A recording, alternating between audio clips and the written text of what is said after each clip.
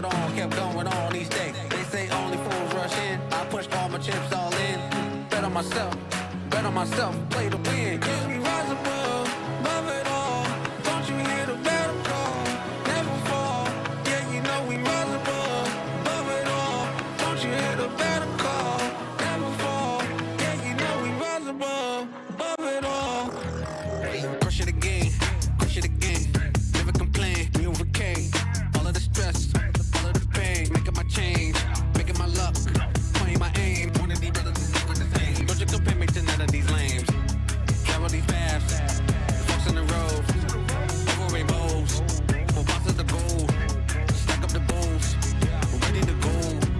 I said it, I meant it, I'm ready to get it. I'm out on the we done came a long way. Never listen what the other side say. Yeah, we traveled on, kept going on each day. They say only fools rush in. I pushed all my chips all in. Bet on myself, play to win. Cause we rise above it all. Don't you hear the battle call? Never fall. Yeah, you know we rise above it all. Don't you hear the battle call? Never fall. Yeah, you know we rise above it all. Top floor down, penthouse dream. We here now. We made it. Never coming down. Reaching for the clouds. Overcame it all. We here now. We made it. Hey, we done came a long way. Never listen what the other side say. Yeah, we traveled on, kept going on each day. They say only fools rush in. I pushed all my chips all in. Bet on myself, play to win. Cause we rise above it all. Don't you hear the battle call? Never fall. Yeah, you know we rise above it all. Don't you hear the battle call? Never fall. Yeah, you know we rise above it all. Don't you hear the battle call? Never fall.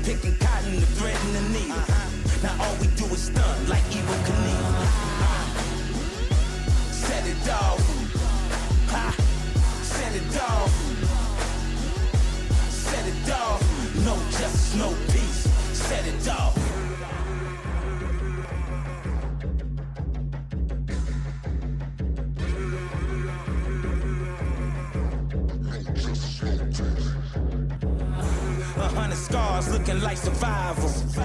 A million man march, that's revival. The writings on the wall, that's all I know. Got the slave master spook like you seen a ghost. Saw truth in my dialogue. I live for the same things I die for. Gold on my collar, excuse me, your honor. You're looking at a king and I will not be conquered. It's time to set it off. It's time to set it off. It's time to set it off.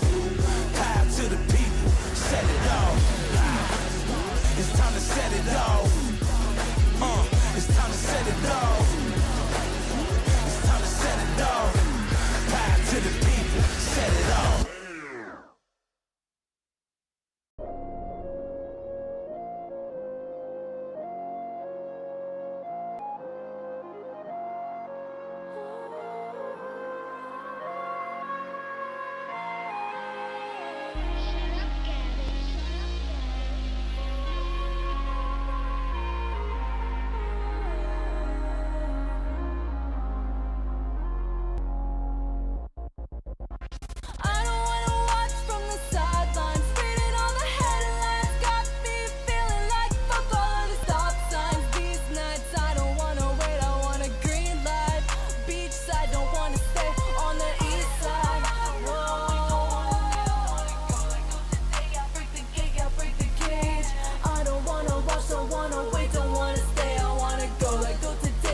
break the gate, I break the gate. I don't wanna watch from the sidelines, bitch, I'm on the top of that high rise, switching up the flow, I'm a fly guy. I don't really know about your timeline, but I need your time right, I just left the house, went straight to the bank, I was smelling great, ayy, smile on my face, I wonder what I bought today. That's a lot of haze, dripping like a wave, silver surfer mode, call me Young Galactus, cause I'm surging through the cosmos. Yeah, hop up out that weight, what? I forgot what I was saying, you just want that pay cut, you might need a different plan, is that why you don't say much? Running around like you the man, you claim you want that fame, but never see you working for the bank. Custom made, Louis Vuitton, my baby got it on, swear that we be dripping like the faucet when there's something wrong. Yeah, I'm feeling incredible, I might just let it go, only be puffing a ganja. Medical lava got hot as the sauna of Mexico, every day working, they stop it, I never could. I don't wanna watch from the sidelines, reading all the headlines, got me feeling like fuck all of the stop signs. These nights I don't wanna wait, I want a green light, beachside, don't wanna stay on the east side. Whoa.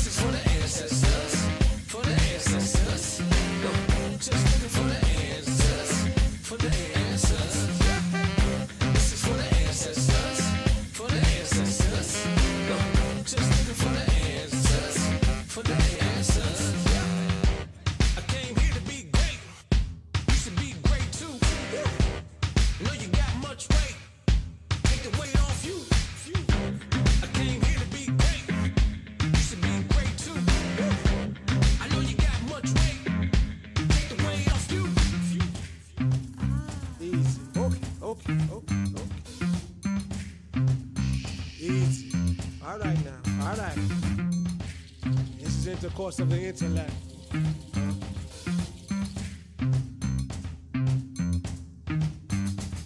Soul, spirit, liberate. Easy, easy. Okay, you great man. Be great.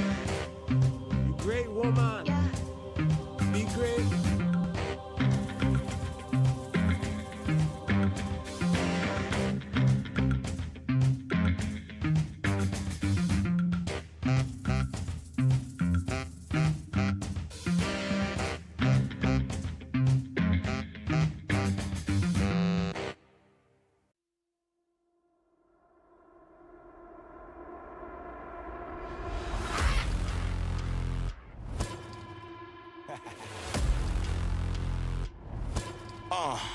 Yeah, life of the lawless. I'm the king of the fortress. Proceed with caution. I'm loaded and locked in. We close to the end times. Spill the blood on the thin line. You got yours, I got mine. Take my shots and no ceasefire. I'm the greatest alive. Yeah, I will arise. Yeah, and get stronger with time. My power is flawless. I'm the greatest alive. Yeah. Unlimited power. I will prevail. I will devour. I will arise. The kingdom is mine. Unlimited power. I will prevail. I will devour. I will arise. The kingdom is mine. I am divine. I am designed to only be broken, and never defied. I conquered the earth, play with the stars and live in the sky. My power is flawless. I'm the strongest alive. Yeah, I'm the greatest alive. Yeah, I will arise. Yeah, and get stronger with time. My power is flawless. I'm the greatest alive. Unlimited power, I will prevail, I will devour, I will arise, the kingdom is mine. Unlimited power, I will prevail, I will devour, I will arise, the kingdom is mine. Yeah, the kingdom is mine. Yeah, I will arise. Take a look in my eyes. It's time for glory. The kingdom is mine.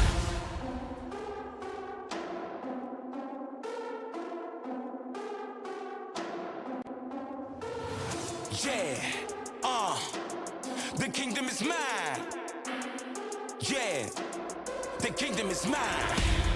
Life of the lawless. I'm the king of the fortress. Proceed with caution. I'm loaded and locked in. We close to the end times. Spill the blood on the thin line. You got yours and I got mine. Take my shots and no ceasefire. Unlimited power, I will prevail, I will devour. I will arise. The kingdom is mine. Unlimited power, I will prevail, I will devour. I will arise. The kingdom is mine. Yeah, the kingdom is mine. Yeah, I will arise. Take a look in my eyes. It's time for glory. The kingdom is mine.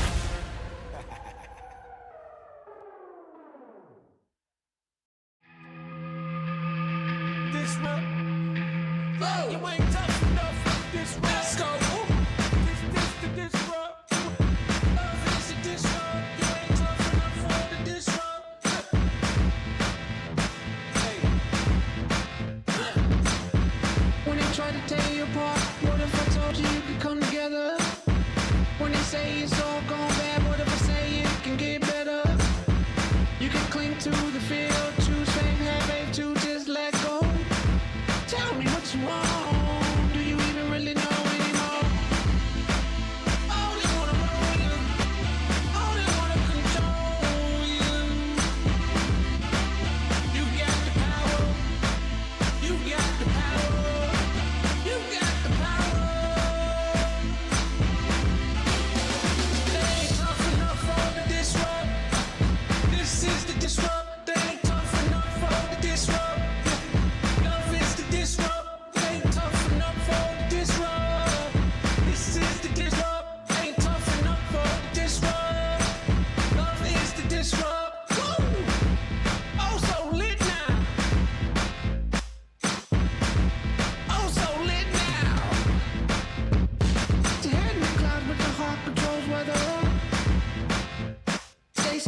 for time, but now it's forever. This the opposite of fear, so feel free to let go. Do you really feel free? Can you even let go? Tell me what you want. Do you even really know? Oh, they wanna mold you. Oh, they wanna control you. But you got the power. You got the power. You got the power. They ain't tough enough for the disrupt. This is the disrupt. They ain't tough enough for the disrupt. Love is the disrupt. They ain't tough enough for the disrupt. Love is the disrupt. They ain't tough enough for the disrupt. This is the disrupt. Hey, oh so lit now. Oh so lit now. We can hit the high notes. We can hit the high notes. Stop living with your eyes closed. Living with your eyes closed. We can hit the high notes. We can hit the high notes. Stop living with your eyes closed. Living with your eyes closed. Oh, they wanna roll you. Oh, they wanna control you. But you got the power. Yeah, you got the power. You got the power. Come on, they ain't tough enough for the disrupt. This is a disrupt. They ain't tough enough for the disrupt. Love is the disrupt. They ain't tough enough for the disrupt. Love is the disrupt. They ain't tough enough for the disrupt. Love is the disrupt. Hey, hey, oh, it's like this now. Oh, so lit now. Hey, alright, alright, yeah, yeah, yeah. We really won't let go. Alright, come on, you don't let go.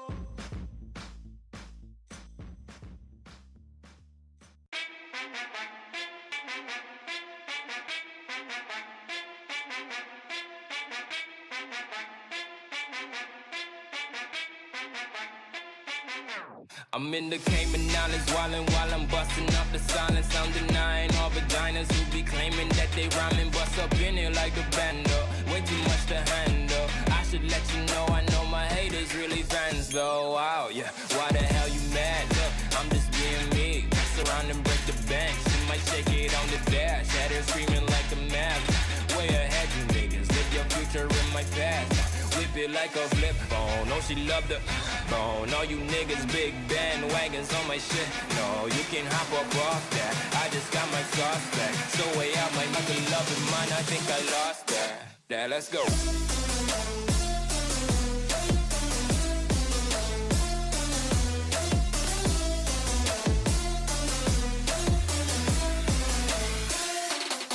Yeah, let's go.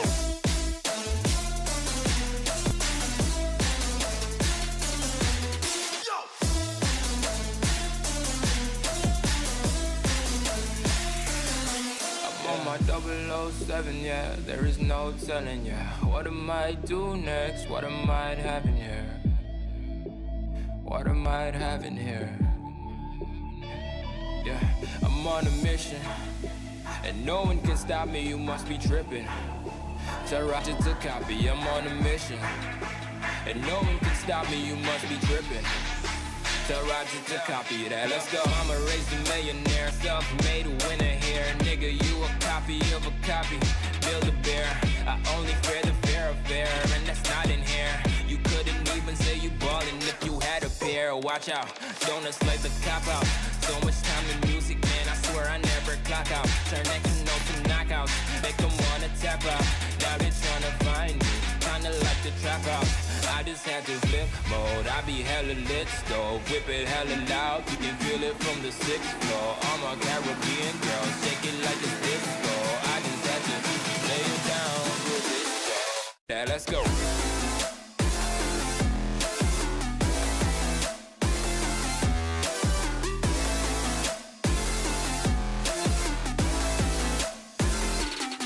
Yeah, let's go.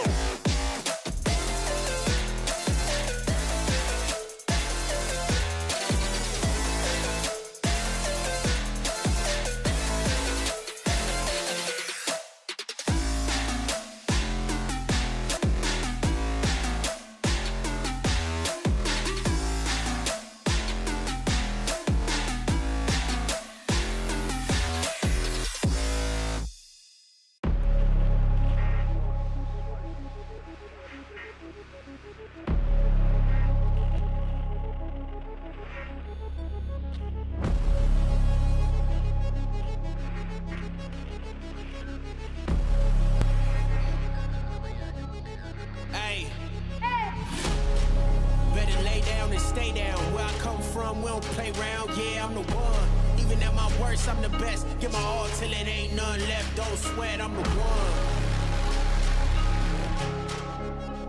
Yeah, I'm the one. Won't stop till I'm done, yeah, I'm the one. This a game you don't wanna play. Take chances, make it happen. Took all of my L's like practice. Bounce back to the top like magic. All you need is hard work plus passion. Everything I wanted, I imagined. Sky was the limit till we blew right past it. The only goal is trying to go faster. We can't go backwards. So if you upset, just say that. Record it for yourself for the playback. I use success as my payback, so take that. We don't fabricate cause it's fake, we just stay facts. Believe me when I say this. We up next, be the greatest. It ain't organic if you fake it till you make it. Knew this day would come, I could taste it. I was not born to be basic, was born to bleed greatness. Better lay down and stay down. Where I come from, we don't play round. Yeah, I'm the one. Even at my worst, I'm the best. Give my all till it ain't none left. Don't sweat, I'm the one. Yeah, I'm the one. Won't stop till I'm done. Yeah, I'm the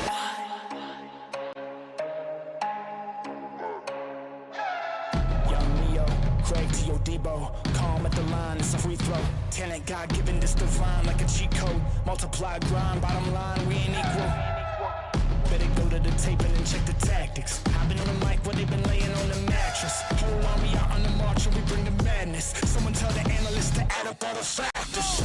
If they only knew what they were up against, they'd probably be better prepared for self-defense. They've been at home and I've been in the trench. I smell blood, yeah, I caught a scent. I'm in my zone, I ain't gonna miss. I've been to war and I took the hits. It don't matter if you're venomous. I've grown immune to the poison. My blood's still boiling. Always moving forward in conflict, I don't avoid it. I'm never stopping, I'm getting it till it's won. I get it done in my blood, got the code DNA, you the one. better lay down and stay down. Where I come from, we don't play round. Yeah, I'm the one. Even at my worst, I'm the best. Give my all till it ain't none left. Don't sweat, I'm the one. Yeah, I'm the one. Won't stop till I'm done. Yeah, I'm the one. Yeah, I'm the one. Won't stop till I'm done. Yeah, I'm the one.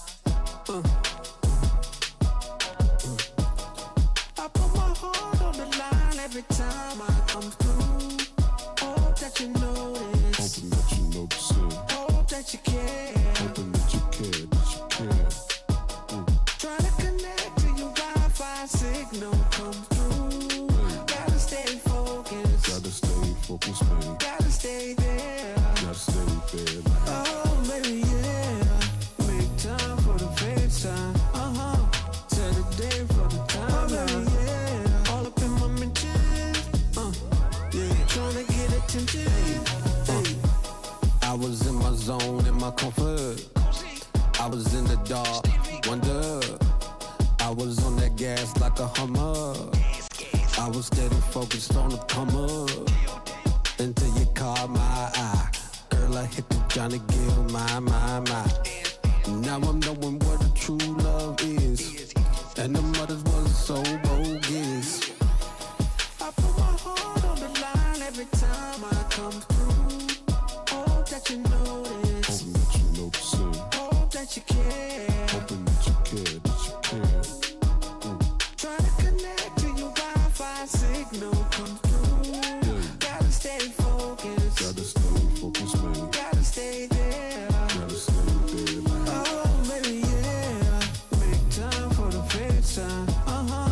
Set a day for the time. Oh, baby, yeah. All up in my mentions. Yeah. Tryna get attention. Let it ring like alarms, like a calm for the storm. Yeah, this been the norm. Like, yeah, you prophecy on the first joint.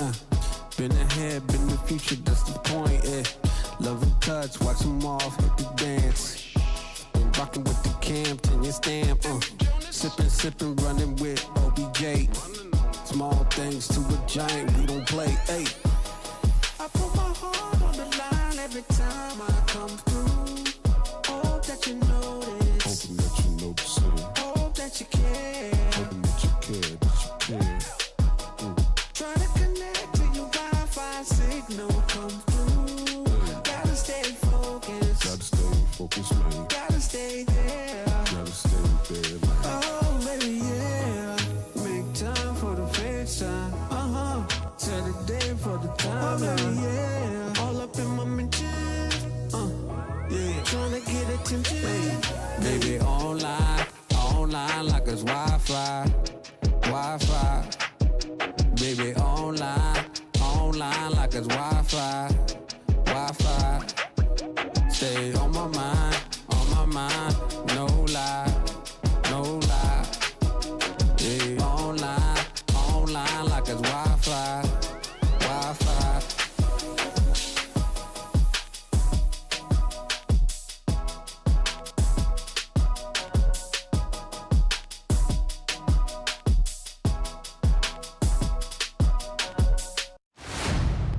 We in it to win it.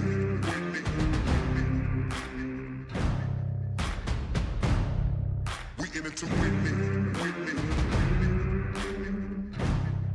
My team relentless, yeah, we in it to win it, yeah, they still pretending, yeah, we in it to win it, yeah, since the beginning, yeah, we in it to win it, yeah, we stay committed, yeah, we in it to win it, yeah.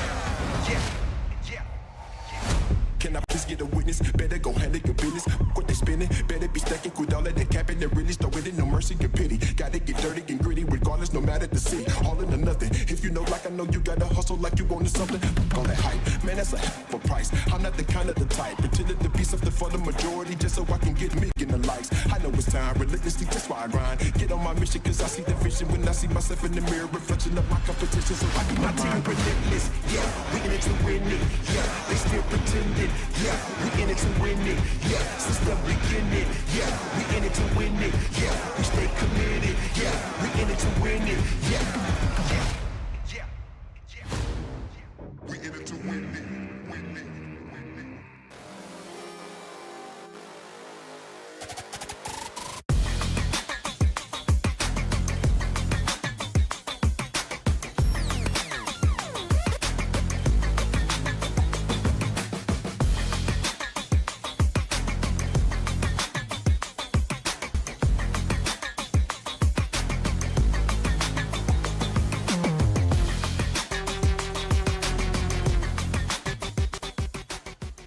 Alright guys, I just landed in China. Let's go.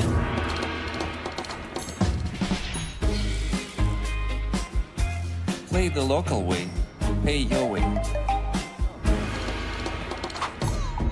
Have you ever seen the Great Wall at night?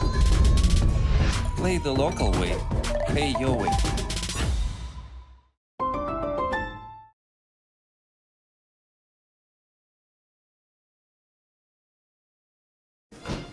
Puppy, why don't you take my keys and go for a ride? Welcome, Stella. So you talk. Stella? Almost. What's next? Bright blue. It's bold. Sorry, hon. I'm hungry, actually. Your favorite, right? How did you know? To face your death, cause you play a roulette with each step I progress, no less. Go ahead and place your bets, cause we know where we at, we know we top tier. Cause all the hate that you bring, we know it stops here. I'm taking off like a rocketeer and stopping here. It's strange how they cannot see the future, but see profit here. Wait up, we gon' always win. Promise that that's not a promise, yeah, that is a threat. You know that I promise to bring the team commas. When the whole team win, that's when you flex. Win, and I'ma do it again. Watch me win, then watch me do it again. Dominate the Rift with Opera GX, the ultimate hub for all things LoL esports. Get a browser built for League fans with a custom UI, exclusive themes, and seamless LoL esports tournament integration. Follow every play, see every result, get access to exclusive contests, rewards, and co-streaming options. Only on the browser for legends. Only on Opera GX.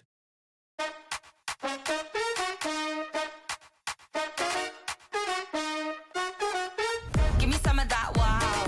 Move to the beat, drop down. Feel it in your body, let it out. Give me some of that, give me some of that wow. Give me some of that wow. Move to the beat, drop down. Feel it in your body, let it out. Give me some of that wow. Give me some of that wow. Move to the beat, drop down. Feel it in your body, let it out. Give me some of that wow.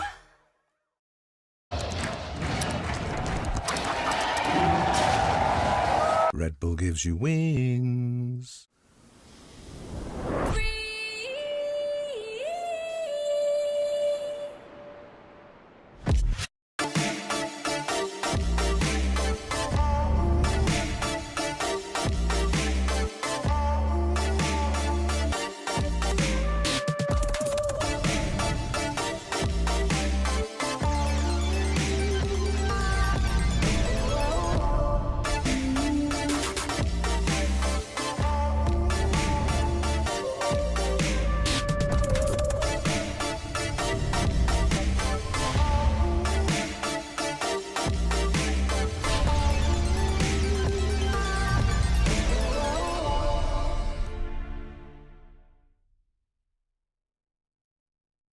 When you have 5G home internet, you can get entertainment you already love for less, like Netflix and Max, Disney Plus, Hulu, and ESPN Plus. Save on them all. Plans start at just $35 a month. Only on Verizon.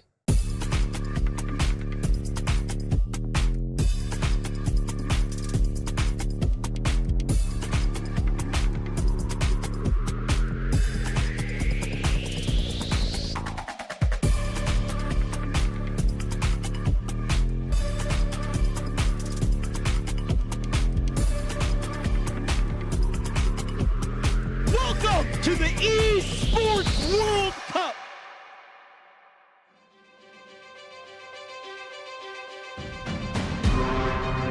Motivation. Motivation. Yeah. Try to stop me, yes. Motivation. Motivation. Motivation. Motivation. Motivation. Motivation. Motivation. Motivation. I can't lose, no, I won't quit. I won't quit. Got the juice, yeah, I'm saucy. I'm saucy. All night, no days off. Days off and going hard, it's the payoff. Payoff. Yeah, I train like a true dude. In the rain, in the snow, dirt too. No excuses, gotta get it, gotta pay the price. Cause you can't make it to the top without sacrifice. One life, you know how we do it, we kill it. Taking no losses, we started, we finished. I came from the bottom, I'm here, I'm relentless. Live without fear, dream with no limit. Now I'm in the big league, they ask how I did it. Not overnight, grinding from the beginning. Now we popping bottles, it's over, we lit it. We got the victory, really, it's the moment of a lifetime. It's on me, I used all my lifeline. Opportunity of a lifetime. Can't stop, gotta give it all right now. Opportunity of a lifetime. Taking no losses, we started, we finished. I came from the bottom, I'm here, I'm relentless. Live without fear, dream with no limits. Now I'm in the big league, they ask how I did it. Not overnight, grinding from the beginning. Now we popping bottles, it's over, we lit it. We got the victory, really this motivation. Motivation. Motivation. Motivation. Motivation. Motivation. Motivation. Motivation. It's the moment of a lifetime. It's on me, I used all my lifeline. Yeah, opportunity of a lifetime. Can't stop, gotta give it all right now. Opportunity of a lifetime, lifetime. It's the moment of a lifetime. One lifetime. It's on me, I used all my lifeline. Yeah, opportunity of a lifetime. Can't stop, gotta give it all right now. Wake up in the morning. Motivation. I'ma keep on coming, yeah. Motivation. Tell them keep on hating. Motivation. Tell them keep on hating. Motivation. Motivation. Motivation. Motivation. It's the moment of a lifetime.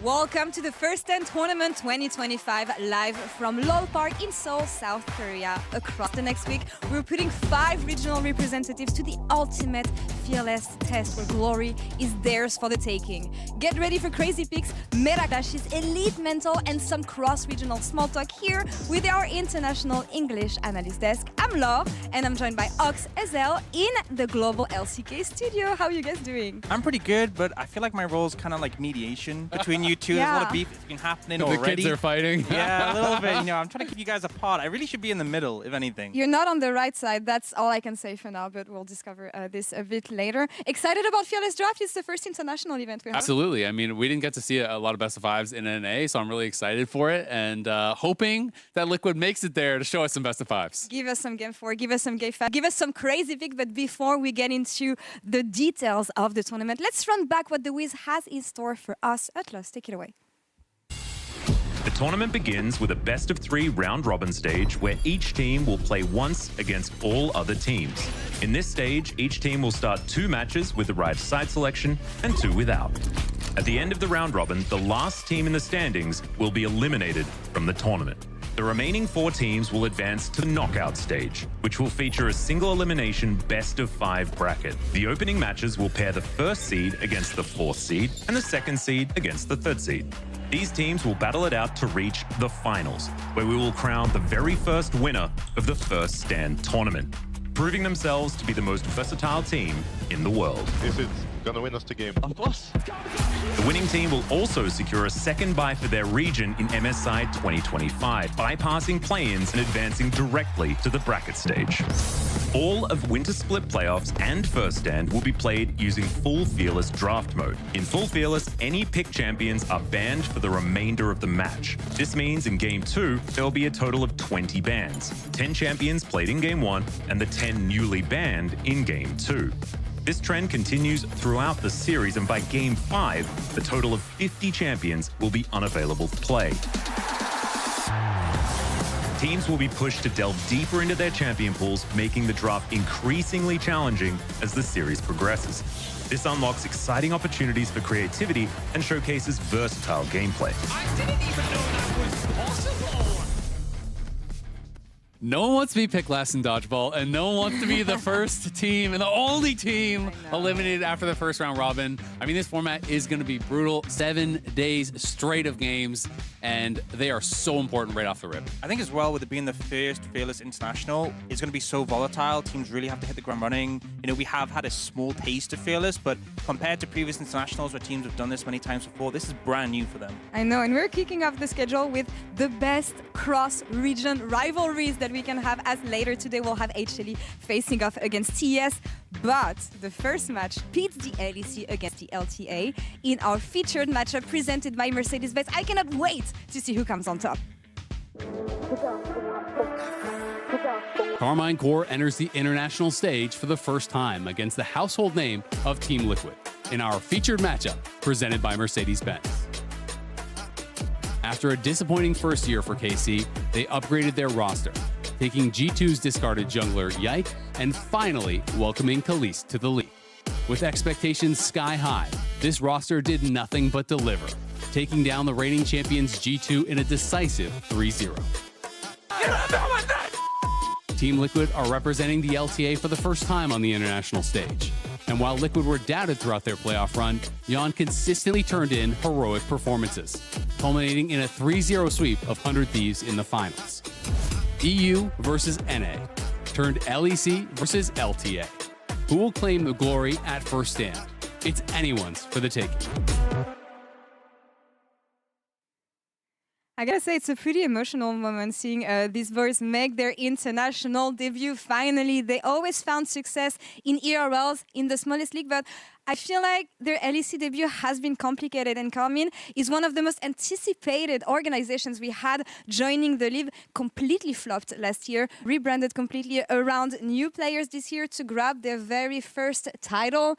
And I have to look at the man in the mid lane, Khalees, maybe one of the most anticipated players we had coming into Europe. And to put a bit of context, if you guys don't know this story, this is the cover of L'Equipe, the equivalent of Sports Illustrated, and he was put on the cover with the potential that he had, not even before he played any game, Ox. Yeah, and I feel like we've had really hyped rookies before Khalees, but what's been so insane is that he's lived up to the expectation. He came in the LEC, and not only did he put on fantastic performances, but it's the way he played, continuing to skill check opponents, rely on his mechanics to get advantages, and really bring that confidence that made him such a star. Yeah, I mean, I think confidence is such a key, and I think he had a great split. But while all the talk coming into the split was about Khalees, to me, coming out of finals, it really should be about Vladdy, because this guy stepped up so huge. LEC has been run by Caps for years and years and years and years, and it always feels like their major rivals, Fnatic, can't get over the hump and actually take him down.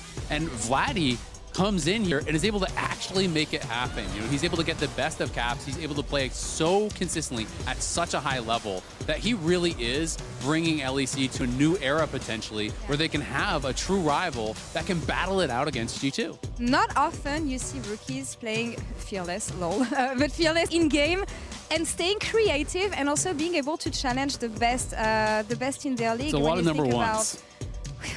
That's crazy, honestly. I'm just waiting to see how well it's going to transform on the international stage, because we know that things can be different usually, especially on the big stage, without a lot of preparation. I'm super excited about KC and seeing what's going to happen. They are challenging the one team region meme, but I want them to challenge the LEC inferior to LTA. This time, we'll see how this one goes. That's okay. We can keep that the same. You know, TL, I think, came into this split really, you know, as kind of underdogs in a weird way, even though they were so good last year. A lot of people were thinking, okay, well, Fearless isn't going to be great for them because they kind of play a very standard style. They like to repeat a lot of the same champions. And also, lane swaps were this huge advantage for them last year, but they were more simple. And now they're kind of gone. So there was a lot of concerns about that. But Jan really rose to the occasion. This guy has been such a star. To me, he's the clear MVP from the first split of the LTA. And I would also say, as they went further into playoffs, guys like Impact really kind of started to find their feet, I think, in Fearless. And to me, him bringing out things like the Gangplank and the Shen really found a way to make Fearless work in a TL style that made sense for them. And especially in a situation where I think AD carry is going to be lent on so heavily in this tournament with lane swaps we expect being completely removed as a result of the changes, you need your bot 2v2 to be strong. You have Core JJ who's been a veteran of so many metas, and Jan who's been the best performing player in the LTA. It's such a strong duo to have for lane swaps being gone. And talking to LTA bot laners, it is actually the thing that they point to the most is that these guys are the best in the aggressive 2v2 matchups. And that was Jan's pop-off at the LTA playoffs. It was actually so funny too, because then the coaches were all doing it and it just became this huge thing. They were doing it at the post-game celebrations. So I'm hoping we're going to get some more Jan faces. Shout out to Swiffer also from the coaching staff. Of course. He usually delivers when it comes to fan cam reactions. We want to hear from the players though, because Captain America is back here at Lowell Park, and Jason caught up with him in the Verizon Game Day interview. Thank you so much, APA. This is the first ever first stand match, and you are facing up against KC, a European team that embodies the European spirit, passion, and pride. So how do you feel about kicking off the brand new internationals with a classic rivalry?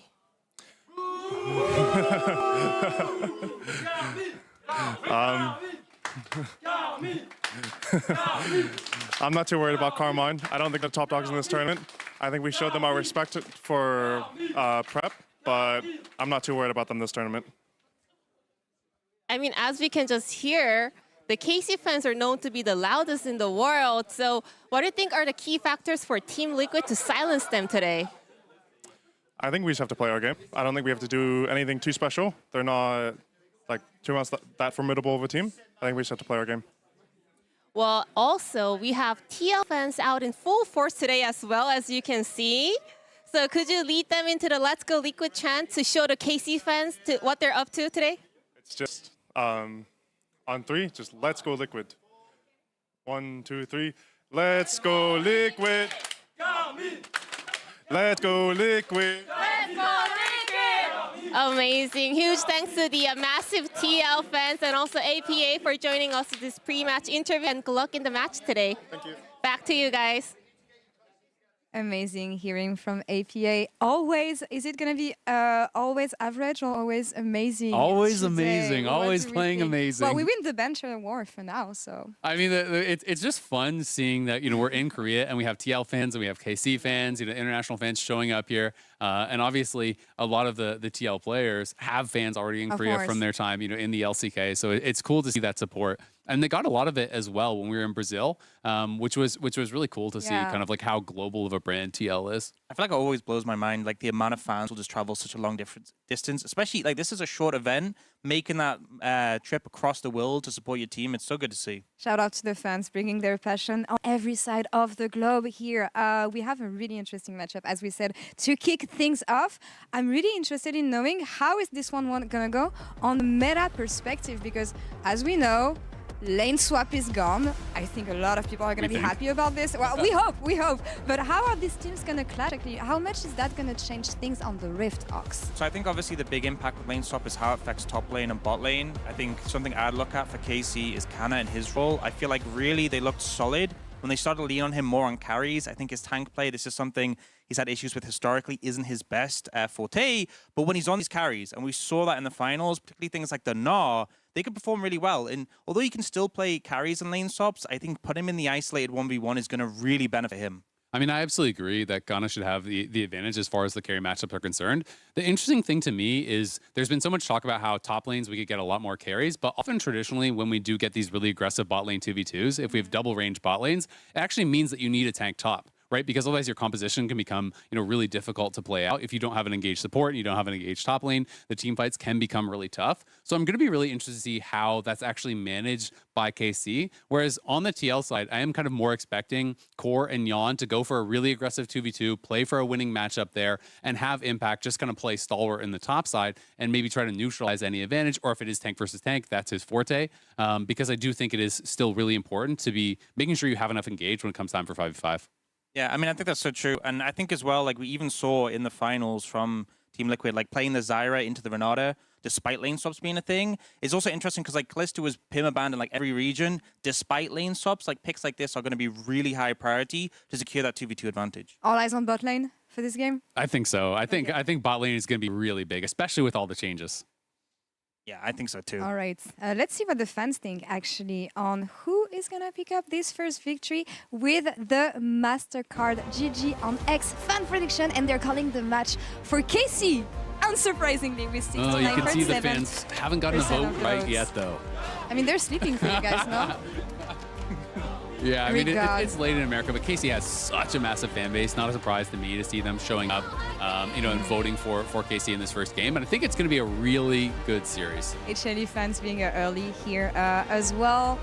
We'll see about this. Again, a lot of expectations on the KC side. They delivered so far. But on the other side, we have Liquid, who are used to the international stage, who are used to this kind of pressure. And I really want to see how this one is going to go on the Rift. What do you guys think for this one? I think I'm going to go first because my prediction should be fairly easy, I think. What a shock. There's 2 blue jerseys on each side of the Rift, and only one of them will end up being the right one, and I think it's going to be a fast KC 2-0. All right, well, I mean, you kind of already know where I've got to go as well. I've got to back my boys. I do think that I think it's going to be a really close series, actually. I think either way, I don't think we're going to get a 2-0, but I do think that Liquid has the edge in experience, and I think that really could come through, especially it being the first game of the whole tournament for KC. Alex, what do you think? Yeah, Wait. Before you make your prediction here, I've got some compelling evidence. Now, read the graphic here. We'll take you back to Worlds. This is just a reminder on how things have gone lately for EU internationally.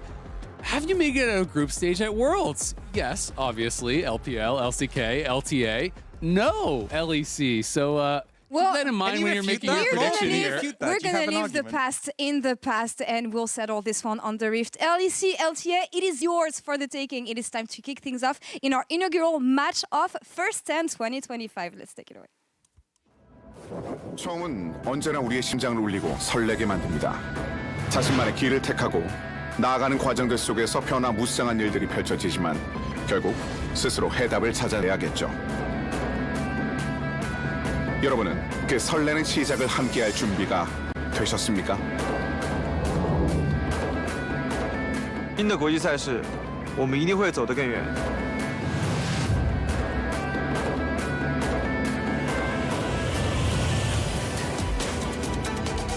我们会创造新的历史。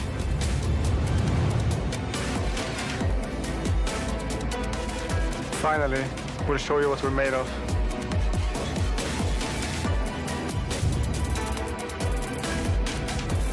It's perfect time for a team like ours to shake things up.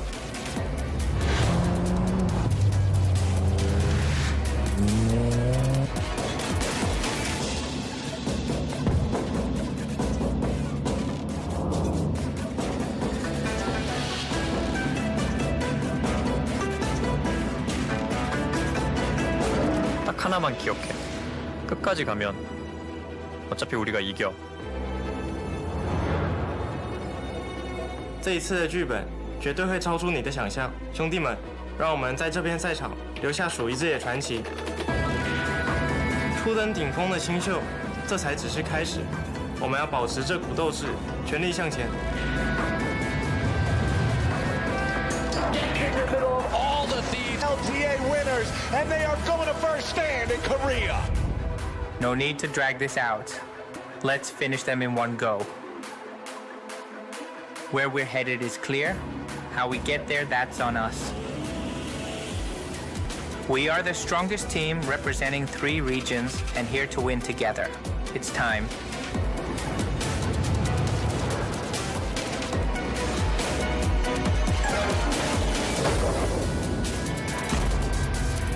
First, Don't just remember the rush. 不要忘记那些惊心动魄的瞬间。 There's no set pass. The one we fought is the only one that matters. 当我们的心跳越发激昂，脉搏加速， 그 순간이 바로 우리가 일어날 때야.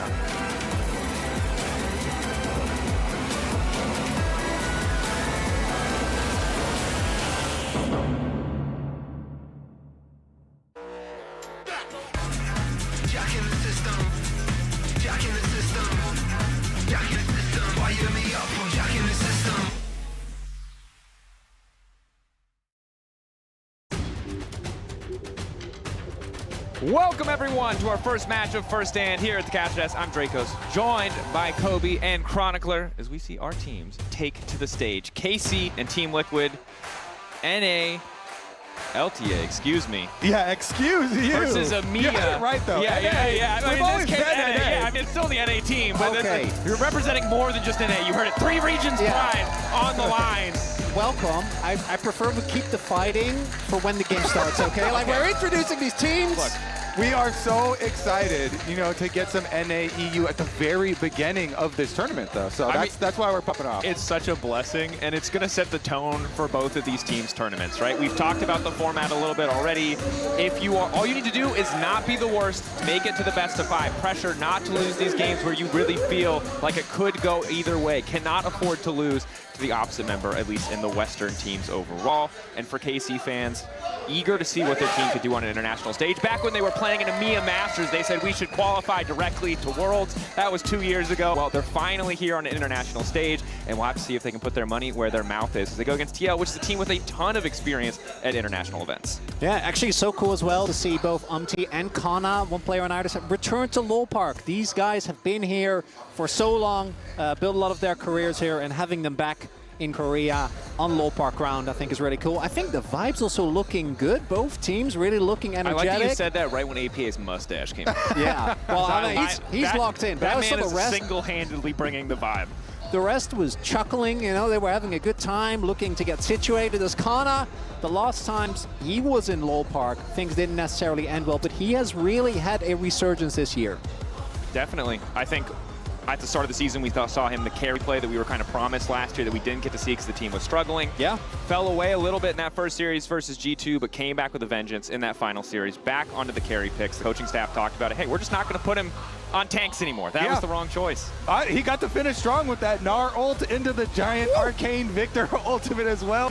What a way to end it. And TL 3-0ing finals there. Spawn, the man on your screen right there. They emergency flew him out so that they were able to come back and take the LTA. Very excited to see what they can do here once again on the international stage. You know, talking to them a little bit too, they actually did scrim the previous iteration of KC at Worlds last year. Obviously, a lot of changes since then, you know, but a little bit of familiarity with some of the players. And what I love is that I think this is probably the biggest change in meta we've seen from a qualification patch to a tournament since the Rumble Morgana days. Man. Remember that? When Morgana Rumble Jungle came out of nowhere and the entire well, at least you didn't say the Juggernaut patch, because that's what we said for like 4 years. Yeah, well, that one. We've had 3. It was the Rumble Morgana, it was the Juggernaut patch, and now it's this one. No more lane swaps. That's the thing. Well, no more lane swaps to the top lane because, or to the mid lane. But there's no rule around the bottom lane, so like, you know, people have been theory crafting, just this is this tri-lane bottom lane. You can tell saying. everyone who follows Pro League is a little bit traumatized because until they see the body of lane swaps, until they confirm that that is actually lane swaps lying there in the body bag, they are not willing to let it go. They're ready to see some new rendition. It just always comes back. It does. But as we another get way. into picks and bans, look, already some targeted bans coming at APA, something a lot of teams in the LTA aren't as willing to do, but seeing the Ziggs, seeing the Draven taken off the board, the Victor response, obviously a strong pick, but something that Vlad is also especially confident on. Yeah, I think the first 2 bans, they're very indicative of the focus of these teams, both mid laners. Like you said, Vladdy, huge Victor over here. For APA, there's actually 2 champions. I even put his Talia up on his Ziggs tier. I don't even put his Aurelion Sol up on his Ziggs tier. Those are the 2 champions. I really think he is also so good at the Talia. So Some options. Oh, no! What's the third champ? What's the third? You need a third champ, Kobe. You need a third champ. Man, Casey, do some good prep. Good man. I don't think this prep was particularly hard. What I'm looking towards, I mean, we all know this, Yeah, right? we We've saw seen it, this. yeah. It's been often talked about point. My question was going to be the Skarner, because he did receive another round of nerfs. I feel like this pick has been so extremely heavily pro-skewed. Kalista still being in the ban list makes 100% sense, but is the prio going to be completely gone after yet another round of nerfs? And it looked like it very well might be. The Vi priority remains as high as always. This pick goes well with so many different junglers, or so many different mid lane picks in particular, and it shuts down a lot of AD carries as well. Conventional response at this point in the LEC at least would be to take away the Mbessa, the reliability of that point and click combo. Mbessa did get hit on the patch at least a little bit. I don't think it's significant enough to take her out, but we'll have to see if TL are willing to give that champion up and lock something else in for themselves. One of the big things to me with an early Vi pick, though, is that you are already in your first pick indicating that you're going dive. Yep. This champion is hard constructed to make comps go around dive, you know? And with Taliyah already being banned out, you know, you think of other mid laners at Pale World, like Ahri or something, if you really want to go for those kill combos. But regardless, this comp is going to have some pretty strong elements of dive. And so TL should already be thinking counter dive. And so he immediately locked the Maokai. I do like that. It's one of Umpty's most consistent and I believe strongest champions. So happy to see the Maokai pick up there for him. And then Varus has had such a high priority for Yon as well. So honestly, like the response from Team Liquid. Let's see how hard KC want to go with their dive comp. And the following picks here, because this will really give away everything. That's also one of the big advantages of Varus. Depending on what KC end up drafting, you can either go for Onyx or Lethality. Lethality has such a big effective range, so if they do end up going more heavily into dive, you can go for that as the Ezreal gets picked up here for Kalist. And this I like it because you don't commit to the dive, but you can add your Ezreal ultimate. So they've got a very good element of range around it. Ooh. And, okay, this one definitely goes with the dive. This was a small nerf where people were wondering, is Aurora still going to have you know, kill threshold basically with the E damage nerf, and then the previous patch there was a little bit of damage out of the R. You're like, if you're taking little bits of damage out of the kit, you know, from various places, is Aurora still going to have that one-shot combination onto the low mobility carries like Varus that you want to pick it into? Looks like KC and have determined that it does. Yeah, now we're going to see a second AD carry follow-up here, locked in for AP, the Tristana. Generally pretty strong, comfortable mid laner. You want some AP in the jungle when you're going to go, or excuse me, AD in the mid lane when you're going to have AP in the jungle for Umpty, most likely, short of a Maokai flex. Overall, I think TL's response to the Vi is super clever, because normally on a previous patch when lane swaps exist, you get Vi and Kai'Sa, you get this dive duo. Kai'Sa without lane swaps, infinitely worse as a champion. And what you mentioned earlier, the lethality Varus, one of the few champions who can match the mid lane prio that Ezreal normally gets to secure. And you get that ability to buffer a Vi ultimate here. You know, since they already have this low mobility carry Varus, that's going to be put under a lot of pressure. APA wants something very safe there, so the Tristana, you know, in the face of Vi and Aurora dives towards him, wanted that extra mobility. We kind of go back to last year's like MSI meta and stuff with the double 80 carries and the Trist coming back. Cassandre also got hit. I also don't think that matters enough to actually take him out. The Mbessa already, as you mentioned, taken away still as we get to the second rotation.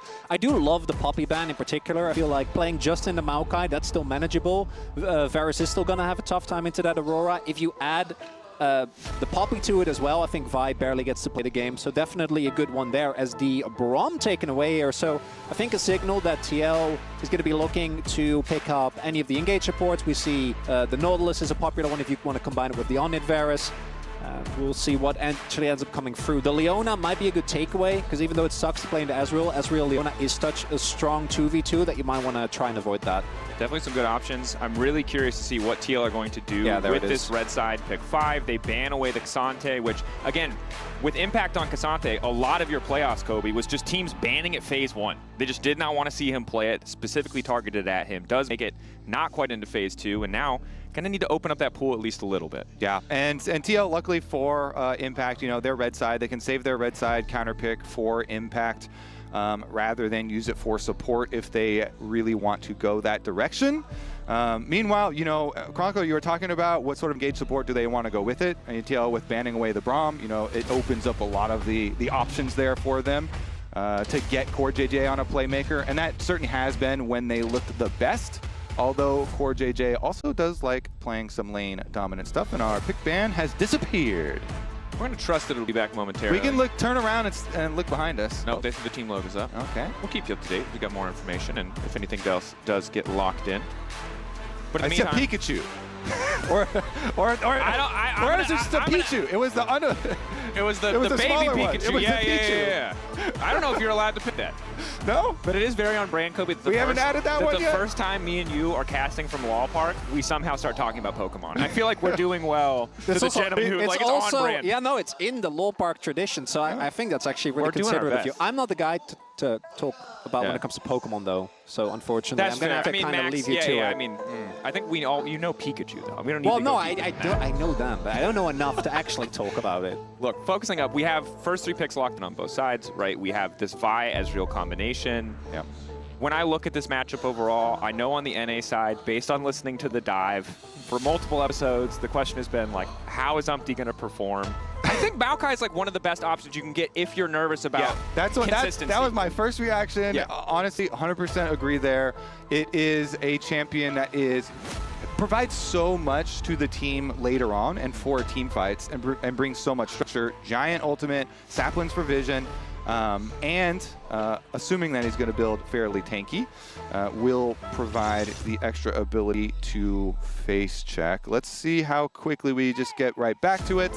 Assume they'll just be able to fill in everything that was already selected, and we'll get right up into the 4th picks. Going to give a lot of further direction to the drafts. Targamas, in terms of champion pool, actually has the opportunity to go for some of the more out there counter picks. Yeah. So it'd be interesting to see if they're going to lean into that. Or for a first game, you can also just pick one of the more traditional power picks, particularly with the Vi. Any additional CC that you can layer on top is going to make the game a lot harder. I'm with you though on the Maokai. I feel like Maokai is the best champion. If you're not even the best champion, if they engage on you, generally you'll be able to W to someone, throw a note, and the rest of the team can get to you in time to bail you out of most bad situations. Look, long-range CC option like Maokai Ultimate that's basically a disengage, tells the enemy team to back up when you have 280 carries, feels like a pretty clear formula to success. But now as we get through portions of pick and ban we've already seen, we're approaching that 4 pick for red side. What are TL going to be looking at? A lot of top lane options taken away. They can just opt to line for impact, save counter pick for support, but might just lock the support here. Yeah, we've got Leona available, Nautilus available. There you go. Nautilus point and click. Very, very standard here for Core JJ. And response from KC. Let's reveal top lane. Let's reveal support matchup. One of the biggest benefits of this is that you have an actual guaranteed way to lock down the Ezreal. It's a champion that's notoriously slippery. And I think that is the one downside when you play the Leona, is that actually getting on top of the Ezreal is going to be a lot harder. Nautilus does have an easier way to do so. Do wonder whether that means that Yon is going to be playing the on-hit Varus, as we more often see that combined for a little bit of additional laning strength. There is just an engage support, as we kind of were expecting. Yeah, so let's see. We could go like Jace or Gnar here. Both feel pretty like good possibilities. You know, your Jace, you go more poke with your Ezreal. Your Gnar, you can get your little bit of split push, come in, have really good engage to follow up with the Vi and the Rel. And they go with the Jace option there. To have that extra bit of damage. Kind of like it, honestly. And for Kana, I think it's been his most strong pick in terms of his 1v1 lane performance. Again, we saw bits of it early on a split, kind of died out weeks 2 to 3, but by the time we were getting into playoffs in that final series, he was really taking over with this champion. The Thimble Winter build did get hit, so I expect probably more damage coming through. The question is, does Impact want to fight fire with fire, or with 2 carries already locked in, is he happy to kind of play Ornn? Well, there it is. That answers the question, doesn't it? You could kind of see some of the body language there, too. He's like, get up. He's like, all right, here we go. I'll play the Ornn. We're picking for team. We've got Maokai. We've got Ornn. We have mega frontline with double 80 carries. We've got Team Liquid Fortress 5-on-5 fighting. And you got to feel for Impact. They made an entire patch full of ham-fisted lane swap changes. He finally gets a 1v1, and he has to play Ornn into Jace. It is not the ideal starting point. Good luck on that matchup. I think that there is certain matchups where the Ornn can actually do a decent job of getting through the lane unscathed without any help. Renekton is, I think, one of the classic ones. Even though he is such a big lane bully, he can trade decently. So, But into Jace, I think he's going to be having a really rough time. In the beginning of the day, we were talking about the patch. Yeah. And the removal, or the attempted removal of lane swaps. You mean the successful I'm removal? just saying, yes, we haven't seen the gameplay yet. We need a guy in a Maybe morph there's suit some that says lane swaps who can just come in and says my demise has been greatly exaggerated. Impact could just say, I am not going up there. And he could just go bottom side. You know, you can't stop him. He might lose XP, he might lose the game, but if he wants to swap, they cannot stop him. That said, look, we've got a composition, a lot about picks with the Vi. You mentioned it, the Jace, strong early lanes, balanced out by the incredible team fighting of Team That's Liquid. us. Welcome. That's us. That's you guys. That's Yay. us. We're happy to be here. Bronco didn't make us a sign. That's true. Well, I did welcome you at the beginning of the day. And yesterday when we were doing rehearsals. Yeah, Okay. I came over all the Checks way out. for you. You guys guilt-tripped me into doing all sorts of activities. He was late. We made a convincing argument. It wasn't a guilt trip. But here we are, folks. It's game one. It's first stand, brand new international tournament. Reminder that it is fearless, so you're not going to see any of these picks again. Whether you like them or hate them, they're not going to show up in game two. But now getting into game one, important to start this tournament off. Again, each team, single round robin. You only get 4 best of 3s, but this is by far, for both regions, the most important best of 3. It truly is. So much trash talk rides on this best of 3. The whole year will be decided by this best of 3. Last year we had a lot of trash talk, but you're only as good as your last victory over your rival, right? This is the Western Finals. Yeah, everybody will immediately just go off what we see here. So let's get right into it. Currently, we've got standard lanes, Looks to me like lane swaps have been headshot. I'm not going to celebrate until the full tournament has been run. Okay. But we'll see. What I want to look towards here is where the priority is going to be. Obviously, topside is going to be a really rough laning phase for the Ornn up until at least level 6. Then I think you have both a little bit more kill threat, and if jungler ever shows up, you can actually take down the Jace. But until that point, I think it's mostly going to be bot side focused for Team Liquid, whereas KC should be looking towards the top side to try and make things happen. Yeah, I mean, Umpty's playing with double 80 carries, so he wants those lanes ahead. He was spotted, by the way, when he went in to steal Raptors. So Yike is coming down, and the bottom lane's already here. Umpty, you got to get out of there, bud. Target's level 1. Mount up. Doesn't quite have level 2, can just bully him out. Gets a bit of damage down, but Umpty should still be able to walk away. Quick arcane smash. Walks out, but spends a lot of time effectively just leashing that red buff. Certainly a little bit awkward. Does mean Kliss is on his lonesome. Poor JJ wants to walk forward with level 2. Forces an early flash, and that is the cost of Targamas roaming when they didn't really have bot prio. All right, so we'll see. Umpty getting set behind a little bit there on the timing, but it does, as you say, cost them the flash here for bottom lane. Ezreal, of course, still quite safe.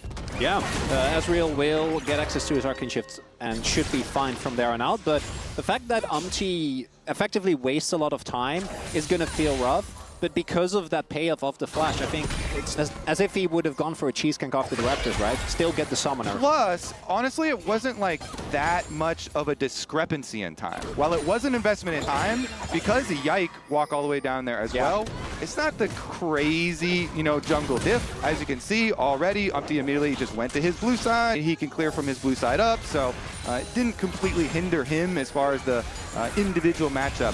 Now we'll see, though, after Yike finishes his blue quadrant, what he can get done there, because Vi up on the top side is quite possibly looking to go for a counter invade. Gets no smite seen on his invade.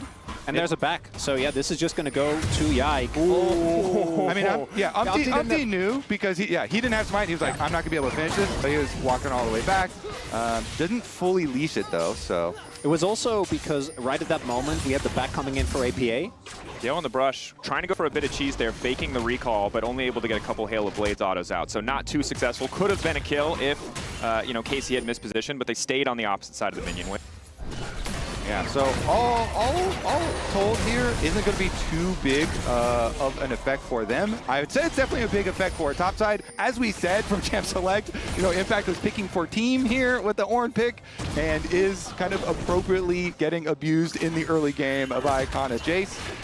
So definitely getting a bit low on resources, but Umpty himself doing quite fine there with the Maokai. Remember, he did steal away the full Raptor camp as poor JJ goes for an attempt. So all he gave away was the smite on the big Raptor, and he was able to steal away all of Yikes, so not too shabby. And Kana having this much pressure is something that goes back to his T1 days, right? This is why he was the guy back in the day played up until 2021, was a single game away from making to the World's Finals back then on that T1 roster. And it's always been, I think, his early laning phase that has been a very consistent point of strength in the past. Had issues with then converting that into a consistent mid game.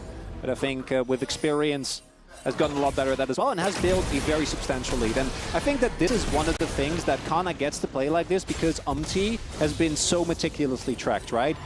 Yes, he got the early represents. Oh! No flash. Is able to arch up. The ignite goes down. Target's taking a bit extra damage. The Q!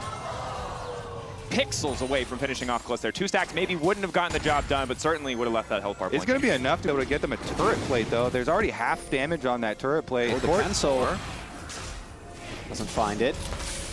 And this was the big thing when we looked at this matchup. The 2v2 bot lane. Could Core and Yon replicate some of the success they had? They get the early flash. Now they're putting more pressure on. Yike might try to respond, but he's spotted. And again, not quite in a position from Umti to step back into the pit as Targamas is still here. His bot lane has reset. This is a bit awkward.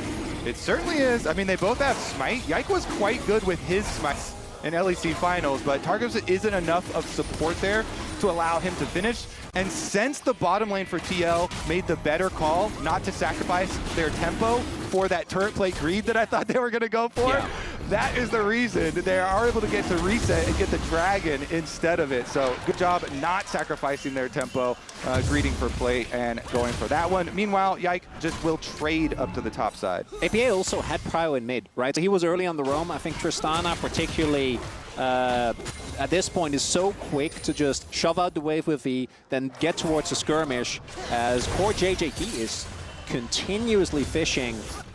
And I think what's impressive here is it's just that early flash advantage and the 2v2 that they have selected in Champs League that they're using to push forward. It's not like Umti has been here camping this bot lane matchup. It's just Core and Yon pushing every advantage they can get. And again, because Yike is spending so much time chasing Umti around in these circumstances, he has slowed down his own jungle clear. He's gotten the grubs, he's getting closer to 6, but that is the big break point that Vi is always chasing. The big thing, though, is that Kana has just gone unmatched, right? As Targamas mounts up, luckily able to get the Aftershock off where he might have fallen down, but this bot lane is really suffering in the 2v2. Bot lane is struggling, but again, I think that the reason, if we look at the gold differential, is still in favor of KC. 2 plates have been found by Kana just in this pure 1v1 matchup, gets to relentlessly bully the Ornn, because otherwise I think KC could actually be in some trouble with the pressure that's been found by both APA and Yon. The fact that the early dragon was taken, it's kind of what we said in draft, right? Yike has actually been able to play towards the top side of the map, outside of Trek and Umti. Getting those grubs early on is going to feel really good for Kana in particular, as we can see by far the largest individual gold lead. So Yike uses Smite to grab the Raptor there. So Umti thinks that he can just go in and take this red buff, but Yike's got a second charge built up as well. Do they know? Not sure if they do. Q flash over the wall, wants the full commit. Nice interrupt coming from JJ, but the damage still connected. But Umti is running. A's rushing out, and it's first blood for TL. Vladdy trying to move down, but APA already with the cover. Double kill for Umti on the bottom side. Great vision toggle right there. You could see poor JJ, TL waiting in the fog of war with that control ward there. Umti communicating to the bottom lane as Targamas put the control ward over to see them on red. Hey, they're about to come for me. Look at this camping on the control ward, and they're able to make the counterplay right as he goes in, and the hook just gets Yike. That was actually crazy timing right there. That's some expectation management, okay? Umti in the enemy jungle, seemingly alone. That's a freebie, and instead they turn it around. Kobe, if you tell me that you've known all along and this was a plan to catch us off guard, Umti's inconsistent performance, because KC clearly believed it, clearly thought that he was just making a mistake. It was a hard sell. I'll admit it, I was part of the propaganda. We're telling everybody, hey, Umti, he's your target. You're gonna go kill him, and now TL are able to use him as a bait. Give that man an Oscar. You know, 2-kill winning performance there. And now it's decent. It balances out the gold lead that we see on the top side. And now there's even more pressure on Kana to keep this advantage going. He cannot stop bullying Impact out, because if we go longer, the Ornn has inevitable value. He will have that ulti. He will be able to make an impact and fight. So more pressure on Kana to further cement his lane lead. I love it. The general is back in Korea. Umti with the plays here. Nice acting, as you said, but we'll see as we move forward. You guys are right to continually focus on Kana here and the possible pain that he is going to bring to Team Liquid once we see him join up with the rest. For me, it's been poor. I think his early movements and both his pressure in lane as well as in that play right there, absolutely pivotal in how a lot of this early game is played out. For KC, what I want to see is I want to try and see them find some of these messy skirmishes. I think their burst potential is absolutely crazy with the setup that they have. With the Aurora, the Vi, and the Rel, you can really catch people off guard. You just need to try and avoid the classic, we're going to just go in from the front to back, because if you ever do that, went Knight's Vow. Like, that man is just here to be a CC bot, and if you don't approach from multiple angles, I think you're going to have a really hard time actually breaking through the TL shell. is honestly 5-star general right now. Really, really doing everything that we want from him on the Maokai, even as you're saying, devoting all resources to the game plan. And let's review the game plan, because this is all about the comps from Champ Select. TL, they are a fortress of a team fight. Massive front line, double 80 carry, massive classic carries. Opti's actually going upriver, so they want to make a visit towards Kana right now. He's going to get hit by the second half of the ultimate. Sustained CC here. Decent chunk now coming out to the ulti full root. Do they have enough damage to finish the Jace? The answer is hell yes. Kana running, trying to outplay him, but he just can't even play the game. There's too much CC. The General strikes again! And Kana, unfortunately, not the first time that we've seen him fall in this trap, but I think... Yike. Oh! Vladdy. Weirding hits, but not doing a whole heck of a lot of damage. Maybe thought he'd be able to find an angle there. If TL, like, oh, this is insane. So they get the kill on Kana, take him out. They're going to deny the full grub value that I think KC was definitely looking for, and they're getting free plates on bot. This is an ideal TL strat from when they were at their peak last year, and they're performing so well. They had Tristana for APA. They had him split pushing early on in the side lanes. They're one of the teams to rotate him to side lanes very, very early on in the game. This one getting huge value out of the turret plates while they throw it away. Well, that's a good buffer to make it out, but this is the threat of Core and Yon in mid lane. They have so much more reliable engage. Artemis is still level 5, and while you can get a lot out of Varel engage, Nautilus brings so much more burst damage, which means Kalist always has to be careful when he's sitting alone in that mid lane. For KC, again, I'm looking towards some of these skirmishes. I think that they need to try and find a fight. I think that obviously the TL comp is also hard to engage into just because of the Maokai, because of the fact that the Tristana is so hard to reliably lock down. But if you don't find a fight at, say, the Dragon, that I do think they should be looking towards now, on the one-eyed spikes that are starting to get through, Black Cleaver's done. We have Ludens as well here for Vladdy. The game isn't going to get easier, right? That's what why we're putting, I think, a lot of pressure on KC is because I think if we do go into the late game on these terms, not even a lead, even if it was even, I think TL is going to have a much easier time. Which is why you can see this commitment down to stop Dragon stacking. You know, they don't want TL to have the ability to draw them to a Dragon Soul super early on. So they're actually going to give up, you know, some turret damage on top side. Impact is going to be able to get something done there. Kana still gets a turret plate by himself on bottom side while they take away the Dragon, though. And now Vladdy's made his rotation all the way up to answer Impact.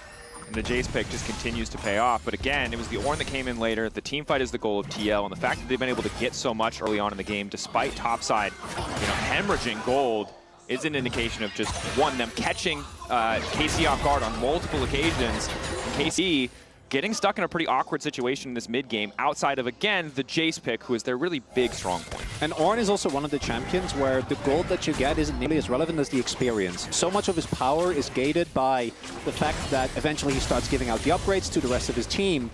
And being behind in gold, especially with the extra stats that you get from your passive on any completed item, means it's really not that big a deal. And in experience, Impact has been able to keep up. He's about half a level behind, but that's not going to be the end of the road. And I think that's where when you see the Ornn really get taken out of the game, it's when he's like 1-2 levels behind, never gets to walk up, has to drop a lot of experience. As TL continuously looking for these aggressive plays. Look at Spotted though. And now they're uncertain. Is Umpty step too far forward? Is it a trap? They're not going to take the risk this time around, of course. Don't really have bot prio. Now every time you go and try and pick off Umpty, you got to think to yourself, is Core here? He's also are they trapping me? Are they trying to bait again? But honestly, he has been playing to the game plan so incredibly well, never going up to the other side of the map. And now currently behind Vladdy on bottom side, starts with the ulti. Another ulti. Can use the ult to try and get out, but looks like he wants to try to use it in an alternate escape path. Excellent knockback coming in from AP, but it doesn't look like they're going to finish. One little gift for Vladdy, but again, it's the Night Vow. It's not the Leandries. There's no damage there. Now Kalista in trouble. Good chunk coming out. Yike desperate to ult, but an early flash comes out from APA to deny the chance. And Yike, again, this is why you pick the champion. He hasn't got to ult a single time. And topside turret might go down here. Kana, he's committed to the game plan, as the rest of the Rift, I think, struggling a little bit more, especially because they couldn't get a counter kill. I know Vladdy was able to stay alive, but I still think you're pretty happy with that trade as TL. The fact that Yike then was able to get the flash out of APA, that's a big deal, though. Yeah, that definitely will be a big one as we get later. His rocket jumps are going to have to be on time, and they're probably going to have to be more defensive than offensive once we get to it, but they also do have a lot of good peel. And Jan has kind of been posted up quite safe here. The Varus, you saw him trying to push Kalist out of lane, constantly landing the poke here, constantly keeping that pressure on. And the lane economy snapshot presented by MasterCard is really the game snapshot, which is Khan is the only person with money. Everybody else in KC side is broke. They're going to need a little bit more time. Items at least coming through, first items, but Jan already rapidly approaching that second. Does stack the Muramana pretty slowly before that completion, so won't be the scariest spike initially. But TL packing a lot of firepower on top of the fact that, as we said before, their comp scales fantastically. And it's about a 1K gold lead for TL now. I think KC will get like 2 more big opportunities in a fight to try and burst out either Yon or APA, because that is the one thing that the TL comp is going to struggle with. I think the one-item spikes for KC are kind of crazy, particularly compared to things like a Knight's Vow, right? Ornn on one item doesn't spike nearly as hard. And then, oh, yike. Should be fine here. And then secondly, they do only have 2 carries, both of which are AD. So if you take out one of those, they lose a lot of damage. And I think for KC, basically everyone can be a threat in a long enough fight. As Ana turning back on APA, knowing that Core is waiting over the wall. The knockup will still hit, but a nice chunk out to start things off. Targamas now chasing down APA again. APA flash. Earlier did give up that flash, but will walk away. Good buffer on the hook coming out from Core to make sure he could get out as well. So it's like, no, can't kill him. That's Ornn with an ending to spare. And the Giant Bell, Yike might be able to get the Herald for this. Would be big, but they do spot him. Yeah, they haven't quite committed down to the bottom side, and Umpty's coming on up here, though. Umpty had to use a smite earlier on the Raptors, though, so Yike might be feeling confident that he's up the spell. Kana breaking yet another tower. And while I thought Kana was important, I did not expect Game 1 to just be the Kana show. This is the guy single-handedly keeping KC within touching distance in terms of gold. And ultimately, because he's committed so much on bot side, they cannot get the Herald. Actually, even now, again, thanks to the turrets that have been taken, and I think TL made the right call in denying, but they did rotate over a lot of people, which means they didn't really have the opportunity to keep Kana away from that turret. And Kana's 2-item spike is approaching, and that is going to be a lot of damage that's going to come through. I do think TL have enough engaged so they don't have to just sit there and take the poke, though. And the objectives are going to determine our very late feats of strength in this game. Since TL got the 3 kills, but the tower, of course, go to KC. So the objective focus here as KC are setting up pre-Dragon spawn, and TL have APA split pushing our top side with his Tristana trying to get that outer tower gold. If they will grab that money, nice injection of gold. 2 items going to feel really good if he can race there quickly. Teleport is available. Awkward objective start. Yike. Caught out here. Umpty can now follow up. Should be pretty easy to take this Vi down. No one else is in the area. Flashes out, but still gets caught. Oh, that's a heartbreaker. TL now going to grab the objective. Umpty casted his ult already, so it was there when Yike goes for his flash to get away after getting bumped back. Regardless, it all started with Impact finding the pick there, but that is massive because they didn't have to commit APA's teleport to make that dragon play. They got it. Okay. I'm ready for a moment's notice for that kill, but it's a great call out because how many times this game have we seen Yike start an objective just to be forced to walk away from it 10, 20 seconds later? It's clear the whole team isn't ready. Kalist and Targamas are behind on the roam. Vladdy is not moving up, and Team Liquid capitalize. Impact on tanks, just the GOAT there.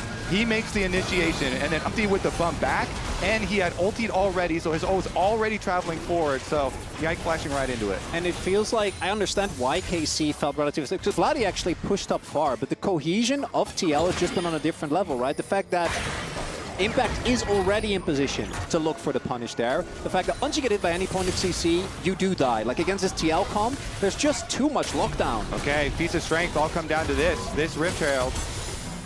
And secure it, Umpty Set up on the side. Ulti not quite available. Very hard for them to fight for space. It looks like Team Liquid are just going to concede.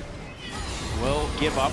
Teleport from on the EPA feeds, but now bottom. KC want to keep things going because it's Vladdy waiting in the brush, and this time it was TL. Caught unawares, not ready for the play. Locket comes out. Umti going to be able to walk away, but a pick on top of the feats of strength coming through as TL try to reclaim something bot. It was interesting to watch because you could see both teams calling for plays in different areas, with KC making their play on id. Nice successful kill onto Yon, and TL making the call to push bottom side, but now the tower, Riptrail instantly takes out the last outer turret here for Team Liquid, so KC have been able to open up the map. But again, the Tristana teleport was used to bottom side as well for APA to get down there with impact and at least trade that outer tower as well. Still a really big win there for KC, right? They get the feats, and this is exactly what you need to be looking for, because some of the big cooldown ultimates are not there for TL. Umti doesn't have his, neither does Impact, so as a result, if you do actually get on top, there's not really a chance where you get baited in a bad engage, where even if you do burst the target, then the follow-up damage is enough. Really nicely done by KC, but now... He coming in, Umti looks like he's been caught out, but it's APA here to back him up and knock down Yike. Once again, Target is caught out as well, trying to get something, but it's Kana finally arriving in the fight. But again, the CC is too much. All of his gold does not matter. He cannot push a button. Yon finding the snipe. TL obliterating KC in the exchange as they turn to Otacon. The power of tanks making all these picks, and APA, the Tristana, enough damage to finish off these kills. Yon walking down to the rest of the team after that already started the play, and the rewards for that play, the rewards for these tanks making more aggressive picks here is going to be an Otacon this time around. KC get beat down by the beefcakes. They just can't get through. There's How long have you been waiting to say that? How long? Well, since you started your point, obviously. I can see his I was eyes. waiting. As we take another look here, it's these traps that have been the biggest difference maker, right? So many times, feels like KC are just not ready for the amount of commitment that TL is willing to put in, and then even with Kana coming in. Look at this hook too. Oh. He doesn't get to play the game. He's the most fed member, the strongest member on KC by far, and he just gets put in the bouncy house. And massive credit to TL. Again, you highlighted it. So many times they're looking to make these fast plays. They'll concede a recall to see if they can catch someone out. They'll wait in a brush. If no one comes, they might be giving up a little bit of tempo. But KC keep falling into these traps, and now TL are making so much money on a comp that is so much easier to execute. And we've crossed the threshold. By level 6 to 11, that's where you want to be making all these plays. Yike has not been able to do anything.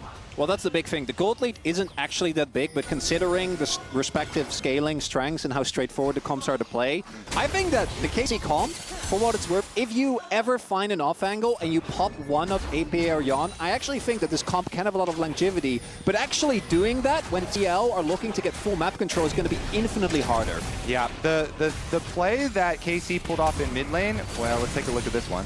Ulti going in. Target's likely to body block. Will buffer on the way out as well. Good movement to make sure no one else gets caught. 3v3 mid lane. They don't want to risk the fight. Yon did burn ulti. KC kind of out of fuel to start this one. That's 2 ults gone. Dragon is coming up soon. I think the big thing here to point out as well as the gold, you mentioned it earlier, Ornn upgrade coming through, his impact is level 14. So essentially 2k gold, more worth of stats going to Team Liquid on top of a pretty small gold lead. Item completions as well. The good news for KC, you talked about the pick angle. Ezreal 2 items, strongest point for this champion in the game relative to other picks. Can outvalue some of the gold difference, but not if his back keeps getting canceled. TL just taking all of these little advantages. This has to be infuriating for KC. Certainly does. And I would have to say, one of the big things that brought them success in their play in mid lane was the Vladdy flank around behind Yon in the previous one. Like, if they're able to get, you know, a good initiation, like you're saying, onto that back line, as they're actually the ones getting flanked here, since TL want to use their GAs.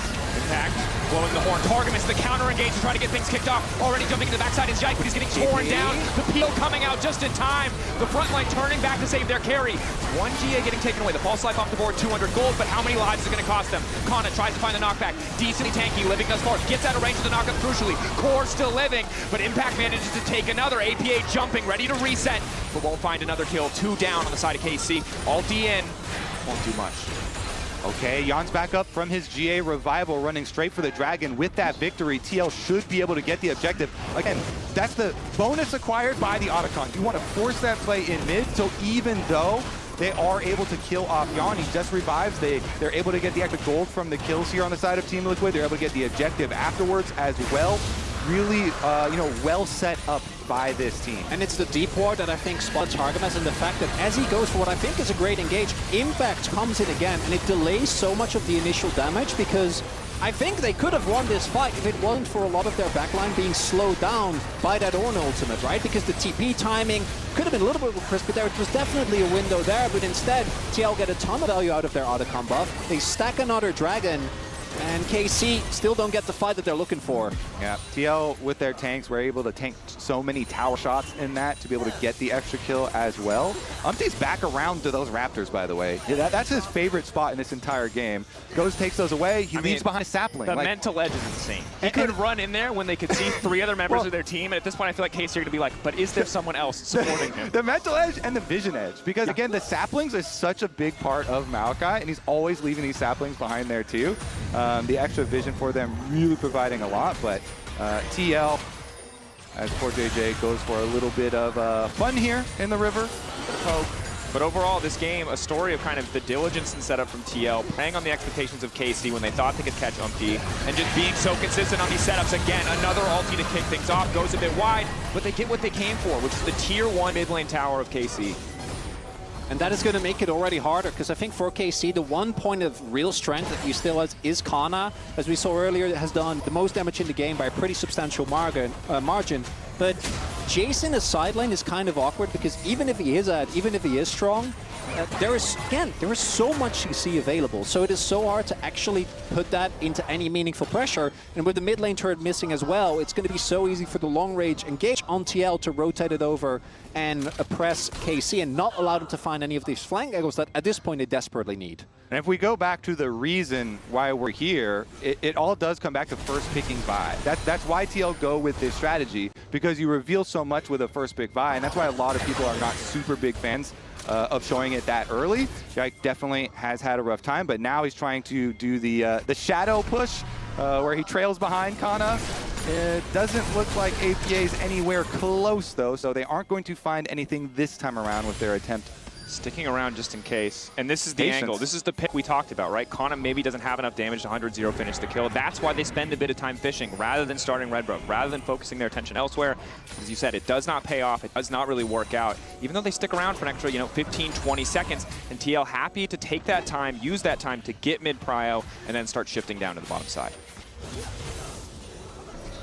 All right, let's see how dicey it gets. APA, again, spent all of last year for Team Liquid, split pushing in side lanes. A lot of it, when they were running double AD carry comps, a lot of it with Tristana, a few other champs as well, but that was one of the things that we complimented him so much for last year, was improving in that aspect. And there you saw it again. He waits until the timing window to go back down and push it. Now he can rotate back up with the team to Baron. And they're doing that prep work for Baron, getting your vision through the blue quadrant of the jungle first, even kind of contesting blue here a little bit. And for KC, the one way that I think you still have a foot on zip, you need to kill APA. Because if you kill Yon, even if we do it, at this point, the consistent damage is just not going to be there, right? Even with how strong he is and the fact that he's very far ahead. Levelity Varus alone just doesn't really have the damage. The damage of the rest of the champions is going to fall off, right? Ornn damage will still be okay, but especially this Maokai build, he's not going to be doing anything but tickle. So if they can somehow find APA, who by the way does have the Knight's Vow on him, that is going to be the one way where KC can still find a foot, but otherwise I think TL, 2k gold up, 1 dragon away from Soul Point. And the bait of Baron has been set up. They're just baiting. Crucially, Bar's ult does miss. Yike has still been caught out. Initial ulti kicking things off. Yike already deleted now. It's connected on Kana as well. Kana about to get knocked up. Chain CZ again. The strongest member on the map. All that gold he earned in lane amounts to nothing as TL pick off 2. The Beefcake Bounce House Chronicler. I'm liking it. Give me 2 tickets. TL just zoning them off, starting the objective. Don't need to worry much about the steal, but don't want to risk getting poked down in the pit. Still a lot of power from the Aurora. Poor JJ standing off to the side. Impacts can turn. 15 seconds on Yike before we get active on Rift, but APA and Yon here should be able to shred through this objective. Bliss still poking. Targamas. Again, Vladdy the one you need to watch. Vladdy and Targa, can they find the combo? Bliss slowly getting poked away. 4K, they've got no business being here. They might try and flip it anyway. They go in on Yon, a clean flash out from Yon. A bit more poke coming through, but Vladdy just has to walk out. Baron going to fall for TL, a massive advantage. Desperation days for KC. They desperately have to try to do something as here, this is very classic by TL, right? You can either walk up there as KC and someone is going to get caught with the amount of CC. In this case, it's Yike, but realistically, anyone is going to get blown up because there's no vision on Nash. If you give up Nash, the game is also as good as lost. So TL just present a lose-lose situation. KC don't find an out. And look, the poke comes out here, but I think the thing that's infuriating for KC is that TL have just read them like a book this entire game. That setup, APA stepping forward. They knew their only out was the pick, so they lay, once again, a trap. The same trap they've laid so many times, but there's just no other option for KC, and things are only getting worse. Yeah, I mean, the only thing that they can take home from that is like, oh, they got Yon's flash in that attempt. And that is very little. When you're staring down now a Baron buff, as well as the Dragon Soul. And also, like your Kalist, you're safe. The Soul, the Cloud Soul, you're getting run down. The fight's now bringing out. They might have caught Core, but it's Umpty. The speedy Maokai on the backside as Yon finds yet another kill. Kalist forced to run. KC so incredibly split again. Desperation, the story for this team in the mid game as Yike is sent packing. They get Core, but it might just cost them everything to do it. 3 stacks there as Yike tries to get tricky. Running. Where's that little Vi? But he does get spotted. I don't remember this from Arcane. What scene was 4 this? levels down. Guys, this is not going to end well. He might be able to escape. Tristan's still chasing. He might lose his base, but he might keep his life. It's Cloud Soul Tristana, and he's still getting away. The great escape. Yon is still going to knock down tier 2s. Tier 3 is also in jeopardy. Going. This is the biggest dub that Yike has gotten the whole game. And that is come on, is not Flame. He's actually right. But wait, Umpty! Sidestep. The juke! Okay, he's kind of clean with it, though. He's running. Good movement. Q, where's he going to go? Oh, no, he's back into the jungle. Keep him going. Keep him going. Let's go, Yike! My man fuses to get caught. But did he get hooked observers? None of this. Take it back. He's still alive. He's holding over to Core. Can he escape? Get him, Yike! It's the little victories for KC. Targamas might die, but will Yike live? Targa knocked up, going to die. Yike finally falls. Kana on his lonesome, but there's just nothing he can do. He's getting run down. Blasco there if he wants to try to escape, but the lockup is just too much. Yon, a double kill. 10, 1 and 2 on this lethality, Varus. This has been a slaughter. Can I just highlight that arm guard buy? I love that. The man doesn't have flash, and we could see how aggressive he was playing at the beginning of this whole sequence of events, and it's because of that item. He just gets to walk up, know that by the time that wears off, the rest of the team will be there. And I think TL, this is basically how you want this exact game plan to pan out from start to finish. Impact calls in the Ornhorn. Vladdy locked up, will flash out, still gets locked in by the ulti coming in from Yon, and he's just not tanky enough to survive. APA resetting, bounce housing all over the LEC in this game 1. Yike able to do nothing. Put on a good show in the escape, but could not find it anywhere else. Game 2 on the horizon, but it's TL drawing first blood in this age-old rivalry. First blood at first stand. Umpty, take a bow, honestly. Really, really well delivered. The fans here out in force for him as well. The full tank reaction to the Vi pick and executed quite well for TL. Again, Umpty from the very beginning, focused on invading towards the bottom side of the map, constantly towards the bottom side of the map. When he finally made his visit up top side, it was only for the very efficient kill onto Kana. They played to their double AD carry strategy very, very well. And takeaways here.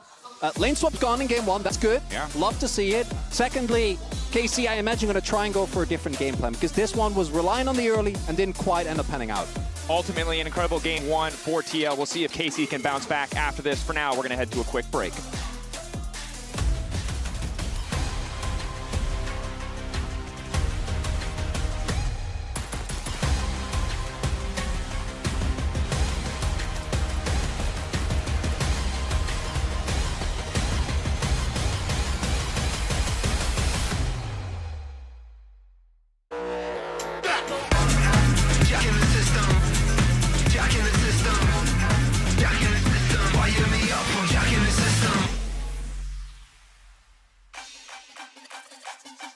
dominate the Rift with Opera GX, the ultimate hub for all things LoL esports. Get a browser built for League fans with a custom UI, exclusive themes, and seamless LoL esports tournament integration.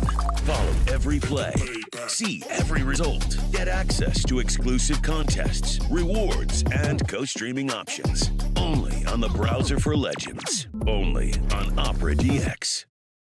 To face your death, cause you play a roulette with each step. I progress, no less. Go ahead and place your bets, cause we know where we at, we know we top tier. Cause all the heads you bring, we know it stops here. I'm taking off like a rocket here, ain't stopping here. It's strange how they cannot see the future, but see profit here. Wait up, we gon' always win. Promise that they're not a promise, yeah, that is a threat. You know that I promise to bring the team commas. When the whole team win, that's when you flex. Win, and I'ma do it again. Watch me win, then watch me do it again.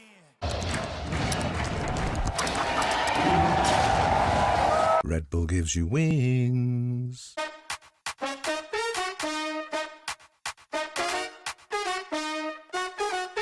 Give me some of that wow. Move to the beat, drop down. Feel it in your body, let it out.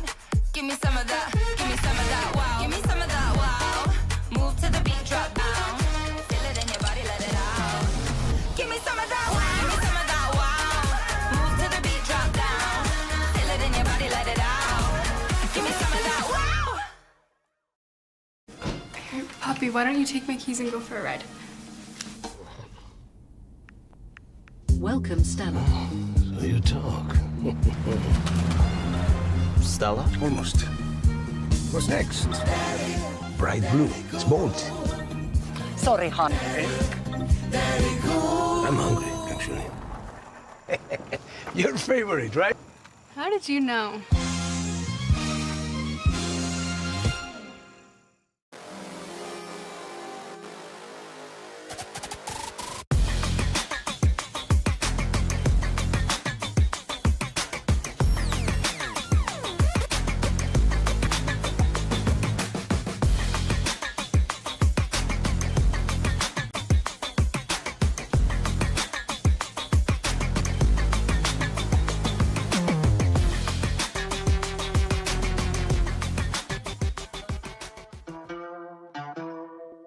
They don't wanna see you win.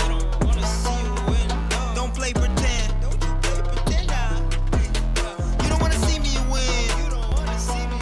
Boy, don't play pretend. They don't wanna see me win. Boy, don't play pretend. You don't wanna see me win. Boy, don't play pretend. Out here like we some friends. Let me show my laser. Shit, I pull my pin.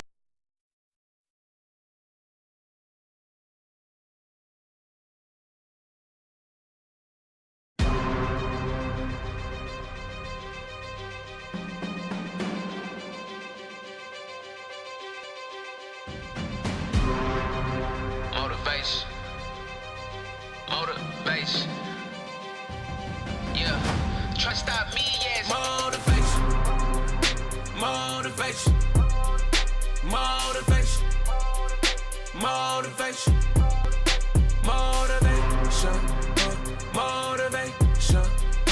Motivation. Motivation. I can't lose, no, I won't quit. I won't quit. Got the juice, yeah, I'm saucy. I'm saucy. All night, no days off. Days off, it going hard. It's the payoff. Payoff. Yeah, I train like a troop do. In the rain, in the snow, dirt too. No excuses, gotta get it, gotta pay the price. Cause you can't make it to the top without sacrifice. One life, you know how we do it, we kill it. Taking no losses, we started, we finished. I came from the bottom, I'm here, I'm relentless. Live without fear, dream with no limit. Now I'm in the big league, they ask how I did it. Not overnight, grinding from the beginning. Now we popping bottles, it's over, we lit it. We got the victory, really this moment of a lifetime. It's on me, I used all my lifeline.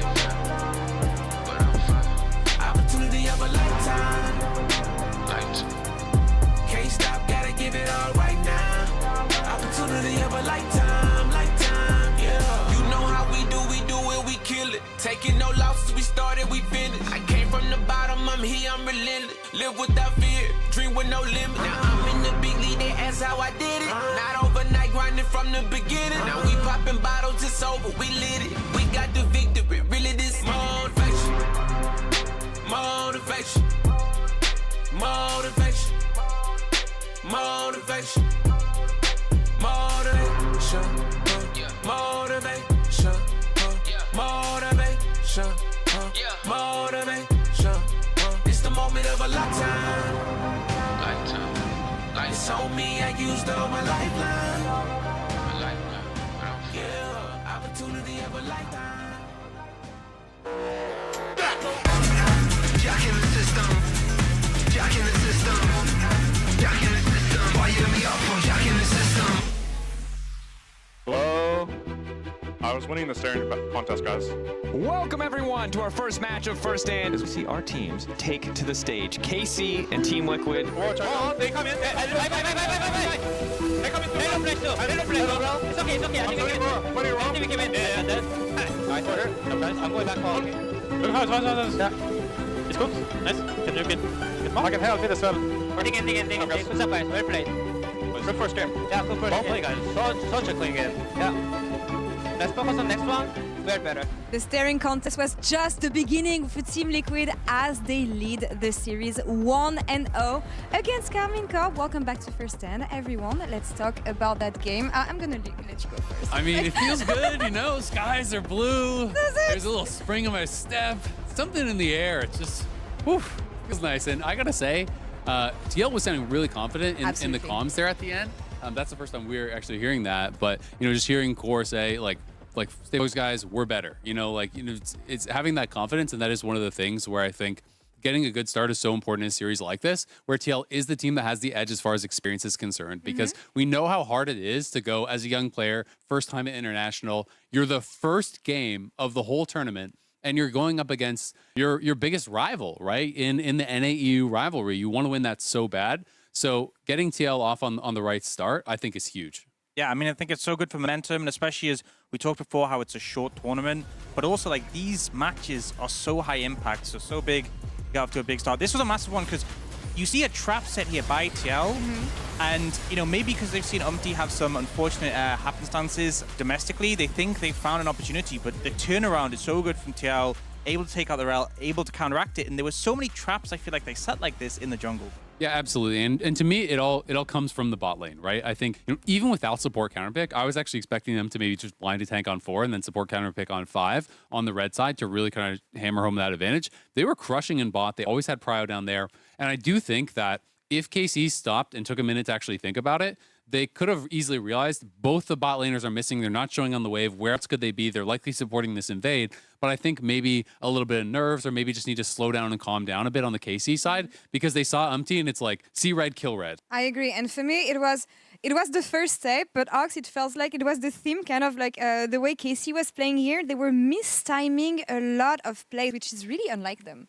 Yeah, they definitely didn't seem in such good form, and I think part of it was like they felt more desperate as the game went on because they had this Jace who was ahead, but started to even fall behind XP compared to the Ornn, and the composition TL had, you know, really comfortable for them, but also once you get ahead with it, you have this beautiful front line, you have really strong backline threats, it just kind of plays itself. And that's the thing, like a lot of scaling, a lot of recovery potential on the side of TL, but on the side of KC, Isaac, I feel like they had to be forcing those plays because the clock was ticking against them. Yeah, absolutely. And I mean, I do think Kana did a really good job of actually pushing the pace in top side. You know, he was up a good 20, maybe even 30 CS. He took tons of plates early. But when you are in that position and the rest of the map is losing, it is such an easy point to attack. And, you know, we go back to this fight pre-Otacon. It's, again, about TL being the first to actually start up this fight, and they're catching someone out in the jungle. You see they have these old wards that are close to death in the jungle, tracking where Yike is, and you know, this isn't the only example where they really found an opportunity, found him in the jungle and targeted him, and the fact you have these multiple sources of CC layered, you have the Ornn, the Nautilus, the Maokai,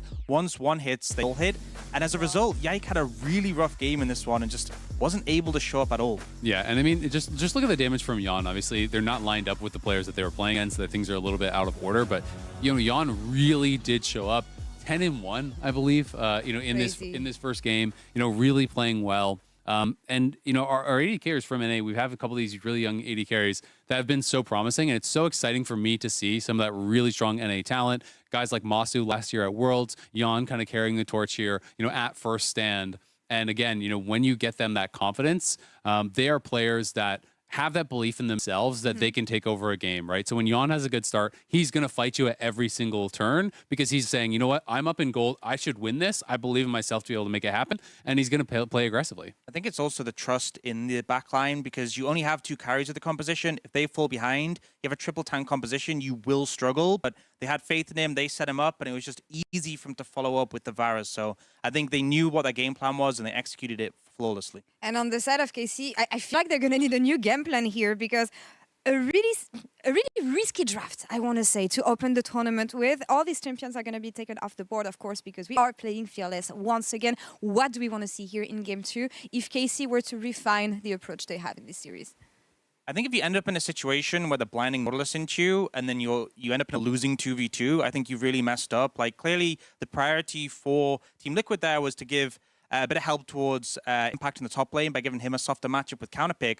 But by opting into that Nautilus, and then you still end up getting bullied out of lane despite the fact they blind picked into you, I think that's a mistake. I wonder if maybe if you'd gone someone like Ezreal Karma, you could have taken the domination in that 2v2. I think to me, you know, maybe sounds like a little bit of a cop-out answer, but I think you just have to go to comfort. I think it's actually less about the draft and more playing to what you are used to so you can play your best games. I just want to have a series. I just want to see the boys in blue fight. So let's see if they can come fighting. back Team Liquid's up here 1-0. in Game 2. Casters, take it away. Let's see what they can do. That's a good question, Lore. See what the adaptations are. Vi was not it, but the beauty of Fearless is I never again have to worry when watching one of my regional representatives. Will they try again? I knew. Will they do the salty run back? There are no salty run backs in Fearless, so they're going to have to show something new, and a lot of what they showed domestically was better, so hoping to see more of that KC performance because Team Liquid not messing around, falling back on something that you mentioned, Kobe, that they used previously, and it worked damn well. Exactly. It's right. It was right into the Team Liquid comfort zone right there for them to be able to play that into some hard engage. So see this time around, as we go right into game number 2, they're going to stick with the bans. Again, the bans were very good at these targeted bans versus Team Liquid. I think that is correct. It's just that, you know, APA able to pull out the Tristana once again and had a really good game. Still just relying on their experience from last year over and over using that exact, basically, comp. And for KC, as was echoed on the Vesk as well, I would love to see just something that feels a lot easier to play out. I think for a lot of these players, right, Vladdy and Kalist both have had an incredible split, but putting them in a type of composition that I think is easy to execute, just getting them into a position of comfort, because it's not really about what's the level of game, it's about are you feeling confident, right? Are you actually able to go for the plays that you need to go for? Which domestically they very clearly did, but a game like that I think can really get into your head because it really felt like starting minute 1, TL was running the show. Yeah, the things that carry over to game 2 are all mental, right? Yeah, it's 100%. It's like confidence on TL's side, and then if you're picking out moments that would leave an impact on KC players, you know, it's probably the counter that Core JJ set up on Fog of War and Umpty using himself as bait on Red Buff. You know, those types of plays can sometimes, you know, carry over to next game where you second guess, or maybe you're way more cautious than you would be in going to check vision or go for plays. So we'll have to see how they rebound as far as the gameplay in the actual games, but let's see about the actual draft here. First pick this time around. Rumble up and available. The difference from the previous bans on the side of TL, leaving it open, potentially trying to set them up for another aggressive pick they're prepared for. Instead, they're willing to concede it on the side of KC, going for a Azir, which I think points to the adaptation that you were mentioning earlier, Chronicler, that we've been talking about, Kobe, which is simpler, right? You have that late game team fighting, you have the stable carry force in the mid lane. 4 games from Vladdy on the pick this year so far.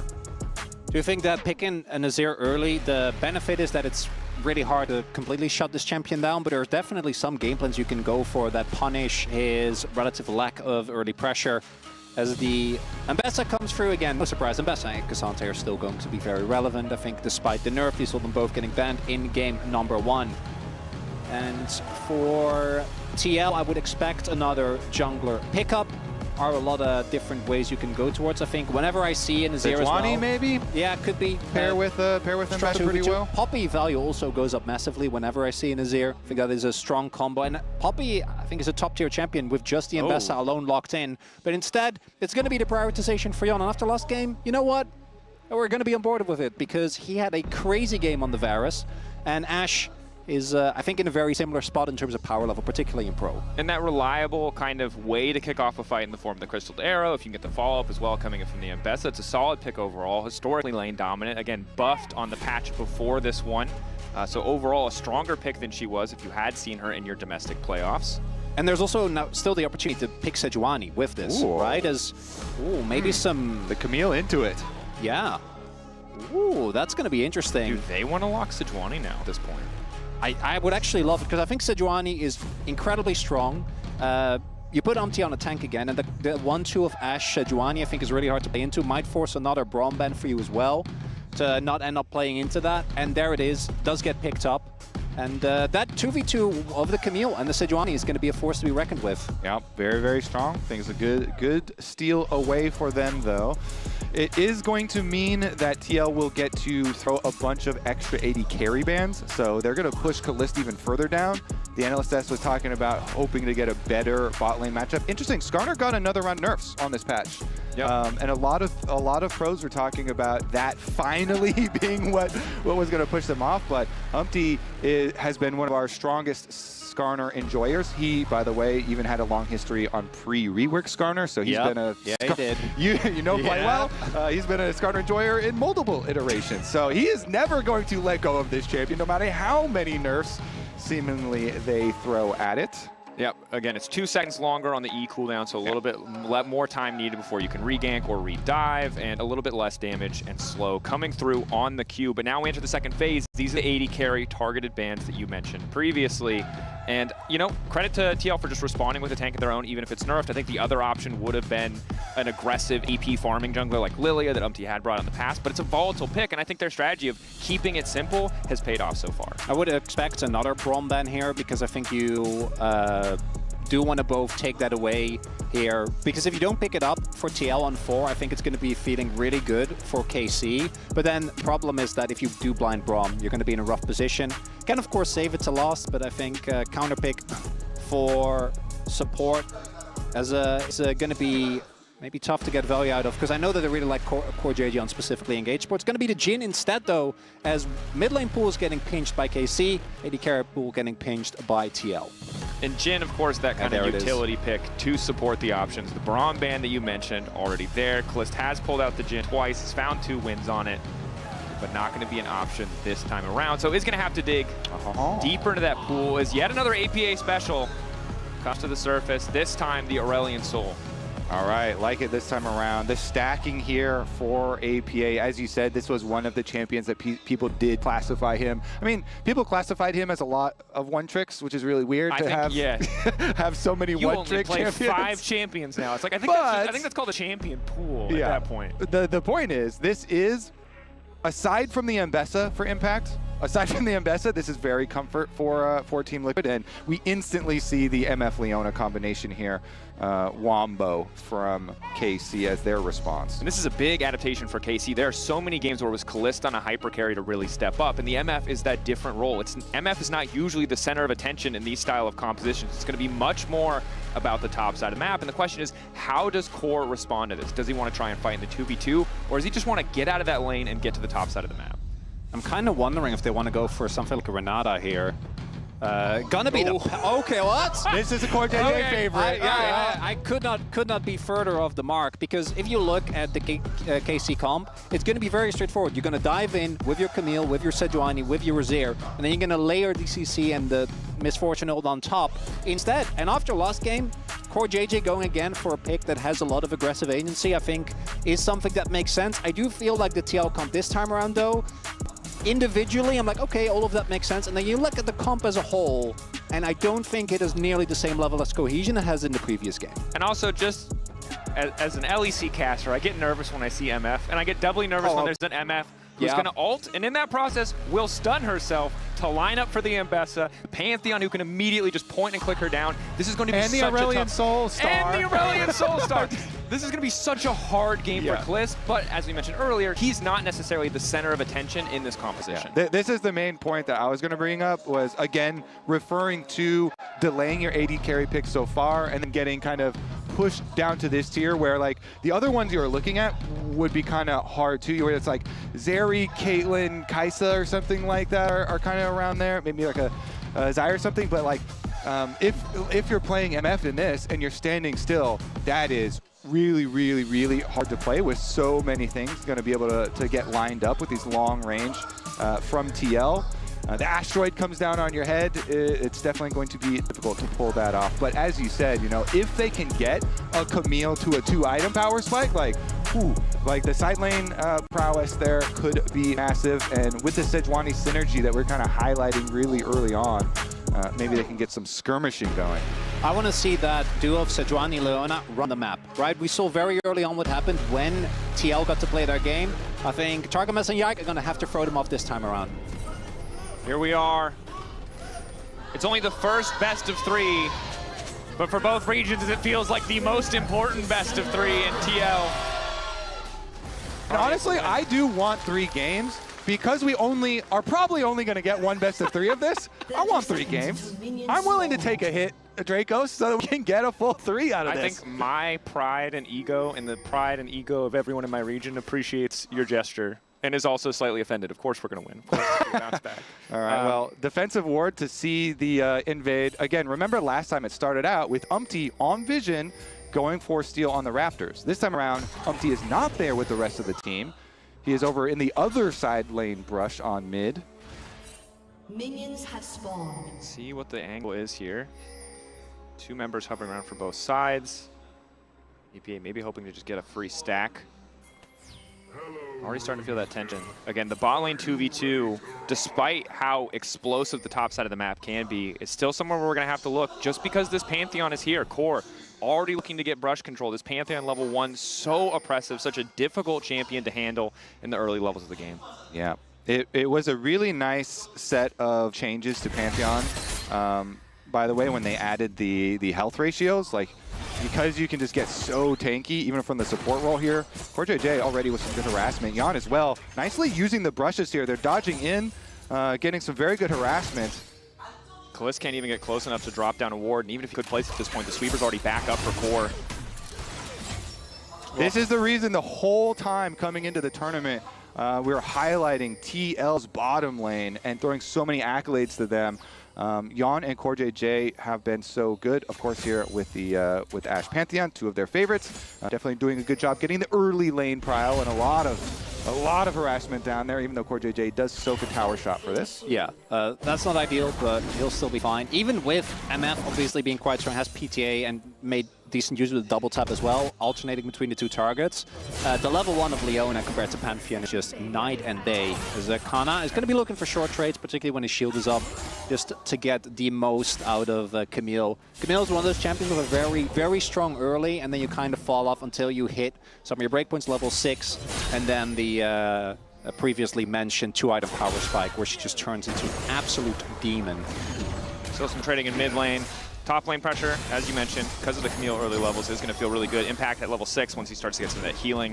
Feel a bit better in those trades. As Yike still pathing towards the bottom side of the map. Don't know if he's going to try to go for a gank here as CoreJJ smartly backing in the brush, taking advantage of what we mentioned in the first game, which is this uncertainty from the side of KC. Are they going to feel confident to step up and face check these brushes, knowing that there could just be a Pantheon there waiting for them? And as Pantheon support, you always want to hide your position. I mean, that's kind of basic. Everybody wants to hide their positions whenever possible, but Pantheon, of course, you know, as the game goes later on, does have the extra mobility from Ultimate to be able to make those cross-map plays too. So this is where CoreJJ really excels. That's why it is one of his favorite champs. You know, has so much gank potential to link up with your jungler. Has like map-wide presence as well as lane presence. And for now, just gets to lock this 2v2 on the bottom side of the map. Kalisk can never be left alone here. Cornyon holding on to the advantage. Kalisk and Targamas trying to hold this wave, trying not to let it crash. But Core potentially ready to start a fight. Can it cancel the back? Doesn't look like it. We did see Impact walk over, but Kana's a bit further into Fog, does get the ward. So they'll be able to track Umpty. Yike is really far behind in jungle tempo though. He just finished the crab, cleared a camp less. I think it's because he pathed the bot to cover for what might have been a dive because bot lane was getting chunked so much. But it means that Umpty just got the back in and will now just be able to full clear. Yike sitting on boots and just a ruby crystal. I think once the get back as soon as you can as well. Yeah, but both teams basically have full jungle info. Now we're going to even get another confirmation from Impact, but they had also used the previous Hawk shot. They knew that Yike was also a top-down start, 100%. So both junglers and both teams very well aware, because KC got some very nice deep wards, as you could see, that were both on Krugs as well as Raptor. No TP left for APA. Vladdy just going to full commit to the trade here. Will he flash and try to go for... Oh, no, and he just gets him! APA sticks around far too long, not respecting the damage Vladdy could bring to the table. And Vladdy, in game number 1, I think it was a tough one to play out. We didn't quite see him in the same explosive manner that we wanted to, but in this game 2, immediately, not only gets the flash, but gets the solo bolo as well. Yeah, I saw those signs in the audience. The Greek god, Vladdy here. I mean, APA, of course, is just playing Aurelion Sol. He wants every last little minion, and so, as you said, just stay to wait around too long. Vladdy here has the damage.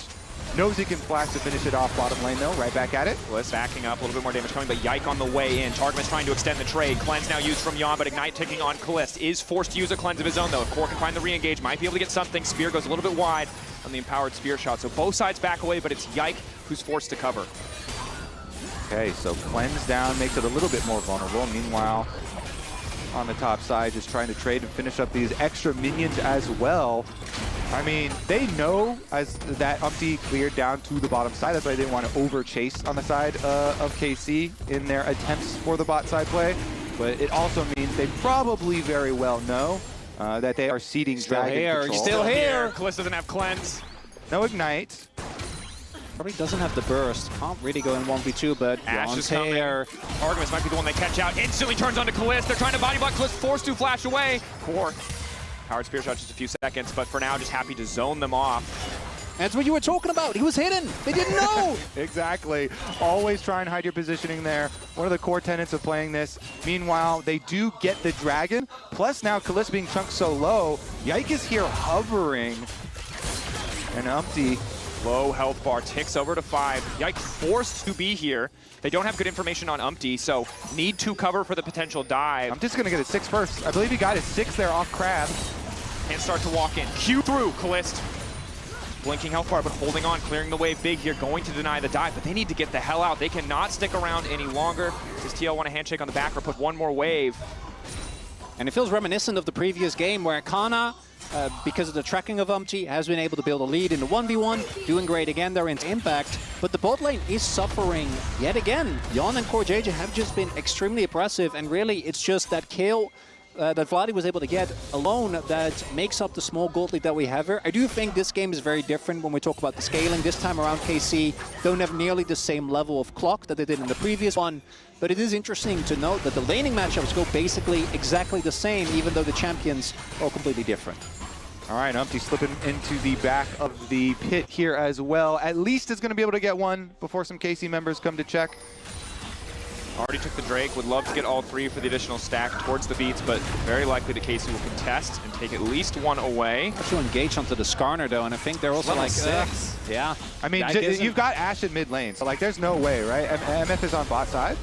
Umpty doesn't want to overcommit. Okay, so happy to have 2. Ashe already starting to walk back from mid towards bottom as Kalista pushes this last cannon lane. So it is going to drop at least the cannon here as payment. Back as the Warden lane does spot them out, spotting them walking away, spotting the recall as well. So does give a lot of freedom for Yon to just pick up that wave.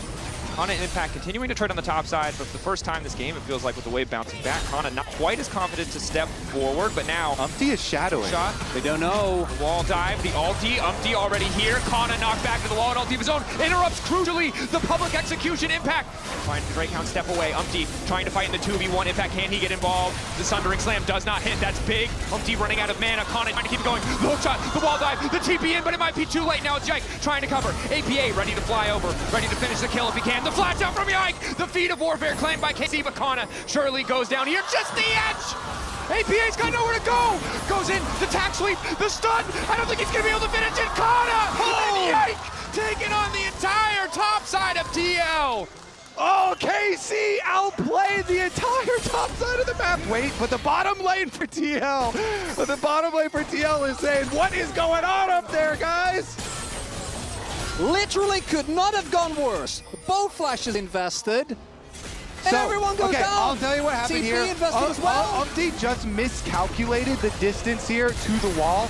He figured he was going to get the E wall stun right there. It barely does not, so Kana's able to flash out. And that breaks his full combo. That means his ult does not hit, and they're able to get the advantage in the 2v2. Then I would also say that Impact and Umpty did not wait enough for APA to get there. So Kana's able to go back in, uses his passive shield, uses his grass proc. This feels so bad for APA. Yeah, honestly though, for KC, I did say at the beginning of the game, I was like, you know what? I want to get the third game. I want to get the full length out of this series. This right here, this is going to do so much for the KC confidence. That is massive to get the full 3 kills up there.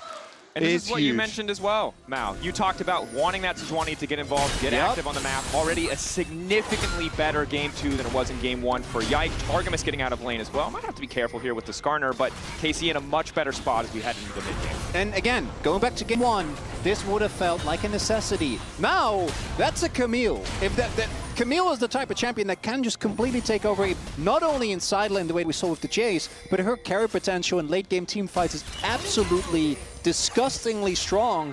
Huge lead for Kana. Yike also having a great redemption moment after what was an incredibly rough first game.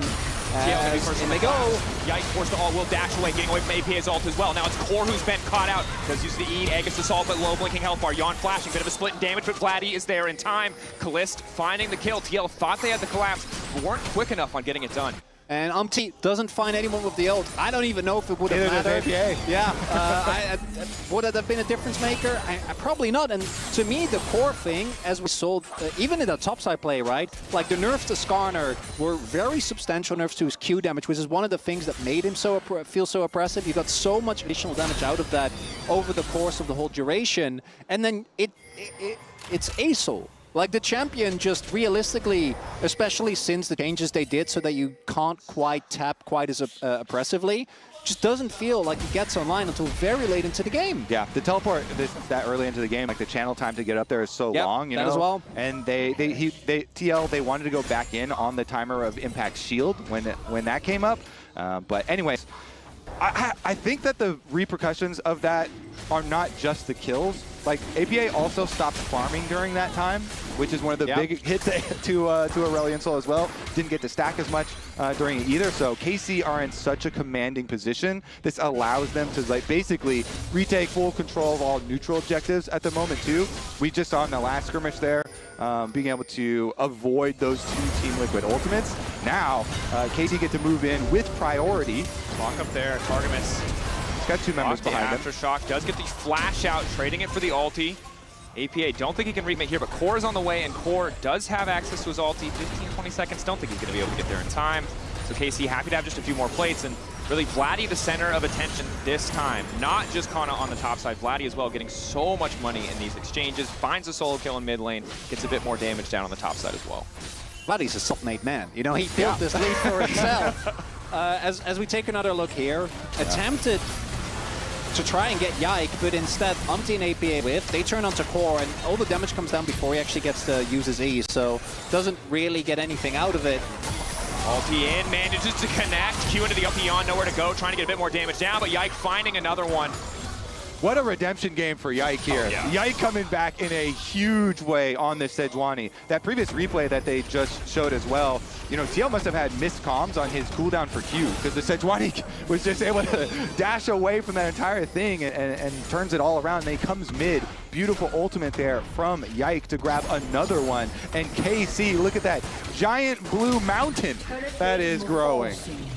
And that is another run-off effect of that earlier play where they tried to get Yike and didn't, because that's where Yon lost his summoners. Otherwise, if he has at least cleanse, maybe he lives there. It just barely would have still been rough, but instead, KC, TL needed a good amount of time, which I think with the comp made sense, but KC is on the verge of just completely running them over, because they can just keep forcing engages, right? Their engage potential is crazy. Prio that they have allows them to just take objective after objective, and TL, I have a tough time seeing, unless they can somehow play around Yon, who feels like he's the only strong member on the team right now, and even he's getting punished. And it's just such a contrast to game 1. They still had the dominance in the early bot lane 2v2, but the composition from the side of KC just much more powerful in those early skirmishes. The Sejuani doing much, much more than the Vi, and now KC looking much more confident with a significant advantage, and it's just so difficult for TL. They have pick potential, they have Ashe, they have the scaling of APA, but it's just going to be a much harder game to play out. Yeah, I mean, KC just able to snowball so much with the victory on top side to the first play. Because the TL were not able to get there. Skarner stunned into the wall to chain it ultimate and everything. Now it's going to be a point where we have constant watch on those side lanes. As Umpty does go for a pick. Chains him in the ult. Yon here as well. Who are they going to give the kill to? The answer is APA. Happy to have a few extra stacks and a nice pick for TL. Good use of their composition. And the reason they're kind of outnumbered there, Sejuani's up on top side, making the lane gank attempt onto Impact here. He was trying to play to Kana.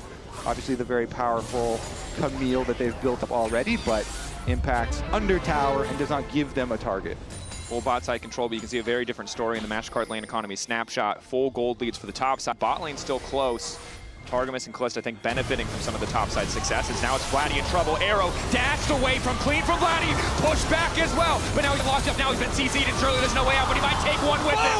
Vladdy manages to find the 1-for-1, and that's the cue for Kana to go all in onto Impact. A few extra autos. Pack trying to dash out to safety. The fight continuing on the bot side is Targamas and Yike trying to finish off Umpty as well.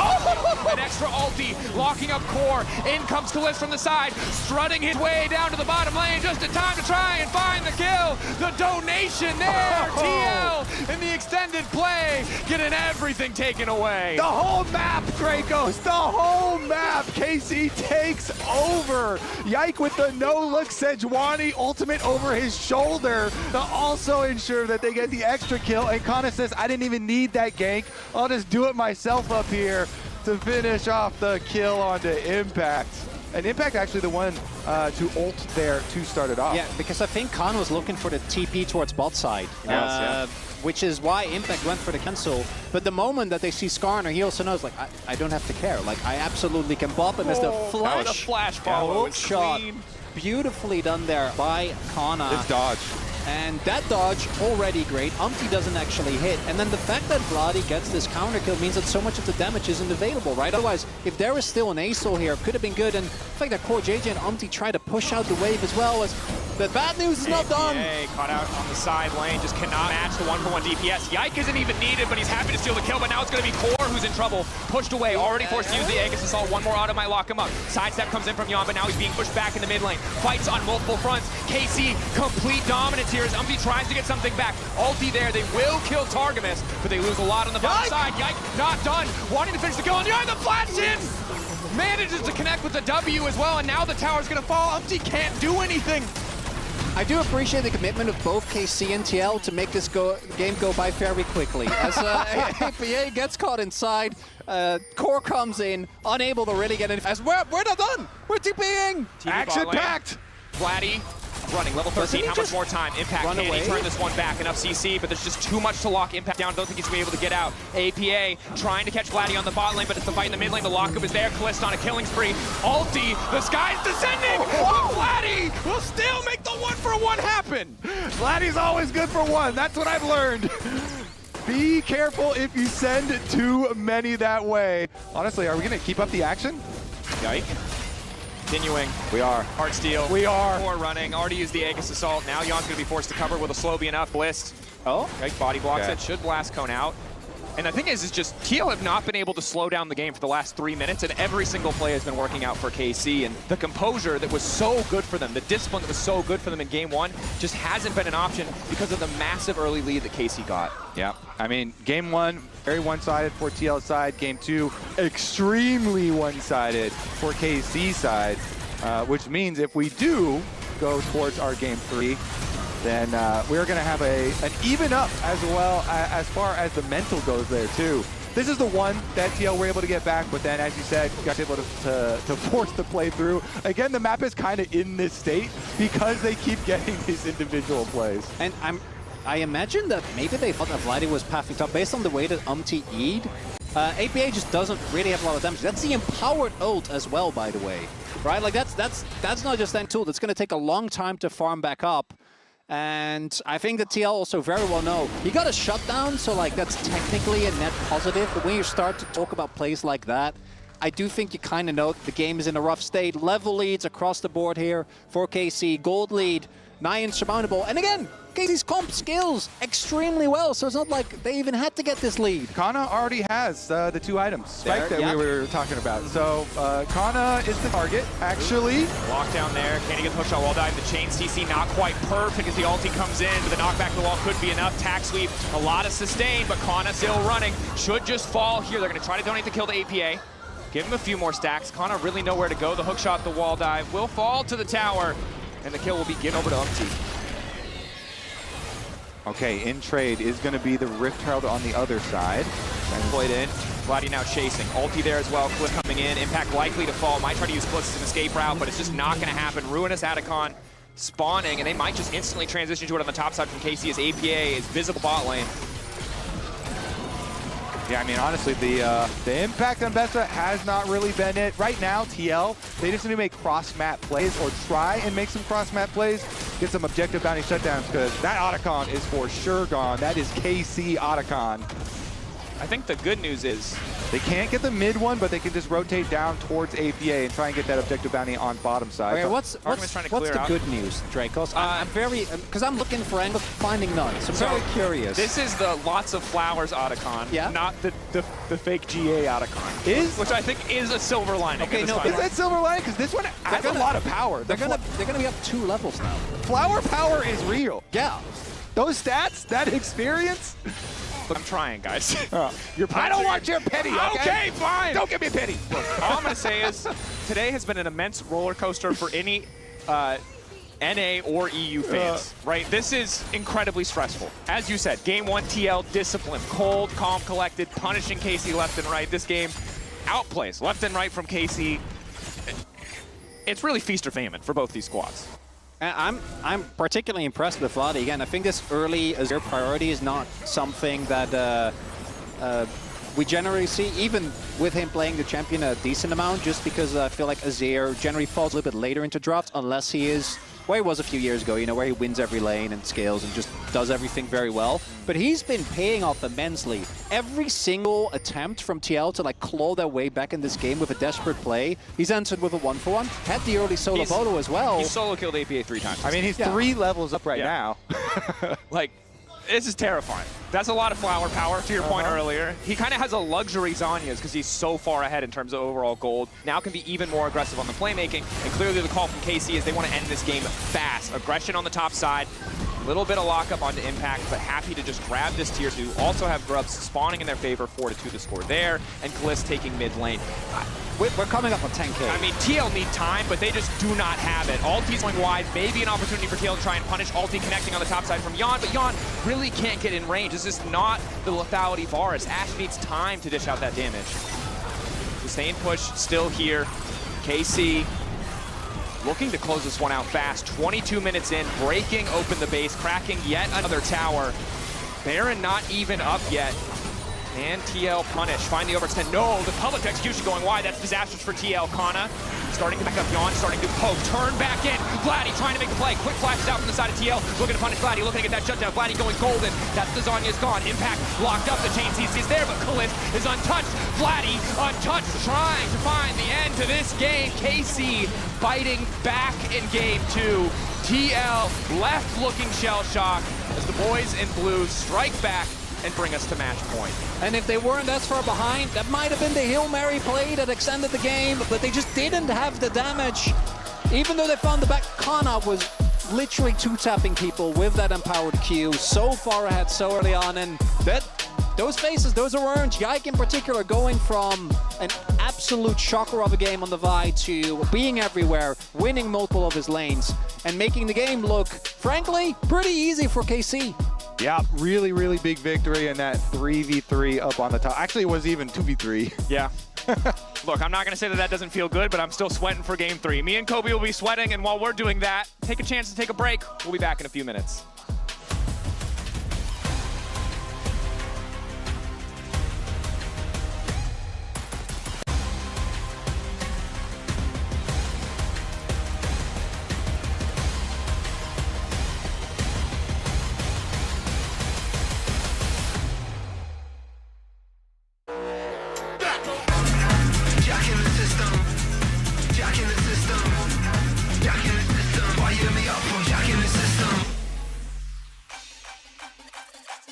Dominate the Rift with Opera GX, the ultimate hub for all things LoL esports. Get a browser built for League fans. With a custom UI, exclusive themes, and seamless LoL esports tournament integration.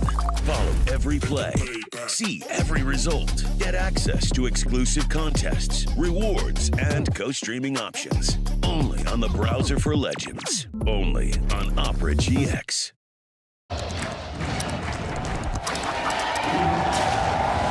Red Bull gives you wings. When you have 5G home internet, you can get entertainment you already love for less, like Netflix and Max, Disney Plus, Hulu, and ESPN Plus. Save on them all. Plans start at just $35 a month. Only on Verizon.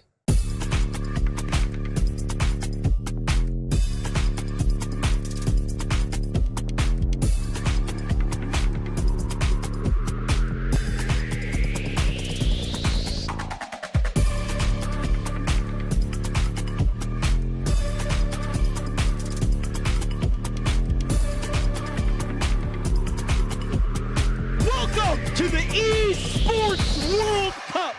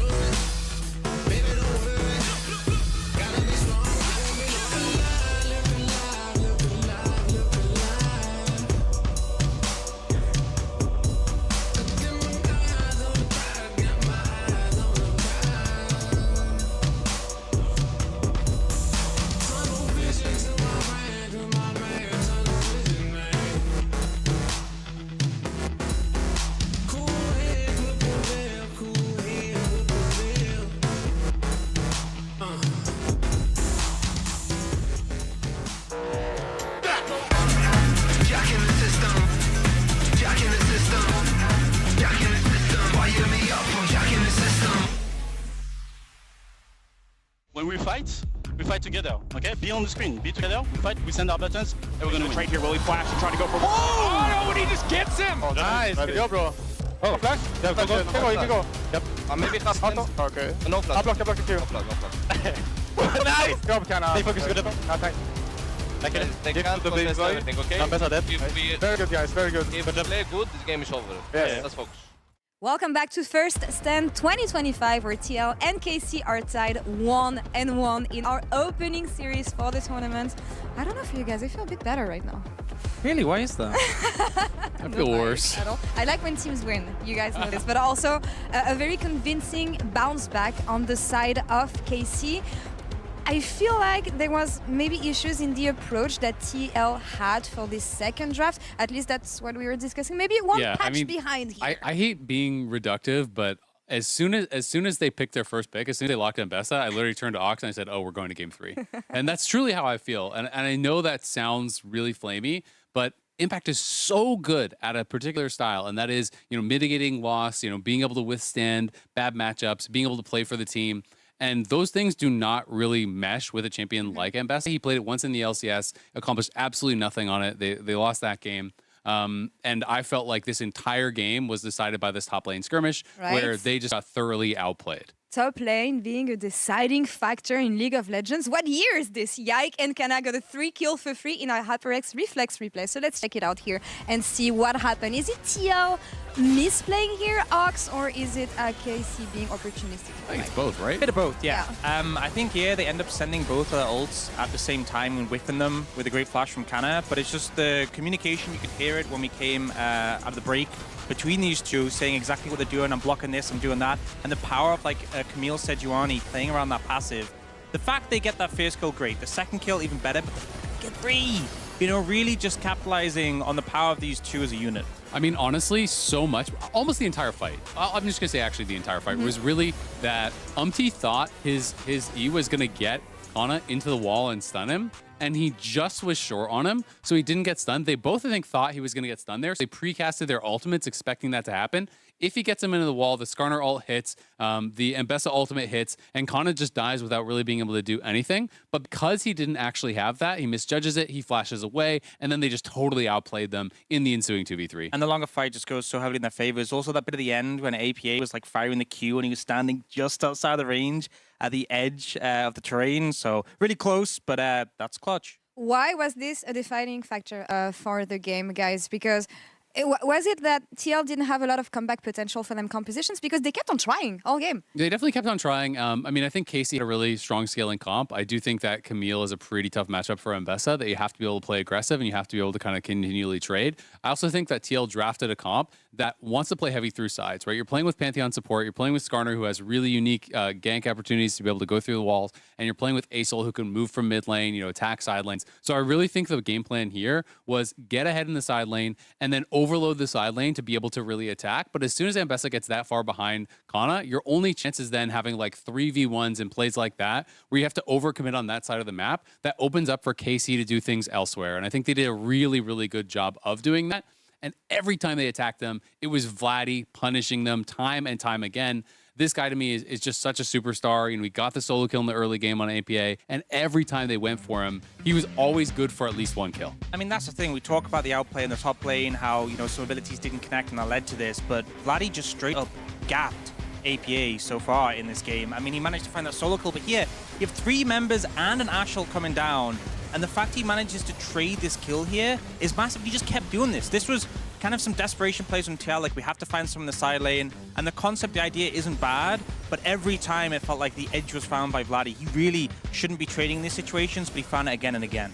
It feels like KC, during the whole split, they were thriving when they could find easy windows, opportunities as well on enemy compositions, and I just feel like this composition from TL gave them exactly what they wanted. I mean, that gold graph is ruthless, honestly. Yeah, I mean, it was just up and to the right, obviously you already had mid lane going well. Bot lane, I think, was going completely fine for TL, but then the top lane skirmish happens. Now you're way behind in both the side lanes. You're a composition that has to play through sides, and you're really going to be limited in your ways to come back after that. So I think, APA kind of looks silly in this one, but I don't hate the fact that it's when they got behind there, just playing it out slow and regular and him just sitting at a tower and wave clearing would never have won the game. So I don't hate that he just was throwing himself into the side lane and trying to make these plays happen. At the end of the day, it was going to be a low percentage play either way. And I think Vladdy did a great job of punishing that and really showing his class. And now I feel like KC has all the momentum going into game 3. You would say so? Absolutely. Okay. I mean, you're the ones coming off of a game like that, with so much confidence.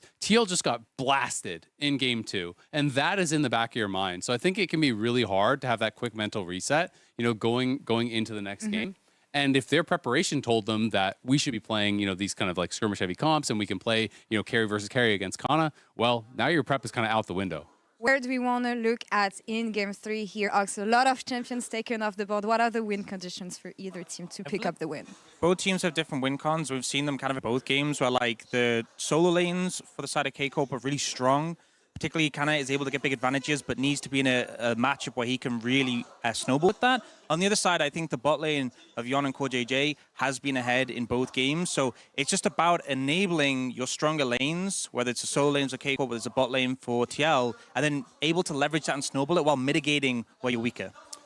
Yeah, I mean, absolutely. Just reduce volatility in the solo lanes and let bot lane carry. I think that's what TL wants to see. The rivalry delivers so far. I would like a closer game, though, in this third game. Let's see who can take it. Casters, take it away. I think we agree. We all want a close game here on the Caster Desk. Welcome to the Caster Desk. I'm nervous, to be honest. Even after that game, too, I'm nervous. Like, Kobe's nervous. Sound like you're battling some inner demons. I'm having a great time, by the way. I'm just... Yeah, of course. Oh, you're having a great time? Yeah. You know what? I wanted a Game 3. And you got a Game 3. This wasn't necessarily the best way to get to the Game 3, but yeah. Well, all right. I'll battle demons. I'm battling demons about our respective teams battling their own demons as we head into Game 3. I will say one of the concerns for Team Liquid that people have had is the deeper into Fearless you get. People always bring up the champion pools for multiple players on this team. You know, APA, Umpty, Impact, you know, a lot of these. So we'll see about game number 3 here in Fearless. This isn't even, you know, that deep, not a best of 5, so not going super deep into it, but we'll see what they do have left. I know, you know, Spawn has been putting a lot of effort into that, so I'm very curious because this one might surprise people. And of course, for TL, this is the first time they'll have the luxury of side selection. I believe game 1, KC won the flip, and game 2 is the loser. Of course, KC got to choose blue again. So I assume the TL have chosen blue. We'll see what strategies they want to bring to bear. Bot lane dominance has been in their favor in both games for the laning phase. But game 2, it was the top side of the map really falling apart that stopped that from being a viable option. So the question is, how do they want to shore that up as we head into game 3? And we started the beginning of the previous game, game 2, talking about mental state and what is the mental state from game 1 carrying over to game 2 going to be like, and how that would probably advantage TL. Now though, it's going to be huge advantages for KC. You have to feel like with all of those individual outplays just make you feel so confident in all aspects of the game. So if they do get a good draft, you have to feel like they're feeling much more confident and calm here up on stage. But let's get into it. I don't foresee a lot of change. I do see a little bit. I mean, the Rumble there, they've banned that away from Impact. So a little bit of things are like changing sides here. But I would still ban Taliyah if I'm KC, because personally... Kallista's the one that is still up. Okay, well... So now Taliyah's open. I think Taliyah is very, very good for APA. Kind of regardless even of what jungler you get for Umpty. But that is just if you're going down like his individual player tier list. So in game number 1, Kana was getting the better of Impact, sure, due to matchup as well, and then the bot lane was getting the better, for TL was getting the better of that of KC. In game 2, that repeated. For me, the biggest difference was jungle and mid. Both were getting apt pretty aggressively. Obviously, Umpty mostly in the play towards top side, as there is a Taliyah, unsurprisingly. But that's why I actually really like this, ensuring that APA is a champion that he can perform on, because if he doesn't get solo killed and that point of pressure on that just completely falls away, so many of the plays that happen subsequently feels like that's where the snowball started. I do think picking Taliyah this early in a draft is going to be always very risky, so we'll see what Vladi has as an answer. We also talked about ease of execution in game 2, and I think it's really hard to recreate the success you found in game 2 for KC in terms of ease of execution on the top side. Xin, one of the champions that can get it done, but Camille, one of the few champions that has the CC to set up plays, can also snowball. Gnar is another pick that comes to mind, but it's less reliable. It's not that immediate engage that's always going to be there. And the Rumble has already been taken away. Galio is always another champion that we'll look at with the Xin Zhao. If you do want to combo it, don't think that that is going to be super fun to play into the Taliyah, though. No. What is the angle going to be? KC Ahri will be the option. So the dash obviously can be interrupted, but a lot of playmaking potential with this pick. But a very early to mid-game style composition when you have the Xin, when you have the Ahri, these champions that can find picks, similar to what KC brought in game 1, can be volatile options. Don't always scale the best. And the mobility there for the Ahri to try and escape whatever sort of pairing here Umpty wants to throw with the Taliyah. Of course, that's why the Xin Zhao was a good steal away pick for KC. You're taking away one of the premier dueling AD jungles that TL will be fishing for. And they throw down their Kai'Sa, so we're going to get some dive here as well.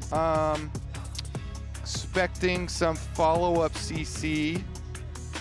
There isn't a lot left, is the problem. Yeah, it's getting a little bit thin, even though we are only in game number 3 here of Fearless.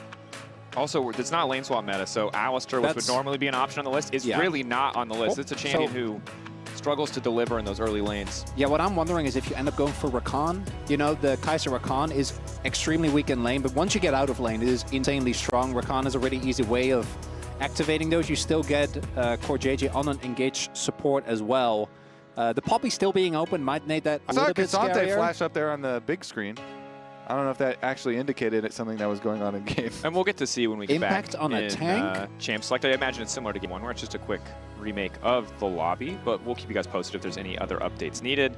The thing I'll say is it's an interesting situation for TL, because if they do want to lock both halves of their bot lane there, KC can only respond with one half of a bot lane of their own, and it does allow you to mitigate some of the weaker matchups for that Kai'Sa. I love Kai'Sa as a champion, but if the enemy team can just lock in Corki, your early lane phase is so impossible to play. There are so many, right? Like Corki, I think, is one that doesn't require quite as much commitment, but you can have the spectrum all the way from something like a Jhin that is still annoying to deal with, Jhin Bard, to Caitlyn Lux. Like, there are so many matchups that are just unplayable, and I think the reason why Kai'Sa has really crept up in prio over the recent months was because of lane swaps, because you can just swap out of any of the bad matchups. Once you get to 6 and you just get through those early levels, she does get a ton of power, and it makes it a lot safer to try and match the lane.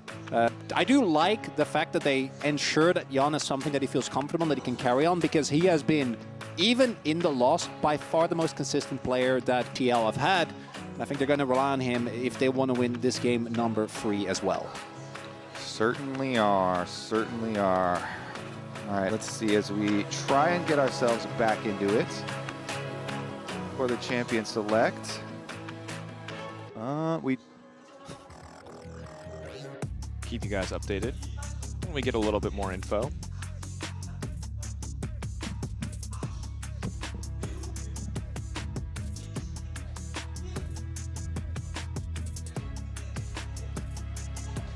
Because I'm trying to listen to the Korean casters. Unfortunately, you guys are not here with Wolf or Veldas, who could actually tell you what will be going on. Hopefully, we'll be able to get back soon. There we are. All right, into picks and bans. We'll see what remains the same, and if we are just recreating, give you guys an update in a moment. Raven. Okay, so keeping the same classics. See what that pick 3 is going to be. And going down the AD junglers that TL are going to be fishing for to try and pair here. Let's see. Vi was already used. Like, Jarvan is still available. Yeah, it's kind of hard, right? Because particularly with Taliyah, you want something that both provides CC as well as... Okay, so the Cassante did mean something that we saw on the big screen. Really, Xin Zhao is kind of the key pick that you would have wanted, right? Something that has reliable knock-up. But they're dropping jungle anyways, I believe, because we had the other pick as well. Also, as an update to the earlier issue, there was some sort of problem with the client that stopped TL from locking in their selected champion. So that's why we're seeing the Cassante here and not so the Kai'Sa. The Kai'Sa was an error caused after League officials investigated by the client, so they allowed them to remake from that point. Cassante and Kai'Sa. So quite Cassante, close. Nocturne will be the lock-ins. We can forget about the Kaisa, as fun as that discussion So, was. the AD junglers we were talking about, the Nocturne here, it does not set up for Taliyah, but does work well with side lane pressure. So the synergy there is not in lane phase, it is synergy with Taliyah in a very different way. It is synergy in playing the mid game and trying to pressure side lanes.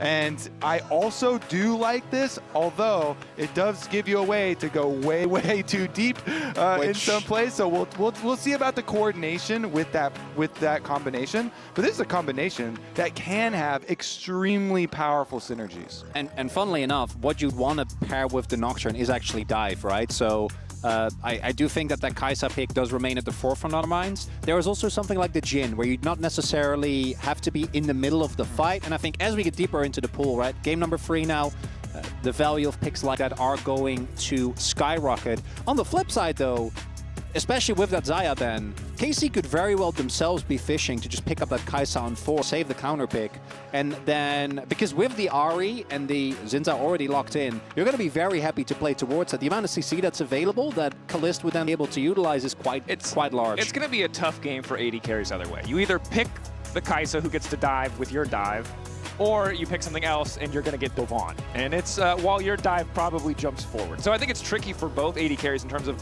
what is the actual premier option. And part of the reason why we're seeing the Xayah taken off the board. Don't want a champion that can just easily ignore a lot of that dive threat. Final ban here for KC as they take a bit more time will be the Corki, potentially heralding, as you mentioned before, Mel, that they want to lock this Kaisa in, taking away some of the good AD carries into it. Interesting, man. TL's final response. Did they want to go even deeper into it, or just keep on banning support engages? It's so tough as well, because I think TL is a lot more tied to particularly the power of that Nocturne, right? I actually really like the Lulu ban, because we are getting to the point in the series as well where something like a Zeri Lulu, like there is actually 0 guaranteed CC on the side of TL, right? So if you have a Zeri that can just skate over and easily get away with the help of the Lulu, I think the game would be really hard to play out. What about some like Caitlyn pushing lane? Yeah, Caitlyn looks, I think is valid. Because if you can push early with you know, Caitlyn and try and get tower pressure and get those side towers down. Option every pick going to the last second here. It's going to be the Zeri. Yeah. So the Lulu ban, a solid call out. What is the response here from the side of TL? Zeri is, if you don't shut the Zeri down, she's always inevitably going to be a problem. It feels like it demands either matching some of the scaling or picking something insanely aggressive. And aggression has worked so far for TL in this series. Like, I'm looking towards the Jhin in terms of lane pressure, but I think Jhin is really hard to play into the amount of backline dive that's available for the enemy team. The one thing that not only is the Lulu Zeri like a great late game combo, but it also actually has a lot of laning pressure. I think Lulu is one of the most oppressive supports if she does end up in good matchups. Instead, that's the classic. I think it's going to be Zeri Yuumi. Okay, I'm gonna call back, because this is really important for Western fans to understand. The only AD carry in the West who has played Lucian successfully is Yon. This is a huge opportunity for Kalist and or Yon to prove themselves. This is a powerhouse 2v2 that has almost always failed in the hands of Western ADs. What's that grin? Yon there it the is. exception. Oh my God, we knew! We've gone back in time! We've gone back in time! Zeri Yuumi versus Lucian Nami. Good point though, Dracos. Yon got his Lucian license last year at MSI. Yep. Well earned. Oh, Spawn giving him, hyping up Umpty as well, trying to get the team into it. Let's go. All right, so Team Liquid, they invested in that ultimate synergy we were talking about with Taliyah and Nocturne, try and make some picks for themselves on side lanes there. But, I mean, KC putting the Zeri Yuumi in the hands of Kalist there, a team fight will be hard to track down. And if I'm looking at these two drafts, I think I'd rather be KC. You have pressure on the top side of the map. I think your mid-jungle duo is miles ahead when it comes to just raw power and as well as how well they synergize together. And these games have been so snowbally that I find it hard to imagine a scenario where either the Lucian Nami just completely takes over, because Yon and Core Jeju have been so consistent, have been so powerful, and there's a lot of dive pressure and global side lane pressure from the two ultimates, or you get a complete stomping and bulldozing of that Xin Zhao and Ahri combo, because if you do start falling behind, those can make such deep plays, and then the Zeri goes unchecked. I'm also a little bit worried about the Gnar push and how much top lane control can go over that way, but we shall see.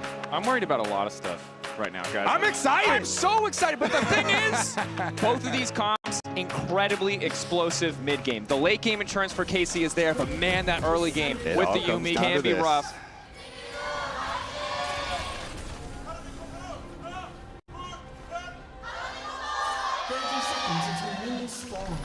All I gotta say is, Korean fans saying Karmine Core fighting and TL fighting goes hard. That's a feels good for me.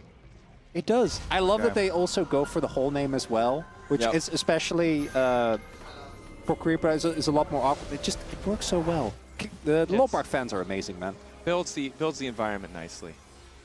As we are got our mini map on, perfect, ready to go. Turn it on, overlay on. But you highlighted it, Kobe. This top lane matchup, same as it's been in games 1 and 2, expected to be Gnar favorite. The difference impact on this Cassante has been a rock for TL in so many games across now so many years of gameplay. This man has been so consistent, and so if he can weather the storm similar to how he did in game 1, it's going to be much harder for Kana to find that advantage. Gnar can snowball, but it's not the Camille in terms of immediate reliable pressure. I want to highlight the Lucian Nami as well, because we've had a lot of different iterations, as you love to see it, here between Kana and Impact. As that international game stat for Impact, I think it never gets old. And again, we saw there for Kana, it's so easy to forget that with the 4-man core of Owner, Faker, Guma, and Carry, he actually was a single game away from beating DK in the 2021 finals and making it with the core of the roster that obviously later would go on to have a large amount of success. But we're currently on the iteration of Lucian Nami, where early on they're decent. I think the lack of a Lulu means that they also will have more lane pressure than they otherwise would have had. But it's really the one-item spike, right? That's when you actually get to leverage the mid lane pride. That's when you get to start popping people. As junglers, the other interesting thing, we just need to see Umti basically full clear, 2.5 times, so he hits 6 as soon as possible. Yeah, main thing is tracking right now. You can see the pings were going down as well on the bottom side buff camps there, as TL invested their early presence in getting that ward and fully tracking the Xin Zhao on the way down so that Yon and Core JJ could try and get these trades off early on, but the extra Tri-Brush ward here will also provide enough safety for them to finish off their wave towards the tower and get the punch back. And Yon actually went for PTA. So usually what we've seen recently with the Lucian Nami is the first strike, right? Ever since we went to the one-item spike build where you basically use the calling bot. But PTA is going to give you a ton of extra damage in lane if you're able to proc it consistently. So it does make sense that they want to try and play towards that. But that sustain of that Yuumi is a nightmare to deal with. Yeah.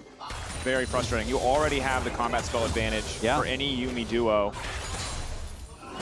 Yon level 3 now alongside Core. Core burning through a lot of mana to make sure the health stays relatively close. Similar story for Targamas is now Kliss goes all in, and First Blood is there! Outclassed in the 2v2, the exhaust is here. Kliss finally a chance to fire back after 2 miserable laning phases, and he'll find it there. Core sent packing the W, the Ultra Shock Laser will not connect.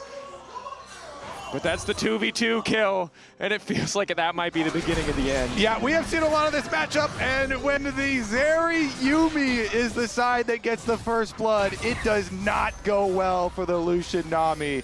That is massive. Kalist, 18 years old. So many of these Yuumi Qs, setting him up though, and just jumping in immediately, going for the finish on the kill. I mean, they kind of knew, too, as they were sticking around. Yeah, I mean, you saw it looks like there's no damage, but it's the heal and the barrier used instantaneously as they go in to stop any kill pressure from going down.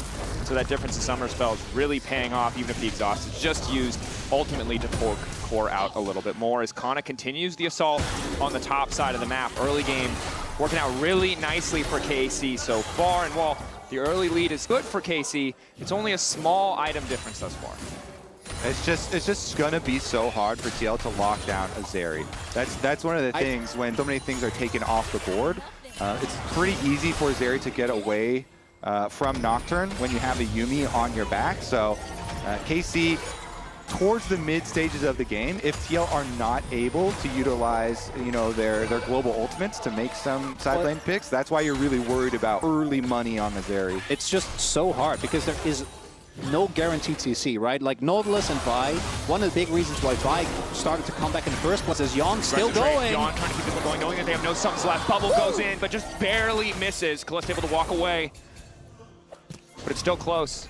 And I think Yon and Core know, as long as Kalista is able to finish that first item, they can still do a lot of work in the 2v2 trades. That first kill, it's going to hurt in the long run, but right now, they're still doing fine in the context of the 2v2, as Yike going to walk away empty-handed as he pokes his head in bottom side.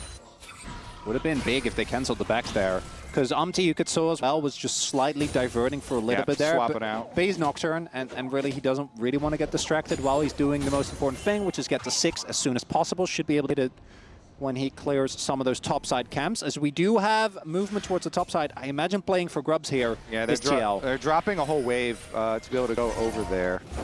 So drop the wave on bottom. Just gonna let it go. Things out. Impact recalling. Yon early buff can start to step into Kana, but Kana level 6. Yon still playing with confidence here is still a squishy mini-Gnar at this point of the game. Kana has not had a chance to recall. Kalist target miss speeding up to the top side of the map. TP down bot lane for Impact. As Umti's going to start the grubs. Man advantage on the top side for TL. Kana chunked out. Not too bad of a situation. Doesn't look like you're going to try and look for the steal. Shock. Okay. That hurts. He has smite available. Have to smite that one. It feels bad. Have to smite that. But you have to get the free, right? Like it gets you defeat. You are also trading a dragon. Like you know that dragon is definitely going to be toast. going in. Charm connects. Manages to dodge away. Yike now trying to follow. Wind becomes lightning plus flash available, but he won't use it. So Vladdy using his ultimate just for a chunk out there. Can start to pressure more, but APA Patience does manage to walk away. And it's tense. We're 7 minutes in, there's only one kill, it's a 500 gold difference, but every play feels like it could be the game defining. Well, a big reason for that is the compositions that we ended up with here in game number 3 of the Fearless, because there's so many more outs for KC later on, but not so much for TL. Does still wait that red buff for himself and gets to his level 6 on Nocturne, immediately recalls and heads out towards the bottom side of the map, though. Yeah, both comps played pretty similarly in that they have a really strong mid game. The dodge. Outspacing. They've gotten all the cooldowns. Exhaust ticking, forcing the cleanse out. That's again Yike is jungler coming over here too. Yike is on the way. Level 6. He got tagged. That's a flash. Yon slowed. Extra movement speed coming in courtesy of Core. Now trying to make it out. 6. Level 6 for Yon means he can't just cold away if they try to stay for too long. Taking some of Yike's time at the very least, but not ideal to trade even on sums given the extra one, or even trade down on sums, excuse me, as it was heal and the cleanse used for just the exhaust of KC. Yeah, as I was saying, I think for KC, the insurance policy is just so good. You know, you have a really strong mid-game draft with a ton of CC, dive, and team fighting potential. But if that fails, if they end up falling behind, there will just be a point in the game where Kalist can fully take over, and that just isn't really there for TL. So I think they are much more reliant on getting value out of these global ults, as Kalist is still level 5, but yeah, he needs to be careful. Once Kalist hits 6, he is going to have an all-in window that is frankly terrifying. Good respect from Yon not to immediately use the culling. Kalist keeping his back to that wall so he can just parkour away if the culling does come out. Makes it so awkward for him to try and finish kill or press the advantage further. APA might be in trouble here. Dash forward. Charm flashed away from good reaction. That'll still cost him the summoner spell. It'll be the repeat gank he has to be careful for, as Vladdy does at least use ultimate. I mean, yeah, Umti does have a level lead, but the top side recalled here for Team Liquid, so you have nobody to back you up, so it's all kind of posturing. Okay, he's gonna get the crab. I love how we say there's no way, and then he just blast comes over. They didn't expect him to come back. Here we go. Full committing here. Wall built, the parkour coming over. He still makes it over. Oh, that's infuriating for TL. If the timing had been like a 10th of a second, I'm sure he just gets knocked off by the wall appearing there. It's double rough because APA also, I think Umti otherwise gets the channel on the flash. Vladdy. I think the extension actually was what made the difference. Flash out. Good from 4. Doesn't have good information. Coling now used. Flash over the wall committed onto Vladdy. Charm used, but extra movement speed about to come through. But they're going to finish that one. Another auto. Yawn and Core finding the pick in mid lane. Communication there from the tail side, but the W flash. Ulti in. Yumi ult coming out as well. Yike trying to split. Core might go down, but Yawn lucky to keep his life. Bubble connecting as well. Core sprinting. Slow. I just don't think he's fast enough, but he does have the flash. Will walk away, so they burn a lot of resources, but ultimately they get what they came for. They get the kill onto Vladdy. I don't know if that's worth it though. Yawn not having the flash available is going to be big. We also had Core using his. That means that the potential now for Vladdy, who, yes, he doesn't have flash, but he has his ult. It's so easy for him to gap close. And that's not even, we haven't seen Kana join any of these fights yet. So that could be huge as well. And every time when we see a Nocturne, you're always going to talk about the first ulti. The first ulti was, frankly, not really working out. And I think with Nocturne in particular, if the enemy team knows you're in the area, it takes away so much as impact. Impact all out onto Kana. Does not manage to connect on the Pathmaker though, so we'll just use that ult to get a bit more space. There's a wave, even things out. Yeah, I mean, the top side one with the walls were still connected there, so Kalista's able to get out, and, you know, he still has flash and barrier. It's like going to be so safe there that they can just rotate right back up to Grubs. Teleport does come out from Impact to go up the top side, but Umpty has already decided to seed it for TL, goes down to the other side, finishes up Krugs, go for his reset here, wait for the ultimate cooldown. Like you said, you know, highlighting that Nocturne ultimate means such a big part of trying to make a play, so they're going to wait for it. Second objective for KC. Neither side has claimed any of the defeats. It's 1 kill to 1, no towers have fallen, and just the 2 objectives. Although 3 total have been taken. It was a split on the first Grubs, so neither side going to get the credit as Kalist. Still weathering the storm well in the mid lane. Obviously happy to sit back, knowing that even if he doesn't make an aggressive play, the scaling does very much favor him. Yawn closer and closer to Collector, which will be a big boon in these fights, especially against so many squishy champions on the side of KC. Okay, here we go. Yike coming down through mid lane too for the 4v4. APA here, Vladdy dashing forward. Charm is going to connect. Are they going to overcommit? Waiting for them to get out of the minefield. APA going to find himself locked up very quickly, but now Umpty goes to the backside. It's going to be Vladdy who's in trouble, dashing back to his team. Yumi coming in to try to seal the deal, but a bit more healing going back, and now it's Kalist going to flick back. A perfect flick going to keep things going. APA trying to finish the kill. Kalist getting lower and lower. He's not powerful enough yet. The flash forward, the exhaust. Targamas is just a little cat. He can't do a damn thing. TL, take the exchange. KZ, they go over into the Nocturne ultimate. They can't see the backside of that team fight, and they overcommit. Huge plays for Team Liquid. Dracos, they have at least just saved their mid game here. That's going to be the Dragon. They push out on both mid wave and bottom wave just when they need it. Team Liquid finds some saving grace. This was a peeling Nocturne ultimate that they set off, and KC dived forward anyway. It's such a risk because both Nami and Talia in these choke points are such a nuisance, right? Even with the being used early, not able to actually get on top of them. Umpty, meanwhile, is making use of the chaos that the attempt at engage creates to just auto freely, and if Nocturne can get multiple procs of his passive off, he's obviously going to shred through. Had the Hexblade done as well, and now the gold looking completely different. 2K lead here for TL, and KC, as I said, they still have the insurance policy, but they're gonna kick themselves for that one. They made it interesting here. I mean, the peel from the Nami and the Talia here as you're kiting back was just exceptional there for Team Liquid. Let's see what they can do with that injection of money, though. Those extra kills going their way. And this is big because it puts them back into that comfortable mid-game position they were looking for when they drafted the comp. The advantage that they should have had, that they threw away a little bit on that bot side 2v2, now very much back in their control. And Umpty has to be feeling good because, again, that first Nocturne ult didn't work, but the second one hitting, finding those kills, getting the feat of warfare, and TL overall in a much more commanding position. Yeah, they're still going to be very worried about later Yumi and Zeri problem and trying to actually lock them down, because as we said, like, they can get away from a Nocturne if you brute force it, but if you can try and create some sort of situation with the engage and the setup towards it, then, you know, maybe a better hope. And the flash is down now. The key here for Team Liquid, a lot of this money onto Talia and the Nocturne, the two most mobile champions here for this team that can try and move that money around the map for themselves. There was also the fact that Kalist flash to try and salvage the play at the end there. No flash on the Zeri is actually a big deal. Even with all the safety that she has, it means that players like flashing forward with a fear are going to be a lot of a bigger issue. And we have now hit the Collector power spike, and as we can see, Yon is just going mid, shoving in waves. And we've now reached the point that Kalista is only sitting on Yuntal, doesn't really get to match. Have to be respectful, and we'll see if TL is able to turn this into a lot of objectives, because the one downside for KC is who actually face checks, right? Because obviously Yike is okay. They're going to go for this dive? Maybe. They're sending pings on it. Rotation already on the way. They have a lot of burst, but I think he's close to Mega. Cross map. For the side of KC would have been the top side dive, but instead they might just look mid. Bliss still only level 8. They're on a ward. Bliss want to keep stepping up and poking. Lodge's advantage is going to come from just chipping out the opposition. Now too far away as well. They keep pinging that bottom side, which makes us think that, you know, they're setting up for this play, and they have the deep ward there that they saw. They actually saw it placed in the lane. Yike was up on top side, but Yike is now recalled, so there's not a lot of time for this to go off. Mininar's a sleepy boy. He's not really going to have a good way. This one flashes now, trying to get a little bit tricky with it, but he goes all out.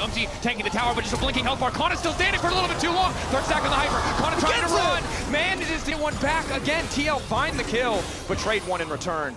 If you go for that, Yon and Core need to be there. You can't pull the trigger that early. You just don't have the damage. That flash from Kana, absolutely huge. Denies the CC, means that he gets so much extra damage off. And KC pulling closer in gold thanks to that 1-for-1. That was a great job by Kana, breaking the fear tether there. Yeah. That's why he forces the flash out from the Nocturne, gets all the extra damage, and goes 1-for-1 again. So many of these KC members, last time it was Vladdy, good for 1 in all these multi-person games. This time, Kana's still good for 1, even with all the TL members coming for the dive. But it was a really nice job to avoid the critical CC there and open them up. And of course, then the full rotation down meant that they also lost a bit on the top side. You know, Vladdy was able to push in. Team Liquid lost, by the way. Now we've got a little sneak around through the alcove as well, but this doesn't look like anybody's going to be there for that play. TL still holding on to that 2K gold lead, as you highlighted a lot at going to be. Some of that going to be in the jungle because of the kills that has, but split out. Impact still suffering a bit in the isolated 1v1 when he doesn't have anyone else around. And again, all eyes on Kalist. He is the ticking time bomb that is forcing TL to try and make these consistent, aggressive plays, knowing how difficult it will be to answer him as we get later in the game, getting closer and closer to level 11, the second rank and all of that lower cooldown to make it available in even more fights. The other one is Kana. I think for him, just actually get... Oh, as APA? APA, good knockback onto Yike. Dawn, he's a psycho. He's gonna... Pulling. Ooh. Chunking Yike out. The objective started by the rest of the team, so this should just be an easy Herald pickup. KC backing away. Yeah, that objective won right there by Yon. He chunks out Kalist, and then they're able to finish off a big chunk onto Yike as well, so they don't get any kills, but they do take enough health bars to earn themselves a Rift Herald, which is critical in pushing the timeline of this game forward. Using that Rift Herald to knock down these outer turrets is critical for this team that needs to make use of Nocturne Ultimate and Taliyah picks. I do think that the Nocturne gives this comp a lot more longevity than it otherwise will because of how much more capability you have of finding flanks, right? If you do get on top of the backline, as strong as that Zeri-Yumi combo is, I do think with how far behind Yike and Vladdy are, there's going to be a lot of burst damage lacking that otherwise might have been there. And Kana, his side lane pressure isn't going to be quite as scary, even though he will win both 1v1s pretty comfortably. Blist ulting, trying to clear the wave, does not want to concede mid lane tower. Yon hopping into the Herald to try and escape. Might look for the knock on Blist. Well, at the very least, get the crash as the ulti comes out in the meantime. The split, his Impact is now going for the 2v2. Yike caught out, isolated, wall coming in. Yike will fall even as the dragon dies. In favor of KC, a quick pick. Bit of a messy split exchange. Mid lane tower won't drop from the Herald, but Yon will keep his life, and they'll still find a kill. I'm pretty sure that's a win for KC. Yes, in terms of gold, it's rough, but I'm pretty sure that got them defeats because I think they were only a single objectives away. And then trading a kill for a dragon, I don't think is the end of the world. Definitely not the end of the world. I would also say the feats themselves are not the end of the world, not the biggest deal as well, but certainly. When TL got defeats, because of course they got the feat of warfare earlier, and then the tower is All right, I take it back. But it would have. take it back. If they had defended top lane tier 1, that would have been the moment. I do like the feint here, though, because it looks initially as if Team Liquid is going to go really hard on this play towards the mid lane of the map, because you can even see the bot lane is, trying to peel off, but instead find a turn onto Yike and get that kill. And this is exactly what we were highlighting for what Team Liquid need to do in this game to make those transition plays with the Nocturne plus Talia movement. And Umti is like, you know what? I'm going to go in, try and get the smite steal. If I don't get it, I don't get it. It was a little bit late for the smite steal, but they still have the timing there with the Talia wall to section off the extra pick. List. Aggressive use of the ult, he clears the wave, starts to trade more, but isn't going to get much else. In this game overall, TL finding that composure crucially in Game 3 as they needed to. And KC, while they do have that late game insurance option, too many picks going in the favor of TL. The play that they overforced on the bottom side of the river is what's making this game more difficult than it maybe initially had to be, as Yon stepping up with the culling. Yike there to body block a few bullets, but a lot of healing already coming out from that Yuumi. Okay, Umti trailing on bottom side as well. That Nocturne with the ultimate available. Dash forward. Vladdy's trying to one-shot the wave, going away from tower, but loses vision just in time, right as he sees the Xin. Yeah, exactly. That's the critical part. They lost the vision of the Ahri, but they also gained vision of the reinforcements, which means they can rotate back over towards mid. I think was happy that he didn't go in on that one. Would not have ended well, but the coverage was there. Mid lane turret now. TL desperate to get this mid lane tier 1, knowing how much it'll open for them, but KC are just not going to let it go. Consistently throwing so many members to stop the push, to hold on to that last sliver of health. Yeah, the extra defense here with these outer towers that are barely still standing. Wait. Getting chunked. Ooh. A lot of damage to come through. Both barrier, heal, and exhaust are available still, though, here for Kalist, so be trying to give them a false sense of security. Holding onto this mid lane turret is so big, though. We'll see if KC can actually do it. That come in for the shield. They're just killing the wave so quickly. That's the power of the Runan second. So hard as Lucian as well. Bottom's got to go down, though. You want to get this turret so badly, again, because I think that once KC start giving up map control, it's really hard to reach the Otacon. Yeah, the bottom went down as well. Umti was already like 50% done with the Otacon, so they're keeping up the pressure here on multiple fronts for Team Liquid. I don't think KC are ready for this Otacon. Yike. Excellent start for TL. KC feel like they're winning this, but now they realize they've lost the Otacon, and this was not the trade that they thought it was. Flower power. So much XP going over and adaptive force on top of it. Wow, Team Liquid here, keeping up so much pressure, bouncing between mid and bottom lane, making use of the extra fear that they are instilling in KC with those globals, and the pressure finally mounts on the bottom side. They get 2 objectives in that small time span, with the outer turret also being a very, very big win for them. So increase in the gold lead, but again, the experience and the extra damage, the stats that you get here with those flowers are going to go a long way. APA on his Talia that we really highlighted. Richest person in the game and 2 levels up on Vlad with all of this side lane play. And Kana obviously going to be farming damage, playing Gnar into the Cassante, but it's Yon and Kalist that are at the top here already. And I expect that to not change as this game continues. It's a lot of damage, but so much again, damage down. Wave's still cleared. Maybe this chunk is enough on the next push. I want to see Yon's damage done for this whole game, because this man is just always playing aggressively with the Lucian. Core JJ at his back, going up, chunking out health bars. And he has to. Exactly, and he's doing it so well so far, as they actually are going to go for Kana here. Kana does have Mega and Flash. 15-second timer on Mega once it procs. Can just stop the backs, try to prevent him from going anywhere else. Slow play it. Kana. Okay. Crunch out to safety. That's Flash a big win. As well. Yeah. Dragon's up, don't overchase though. Dragon is up at the moment, so everyone rotating down towards that. They finally got it, by the way. After all the effort, mid lane turret has fallen. KC already chunked. I think you might want to just give this one up. Don't think you need to play too aggressive before the spike. On your Zeri, 3 items not quite there yet. TL, kind of mini too, looking for the fight. Nice flick over the wall means Vladdy's chunk before the fight even starts, but AP is not in a great position. Might be forced to use his ult. Could come down to the 50-50. Yike now going in, trying to lock up the Lucian. Nice disengage coming in from core, and Yikes is about to get deleted. Yon now on a rampage. Instantly the backside devastated. Kana going Mega. Manages to lock 2 on the wall, but the interrupt, the unstoppable there. Now the exhaust going in. Kliss has to make the difference. Has to take down Yon, but he is not enough. Even with the cam out to his back, he manages to find one tries to get another. Targamas demounted. TL taking everything. Oh man, the chunks before the fight were so big for Team Liquid too. The Ahri went into that fight with like 30% HP because APA found him over the edge, and then it was just a full send. Impact and Umpty went through, they assassinate the Ahri, and still get such a big early lead in this fight. Chronicler, take us through the pressure that KC were feeling here. I think they can back off. That's the big thing. This wasn't even sole points. It was just for a second dragon. The chunks come through, and the fight is so segmented, right? The backline isn't there. We immediately take out both Yike, who on the turn wasn't really immediately there with the rest of his team. And you need to be so crisp if you want that turn to work, right? I think that, in my opinion, going for the fight in the first place was a big gamble with the chunks that came through. Just let them have the dragon. You can peel off, because the engage isn't actually that good. On TL, there's no Ornn, there's no Nautilus, but instead, that might be the play that breaks the game. Finally, 25 minutes in. And I think one of the big things about this Zen is against longer range champions who struggle to deal a lot of damage. When he ults, it feels so impossible to play against him. But Yike is woefully far behind. He's 0-3. You jump into Illusion, he's like, yes, please, sir, let's go. So much more powerful in that circumstance. Core can immediately disengage. And now Vladdy forced to ult just to get away from that bit of CC.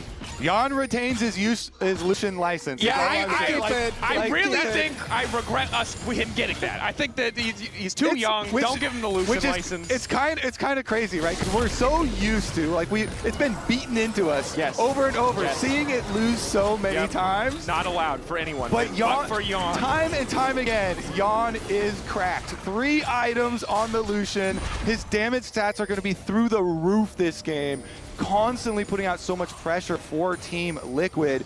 And APA's Talia still retains the 2-level lead here. You know, their globals are going to be really shining now as they try and close the pressure onto KC. You see KC even just struggling to retain vision control of their own jungle here. And I think that they've found the recipe for success on the side of TL. It is the poke from the Talia, it is the poke from the Lucian culling to stop KC from getting into range. Now they have advantage, now they have pressure, they can set up first on the objectives, and as long as they don't let the team start a fight on full HP, a lot of that scaling is just never going to come through. But now Yike, waiting in the darkness, 11K. Looking for a turn. Look, it's Jan, he's the gatekeeper. He's not letting them in. He's ready to pull. Kalist chunks Vladdy there with the red buff. Ana starting to poke. The objective, a bit of a split call. Hop out. Bubble doesn't connect. Core still has ulti. Poke's good, though, and I think TL are making the right call to back off. The burst is still there, but I want to see that third item. We need IE on Kalist. Tidal wave over the wall. Yike potentially caught out, forcing an early off it. Flick back hits, but not the damage to come through. Impact trying to push Yike back to the team. Yike still holding on for a brief moment. KC zoned off, pushed away, could not get any damage down, could not move through the minefield. Nice forward dash coming in from Vladdy to get away from the seismic shove. APA on point, but the dashes are there. Jan, nice backstep. Such a close fight, but TL just continue to poke here and will turn back to the Baron. Really great usage of the ultimates to not directly set up APA for the seismic shove, but force them into a position where he could hit the seismic shove. That one barely misses. TP coming in, Vladdy on the way. It's going to be so hard. Vladdy needs to find a hero play, or Kalist needs to go breaks, but he doesn't have IE just yet. That's such a big spike for the Zeri. FLICKR used. APA not going to connect on the flick. Are they going to commit? As long as he commit? has the minefield, it'll be big. 10K getting lower. They're not focusing their damage on the objective. It's going to take some time. Kalist starting to poke, starting to harass. The Baron doing a decent amount of damage back. They know no jungler's there. It's not a 50-50, but Vladdy goes in, knocks dash back. Coming through from Jan. Clutch of the moment. 4K, they're getting lower, though. They can't afford to stick around with Kalist right on top of them. They need to burst down the champion. Huge shove from APA. Up immediately goes in the exhaust. Out. Goes the Zeri, Jan low. Yikes there! Wall. Will not commit to the objective. 3 blinking out bars on the side of TL, but the range isn't there. The fall isn't there. They will walk away. Okay, KC managed to stop the Baron from going down. Oh, it is so intense, and that was a critical stop from KC. That Baron would have broken the game there for Team Liquid. This was the initial pick we were talking about. The Nami ult zones the Xin back, so then APA is able to hit the shove. Impact, even though he gets charmed, able to ult and secure the jungle pick. Then it gets dicey, though. Here we go. KC with a critical contest on this Baron. a really big finger is that Jan is zoning, right? He's the gatekeeper, which means that Baron is barely going down. They don't have the fastest Baron take in the world anyway. And then there you see KC smelling the weakness. If Kalist, again, has IE, I think they just get completely chunked. But then that moment right there almost gets the turnaround. And I think TL can be really happy that that Baron reset, because otherwise, if it doesn't reset and Yike makes it over the wall, they just get the Baron. And then KC, that lead doesn't mean nearly as much anymore. And there's a small window here. There is no exhaust, there is no heal for Kalist. He has flash, he has IE. He is still a threat that has to be respected, but there's a window here for TL as they take this third Drake to maybe look for a pick, to maybe force a fight before those summoners are back up for Targamas. I think the problem, though, for KC with the rest of the team in the state that it is that TL can very reliably put all their resources into taking down Kalist. Because of how far behind Vladdy and Yike are, they're not nearly as big a threat as they could have been otherwise. Yeah, the mid game has just been so massive for Team Liquid that Umpty has a jungle level lead of 4 levels here over Yike on the Nocturne. He's almost flame-rising in. Umpty is higher level than the top laners, okay? This Nocturne is such a massive global presence on the map right now that TL did such a good job playing into their strong mid game that they have so much map-wide pressure here, and they need to use that, though, to finally break it. That's why in the last fight, I say KC were, even though they lost Kana, they were happy to at least stop the Baron, even just giving over 1 kill. I think the big thing is you have to just call it Umpty again. You mentioned his scoreline thus far. Game 1, he dominated Yike. Game 3, he's dominating Yike. This is a guy who every single pundit in the world agreed on one thing, and is that they were not convinced by Umpty, but this series today, Game 1, Game 3, despite a lackluster first ult, managed to bounce back in this game. The team coordination around these fights has been excellent. KC running out of ways to play the game. We talked about the one late game scaling option. It's starting to feel like their only option, but maybe APA has been caught out. Umpty coming in. Can they find the immediate solo kill? Crunch back out. Jan getting over the wall. Kana likely to fall here. Weaver's wall coming out as well. Kana nowhere left to go. Tries to get the wall down, gets a bit of CC, gets a chunk. But there's no follow-up as Kalist just forced to walk away. Again, you just really have to respect these Nocturne Global here. It is so hard to do anything in the side lanes for KC and TL. They pull the trigger, they get their kill once again. And the one point of map pressure to have is Kana, right? Like, obviously Kalist is the big guy in terms of trying to still carry the team fights, but Kana in a side lane, he's still sitting on free items. He can be a threat, but there is just so little that he can do. Look at from how far the rest of the team is able to join here as he tries to go, even dodges the initial setup, right? APA's attempt at a flick, but it just doesn't matter. I think he thought for a second before he sees the rest of the members that he could, because he could have jumped in with the crunch, he could have tried to throw 2 houses to finish the kill, but thought maybe he'd get away. Instead, walks away empty-handed as TL, once again, starting the objective. There's nothing that KC can do for this one. It's too far gone. Yike will be just in time to see it stolen or taken away from him. TL now have the Baron. This is the breakpoint we talked about. This is where it gets so impossible for KC to fight back. Their wave clear is not great. It is really just the short range of the Ahri. Yeah, Baron buff, the biggest tool here for Team Liquid to truly break open this game and push in deep into KC territory. Bliss still poking, still playing at the edge, doesn't want to give them anything for free. The topside pressure is there. Kana, without information on Umpty, just knows that he cannot walk forward. Will try to at least a bit. Dodges the initial seismic shove. And this solves one of the biggest issues that we've seen this composition have for TL, which is their short range and their siege sucks, right? Like, Lucian isn't that good at taking down turrets. Same for the Taliyah as Jan. He's far up. They're looking for a possible collapse here. Ultra shock laser hits. They're so fast. Now the turn coming in. Where's he wants to going? start this fight. He thought he had the flag, but he was the one getting taken down. Jan now legendary. Impact T being in just in time to eat the charm. Pathmaker not quite the right direction, but it just does not matter. That pick on top of the Baron is going to spell disaster. Kalist, the double kill! Instantly one-popped Jan. 4 items. Makes the Zeri disappear.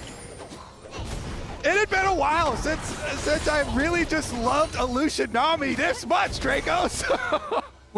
That's beautiful! We kept talking about the IE for Kalist, thereby completely ignoring the fact that Giannis is finished. Fortunately, he was awake as he pops what I think was the one small sliver of hope that was there for KC. The scaling was not enough. Zeri, not enough. TL might have faltered in the first few minutes, but they put their foot on the gas, and they never stopped in this game 3. Casey, one last desperate hold. TL don't want to get over eager. Jan taking his time. Almost one pop at Gladdy. He just does too much damage. Yike isolated once again. Umti taking his time with the ult. They want Casey to remember this moment. Kalist might be able to force a fight, but he cannot stop the Nexus from falling. TL take down KC.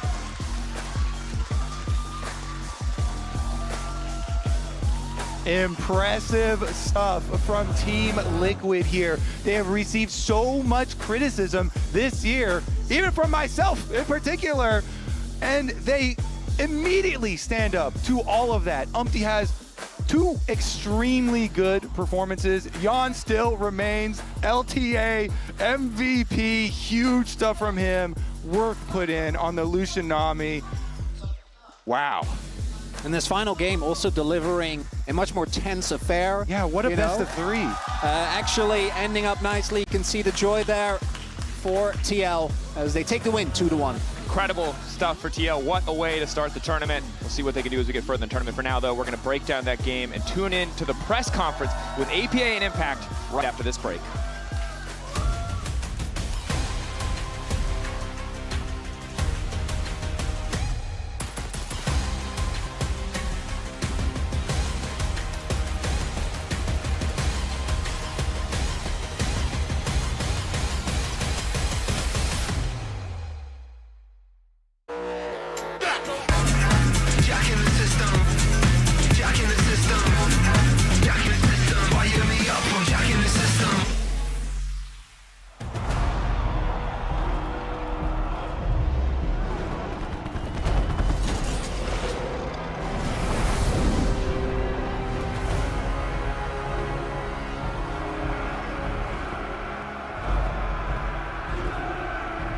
Noxus, you honor me this day.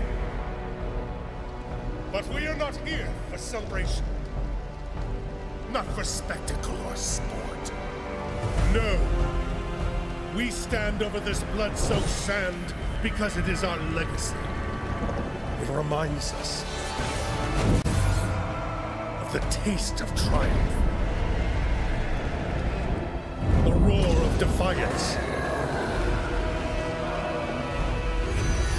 The strain of sacrifice. The story of our people from the beginning. And the only truth that matters when you face your reckoning.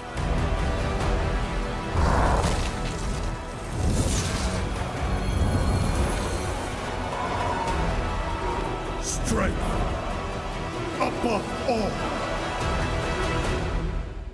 All right, guys, I just landed in China. Let's go.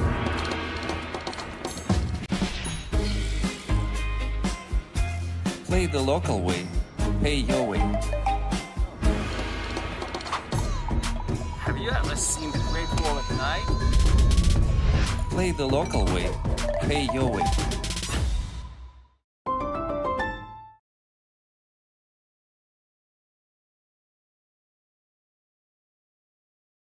Face your death, cause you play a roulette with each step I progress, no less. Go ahead and place your bets, cause we know where we at, we know we top tier. Cause all the hate that you bring, we know it stops here. I'm taking off like a rocketeer, ain't stopping here. It's strange how they cannot see the future, but see profit here. Wait up, we gon' always win. Promise that that's not a promise, yeah, that is a threat. You know that I promise to bring the team commas. When the whole team win, that's when you flex. Win, and I'ma do it again. Watch me win, then watch me do it again.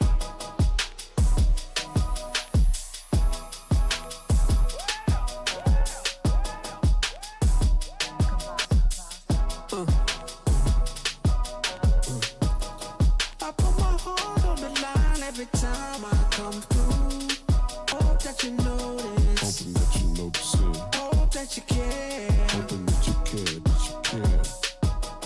Try to connect to your Wi-Fi signal come through.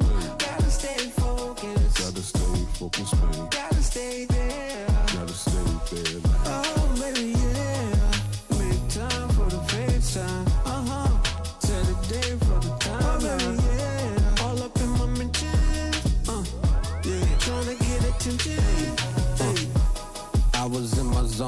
comfort.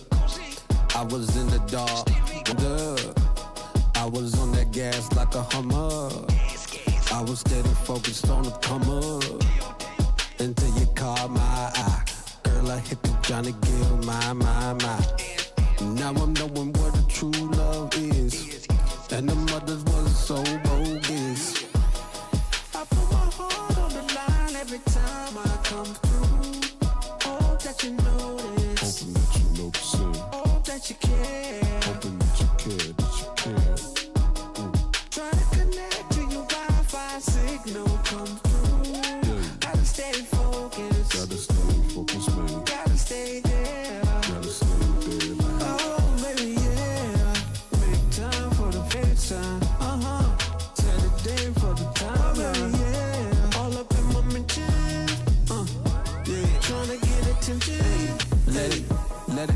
Let it ring like alarms, like the calm for the storm. Yeah, this been the norm. Like, yeah, you prophecy on the first joint.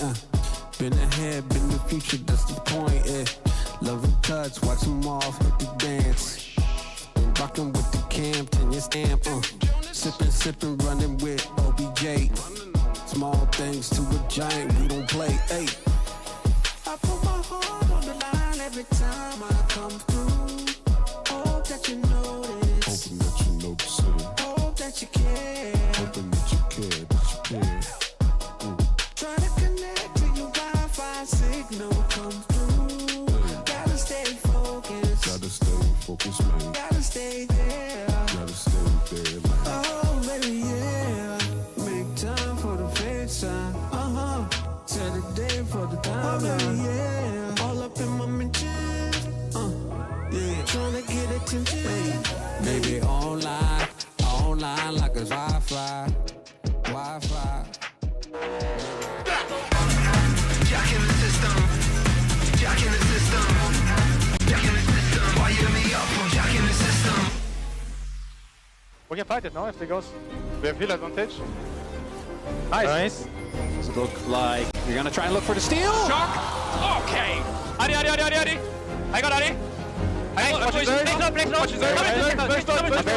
Watching as well. I go. Nice, guys. Nice. I think you guys get it. Very good. Yeah. Come on, Hey, play. Nice. Good job. I'm looking up. Yeah. I'm fine. Hey, slowly. Don't worry. Get the flash up. Guys, don't worry. Coming. I can get it. Don't worry. Nice. I'm in Nexus, guys. Yeah. Nexus. Nice. Let's go! Welcome back to First 10 2025 as Team Liquid claims the first victory in a best of 3. I'm not even gonna look at you, Aita. No, you said you were cooked. Turns out you guys were the one cooking here. We were. I'm not gonna lie. I thought we were cooked after we got killed 2v2 bot, but the boys held strong. You know, they proved me wrong. They were able to pull it back, and it's even nice of K-Corp and their fans to join us here on the desk as well. I'm gonna need that one here. But no, I mean, I just think it's really cool as well to see the way in which TL did it. Yeah. Jan was a monster this whole series, but him doing it on Lucian, one of these picks, like Lucian Nami has historically been one of these picks. It's like NA Jace and, Western Lucian Nami, where if you pick this internationally, you lose. And that has always been the kind of standard thinking. And the fact that he was able to pick this, make a mistake early and still play some of these fights out so well to be able to come back is just so exciting. Like, he is really rising to a new level. I'll be honest, I was kind of grimacing when I saw the Lucian. I was like, look at his damage. Like, crazy. You had faith, and they delivered. And honestly, this game wasn't smooth sailing, but it kind of reminded me of the finals they had, that despite being 3-0, they had a lot of issues in the early game against Team Liquid domestically, and they managed to kind of stay calm. Their Team Liquid. They managed to kind of reform. Though they did have some of their own issues that they were causing themselves. Themselves. Yeah. Managed to stabilize the game, getting control again, and that kind of felt like this. Like, there were so many moments in this game which were mega tilters. Losing the 2v2, having the grub get stolen as well, easily could have a team spiral of control, but they really managed to stay calm. Can confirm I was tilted. Yeah. It is about recovery. It is about seizing the right opportunities, and it is about shining in the right moments. And in that sense, Jan is our clear OPPO player of the series. And We praised him for the potential of the bot lane and what he could bring to the series. Azel, I feel like he completely delivered today, especially in that last game. Absolutely. I mean, to me, again, I said at the top of the day, he's my LTA Split 1 MVP. He came here, it was bot gap in game 1, game 2. They got 2v2 killed in game 3. And I was just thinking, what a shame that is if that ends up being the note that people remember from Yon. But the fact that he was able to battle back from that, we saw the damage done. Like, he was the whole team, it felt like, as far as the damage done in that final game. And he plays so aggressively with so much confidence. If he thinks he's in a position to win the fight, he never will back down from it. He'll take that fight, even if it ends up going bad. And I just love when players can have that confidence in themselves and that killer instinct. And especially on a pick like Lucian, which, as you said, hard to pilot, but not only was he finding the mid-prior, which is really important, but in fights, despite being lower on HP, using his cooldowns and using his health as a resource really effectively, not just happy saying, okay, I did a bit of damage, I'm fine here. He's like constantly making sure he's getting value on the pick. Very strong debut from Team Liquid here in first stand. Let's check in on APA and Impact's press conference in the Verizon post-game interview. Earlier today, during an interview with Jisun, you were surrounded by KC fans cheering for your opponent. What do you have to say to your European rivals after taking the first win at first stand? 오늘 경기 전에 카마에 있는 팬들에게 둘러싸여서 지선님과 인터뷰를 하는 모습이 잡혔습니다. 이제 퍼스트 스탠드에서 첫 승을 가져가면서 라이벌인 유럽에게 하고 싶은 말이 있나요? I think it's simple. I think without G2, Europe is just a zero-team region, so it's not surprising that we beat them today. 아주 간단하게 한마디 할 수 있을 것 같은데요. G2 없이는 유럽은 아무것도 아니라고 할 수 있을 것 같습니다. The third question comes from Mice Esports. Impact. I would like to know what the game plan was to face Carmine Corp. Was the idea to bet on your bot pressure together with UMT's proactivity? Nice to hear from the players after the... of course, the muscle flex from APA here. I mean... Makes sense, Captain right? America. Captain America. No, but honestly, for me, it's a nice comeback, especially for UMT as well. We were talking about the fact that they didn't have the greatest beginning to their season. What has been the main difference for you from what we've been seeing in LTA and their comeback, their strong comeback, actually, here? I mean, I have to give a lot of credit to UMT. I think, when we were talking with all the casters and community as well, like, he's been given so much flack. And if you're going to hate him when he messes up, you have to really credit him when he has a good series. I think there was a pretty big gap between him and Yike in this series. And yes, there was some mistakes here and there. Top lane skirmish obviously didn't go well. But overall, I think he played a really strong series. And I think that was a pretty big difference maker in games 1 and 3. Yeah, especially the Nocturne pick. I was unsure how it fit in with the rest of the draft. He didn't really have like a dive buddy with him necessarily, but got so much value from it. And he actually had a big lead over Yike in farm, and it kind of displayed in the fights when he was getting on top of the Zinzao, just destroying him, getting on top of the Zeri, destroying that, just really having a big impact.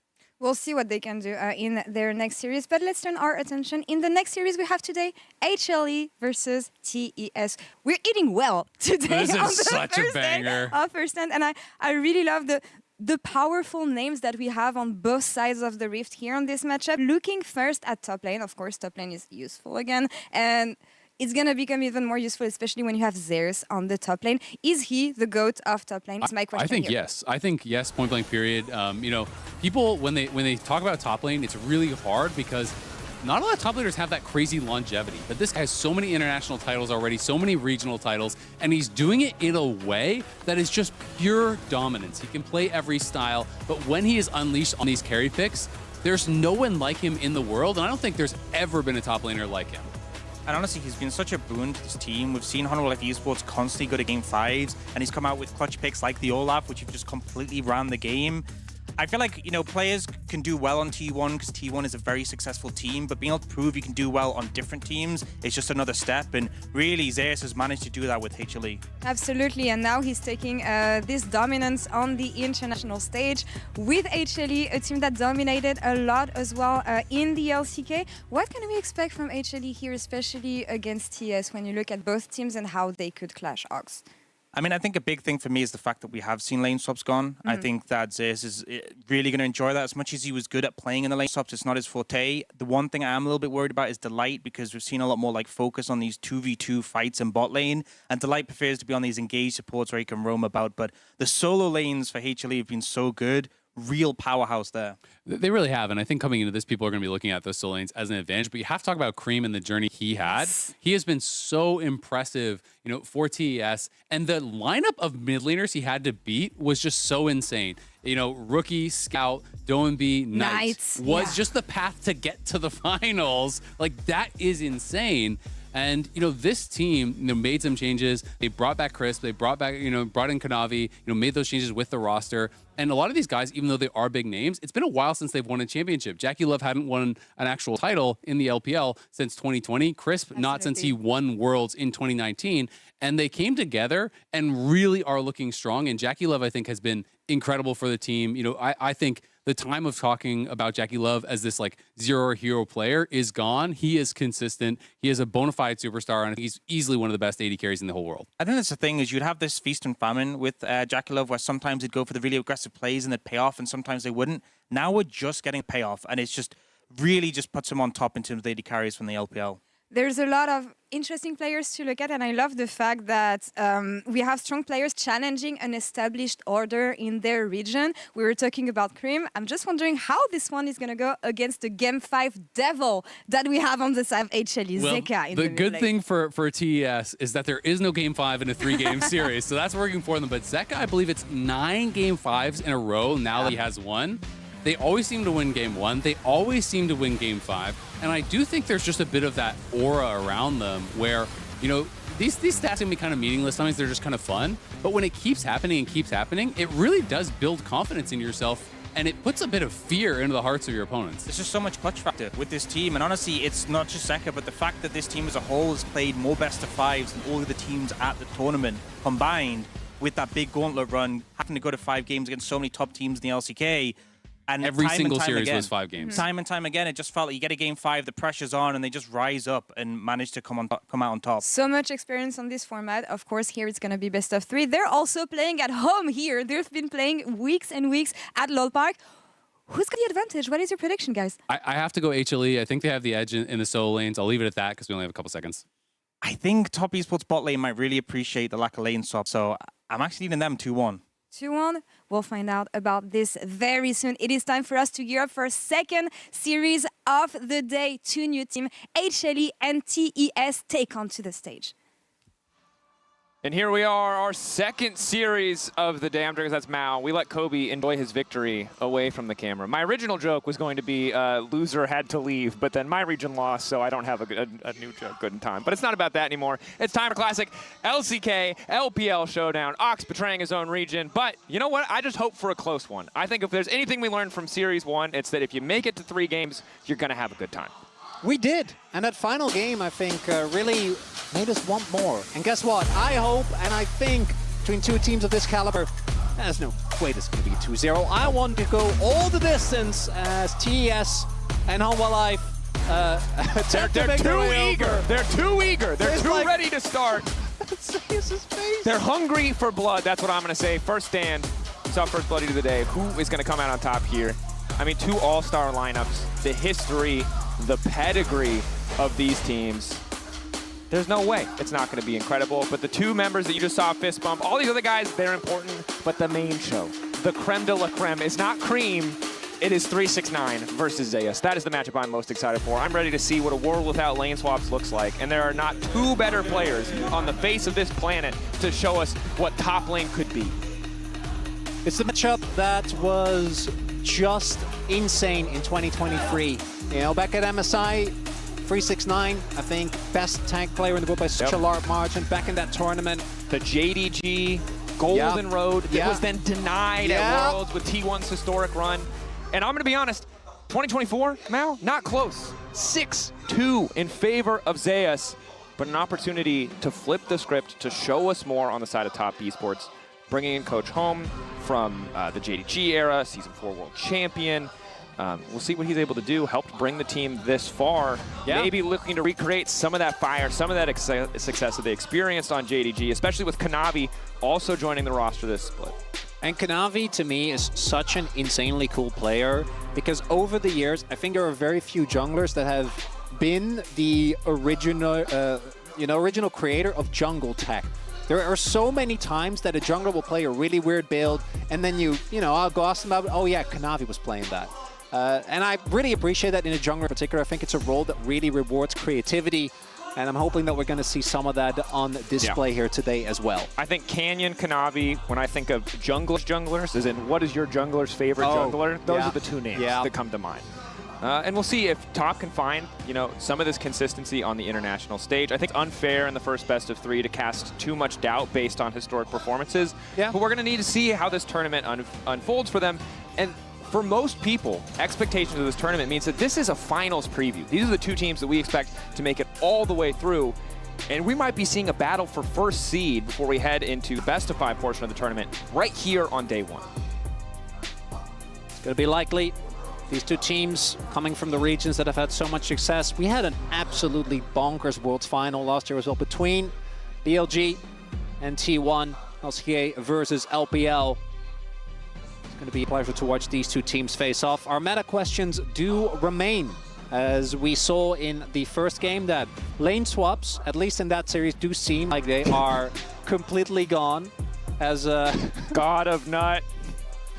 Not God Peanut. Not God Peanut. He just He's does the God it. of Nut. Cashews. Almonds. Love that. God of Thunder, obviously. Zay is kind of a no-brainer there. And the fan signs are always, I think, one of my favorite parts. They get so creative. I love it. In Lowell Park as Jackie Love versus Viper. That's a matchup that I'm excited about. I think that Delight, to me, has been one of, if not the best supports in the world. That guy's eyes for engages. And this goes back to the Breon days. Yeah. When he was there together with the General. But he's just honed it to such an insane degree. But Jackie Love versus Viper. Jackie Love has, I think, been a lot more consistent. I think Viper, as good as he is, hasn't really had a standout performance like we've seen him at over periods over the last couple of years. He's still been good, but it feels like Home Alive, as I think teams often do when they do have Zeus, as we saw with T1, it feels much more about the top side, about Zeka and about Zeus. And we heard from Ox, right, the big winner of Return to Standard lanes on the side of Top Esports is their bottom lane 2v2. And Crisp is a player who can go too far, who can step too far, but he's also the kind of player that will make game-changing plays. So this 2v2, I mean, that we're just blessed with this series. You can every matchup is good. Is fire. I love International League of Legends. All right, let's take a look at the bands. Kind of safe compositions where we're really winning the day in Game 1 of our first series. Game 3 is a lot about comfort. We'll see what the angle is for teams here. VAR is taken away. Kalista, Jace, the Poppy as well. Reminder that Poppy's tank build was buffed. Early damage on E down, which hit her support, hit her jungle, but gets a lot more max HP shields. You go later in the game, up to 20%, and a bit more AD scaling on the E. So that's why you're seeing that taken away. Still a solid pick. Still so much playmaking down. Nidalee also taken off the board, and I love this because already we're walking into two completely different meta reads from these teams, as Rumble will be the final win. And then Nidalee has remained at the forefront ever. She came back with a vengeance last year at MSI. Has been a standout pick, I think, for both these songs. Peanut initially looked a little bit rough in it, but has really honed himself. Is it going to be just an early top laner to come in here? Ambessa, Asante still open. Also do note that it does feel like the Skarner priority has dropped. Again, the nerfs were substantial, but it's always the question, because I feel like he's been nerfed a lot. His items have been nerfed a lot, and as I finish my sentence, it looks like he might not be perma-ban anymore, but he's still there. And I think the important thing to know is that pro play is always kind of slow to change, and I think comfort is really important. So many teams have just been practicing Skarner for so long. The transition between end of split to start of this tournament was really short for a lot of teams. HLE had a little bit of a longer windup, but the patch we're playing on has not been out for a lot of time.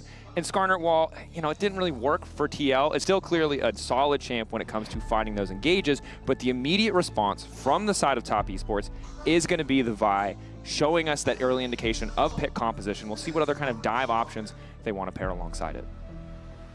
Could just be Ambessa. That's the EU Classic, but maybe I've watched too much EU. Instead, it will be the Aurora. And this is a composition that also got nerfed. Got nerfed, and it did not work for Casey when we saw it. And TES, obviously a very different team, but they were not able to find success with it. We'll see if TES can show us a little bit more of how it's meant to be done. Yeah, one of Cream's most played. I do think that combinations like the Aurora Vi are so reliant on being able to just have a great snap engage with that mid-jungle 2v2. Home Alive just taking a completely different book. And right now we have very clear anti-dive versus dive. Already pretty heavily committed, I think, to the team comps. TES is going to very clearly be the aggressor here. And now the final pick. Are we going to pick up a blind pick for Zeus and leave our bot lane picks to later?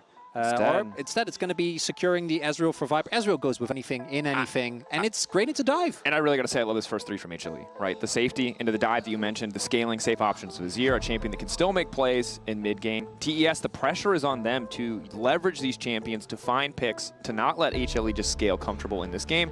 And TES are a team that can play at breakneck speed. They will push you in a lot of ways that other teams won't. It's like a classic LPL team trait, but TES embody it super well. I was hoping this was going to get picked because Jackie Love is one of the very few players where I see MF, I'm like, you know what? It's an MF angle. That looks good, and I trust him. And I wanted to highlight Ezreal, as safe as he is, the one thing that ever since we had the period where he was just winning lane left and right, did get those changes reverted. And ever since, it's very classic. He's very safe, but he shouldn't be winning a lot of lanes into lane bullies. And MF, when piloted well, and I'm going to trust Jackie blindly to do that, is so insanely oppressive. And I do think that the one thing that Hanwha Life are going to have to be very careful of is what happens if you have too many losing lanes. Now, I do think that the Zeka will be fine here on the Azir. It's a pick that was kind of the first pick he started to pick up after, you know, he tried to get rid of his identity as a melee one trick after Worlds 2022.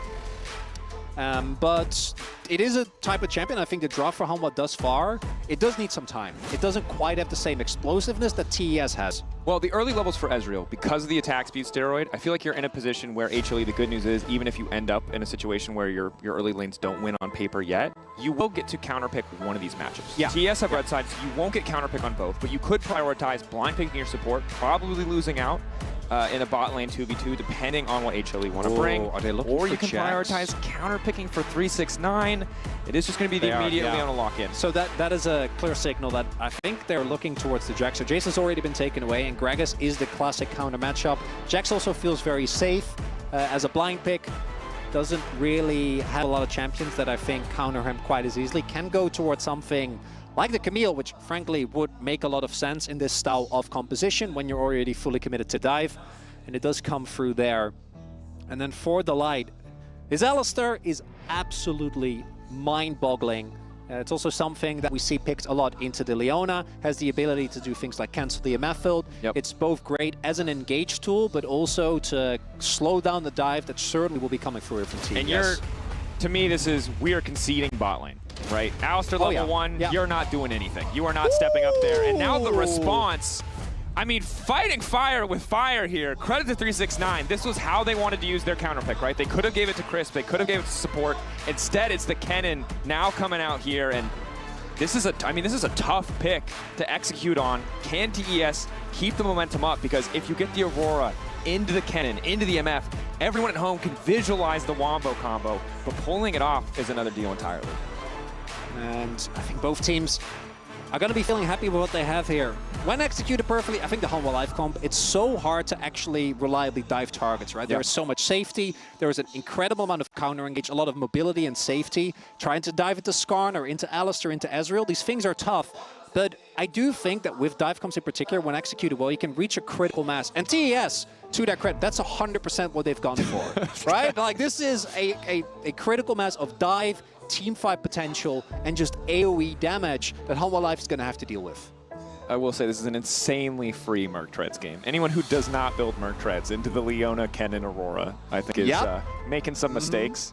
But again, two very different compositional identities.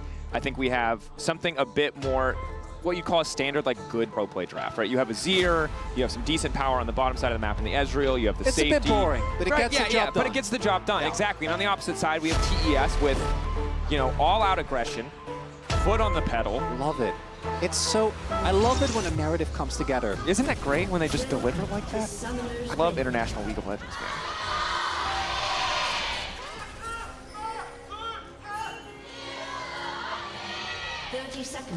I can't believe you get to do this every week where you just get the excellent cheers to start. LEC fans, we're stealing this. We're taking this home, we're taking it. No, the fan chants are amazing. I just have to remember to stop yapping, because I definitely yapped in the middle of our last game too. Anyway, here we are. HLE versus TES, LPL versus LCK Showdown. Earlier, NA versus EU. very much one of the favorite NA. We'll see what happens here. TES, a team that improved immensely, that rose up from the lower bracket to make it here against AL. HLE with Zeus, you know, yes, it did go to game 5 every single time, but they always managed to clutch it out, as you heard from the analyst desk. Number 3, number 5 on the global power rankings, powered by AWS. And you know what the good news is? Now that we've seen 4 out of 5 teams play, I think we can finally say that lane swap should are we not? Is this not premature? No, I'm going to say it. I want to live in, if I'm living in a world of ignorance, at least I'm living in a beautiful world, you know? Wow. Of 1v1s, where currently Zeka's suffering a little bit at the level 1 here. Aurora, very obnoxious to lane against. Cream really doing a number on him there. And you mentioned earlier, right, these two players, Cream and Zeka, very similar trajectories. Zeka, obviously higher heights, you said it yourself, won Worlds, but two players who were criticized for limited champion pools, but have over the years, we found that glow up as 369. Not sure if he was managed to hit the edge of the lightning rush there. Counter-Strike does hit, Grass proc as well for Zeus. Not a bad start, honestly. We'll have to see how this matchup is going to play out again.